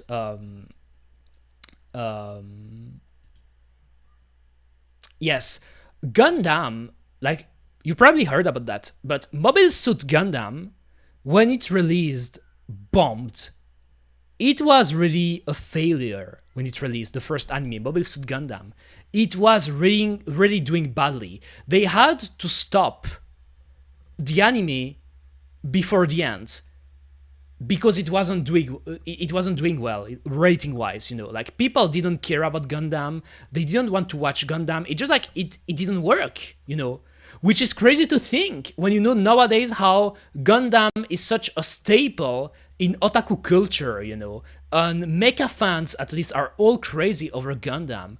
What saved Gundam, like at least a big part of what saved Gundam, the anime, besides the model kit boom, were Fujos. Because Fujos were crazy. They were crazy about Amuro and Sha and their relationship, you know. They were really idealizing the relationship and dynamic between Sha and Amuro. And because of that, it started to get bigger again, you know. It started to get bigger again because they started to talk more and more about it. They started to make doujins, you know, about Gundam and fan works. And then there was this, the Sha Amuro enthusiast, like the relationship and stuff. And you had on the other side the model kit boom.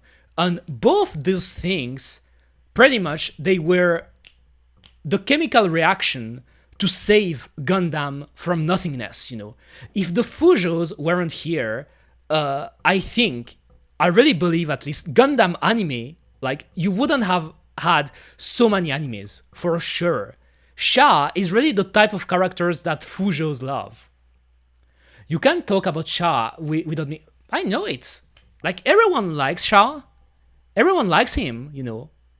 He's cool. I mean, he's really funny to me. I recently rewatched the first Gundam series, actually, and I think Sha is really funny. He's really funny, you know, maybe unintentionally funny, but I like how Sha is always here. Okay, I'm getting clobbered, I'm getting fucked up, I'm getting clobbered up, you know, like they're so strong with their robot, I'm getting destroyed, but everything is going well. All is going according to the plan. I just leave, you know. Like, there's a lot of scenes like that in the first Gundam that to me they're so unintentionally funny, you know. Because Sha is like a proto-Lelouch in a way, you know. A proto-Lelouch in the sense that he tries to keep control of the situation at all times, but in the first Gundam, it's pretty much the Jian and Sha getting fucked up from beginning to the end because the Gundam is too strong, you know. Like, Gundam and the white base are too strong, and that's why I like Sha, you know, in the first series, you know. Like, the first Gundam is actually, I would say, maybe a bit underrated by Gundam enthusiasts because obviously it's an old series and stuff, but I like it. Sha did nothing wrong. Are you one of those, Latni, that also says, Griffiths did nothing wrong in Berserk. Do you like Griffiths? Like, you probably love Bishonen, you know. You love Bishonen. You love Oji, right? Right? By the way, obviously, Eureka is the Oji type too, you know? But yes, I think Sha is a pretty cool character, yes. And Amuro is okay. I know some people don't like Amuro, but I like Amuro. The Gundam with a proper tripulation would destroy everything, yes. Yes, but yes, I really like it. Okay. Alright, I did a longer stream than usual. That's when you know I have a bit more time, but that was fun. A bit more chaotic than usual, so I apologize if the stream was a bit wonky or clunky at times and that I had to take weird breaks because I had to sell a computer, but I had fun. I want to thank today Prince Anime, Boresu, Volios, Latni, obviously, Latni Void, Bagel, Flawless Bagel, Flowshy, Pie. I don't know if I missed someone anyway. Like, maybe I missed, maybe not. Like, if I missed you, don't get pissed. I don't do it on purpose, please. And any other lurkers, you know. In this stream, Eureka had fun with 5 black men. You know, Ladney, I thought at first, before reading the name, I thought it was Boris who said that. This is a Boris thing to say, you know. Are you sure you're not the same person? I said you were siblings, but if anything, Borisu and Ladney are the same, like, are different sides of the same coin, you know. You have Borisu and you have Ladney. They're siblings. This is my headcanon. If you're going to write fanfics about me having fun with black men, Latni, I'm going to write fanfics about you and Borisu. I will do it, you know. I will do it, Kuma. And you know how perverted Borisu can get. So that's not something you should wish, you know. That's not something you should wish for, you know. I would even ask help from Borisu to write the fanfic, you know. Like a fanfic between you two, you know. And like if I consider you as siblings, it would be, wouldn't it be incest? It would be incest, right? So incest fanfics between Latni and Borisu, oh my god, that could get really ugly, I guess. That could get really ugly. But yes, anyway, I had fun, guys. I had really fun. I may be streaming tomorrow, I don't know yet, but I want to stream the weekend. I will see. Let me get an OC out and you can write fanfic of the OCs making out or something. Do you mean just random OC? Or do you mean an OC with Latni? And so you would be watching, sitting on a chair, Borisu. Is that what you want? Is that what you want? Netolade? Really? I'm leaving. This is so weird. This is not my fault. No, this is not my fault. This is not my fault, Kuma. Please, I mean, I'm weird, but again, thank you guys. I'm going to see you tomorrow. I could be here tomorrow. So have a nice day, have a nice evening, have a nice morning, if it's morning for you, and see you next time. Bye-bye. See you tomorrow. Bye-bye, bye-bye.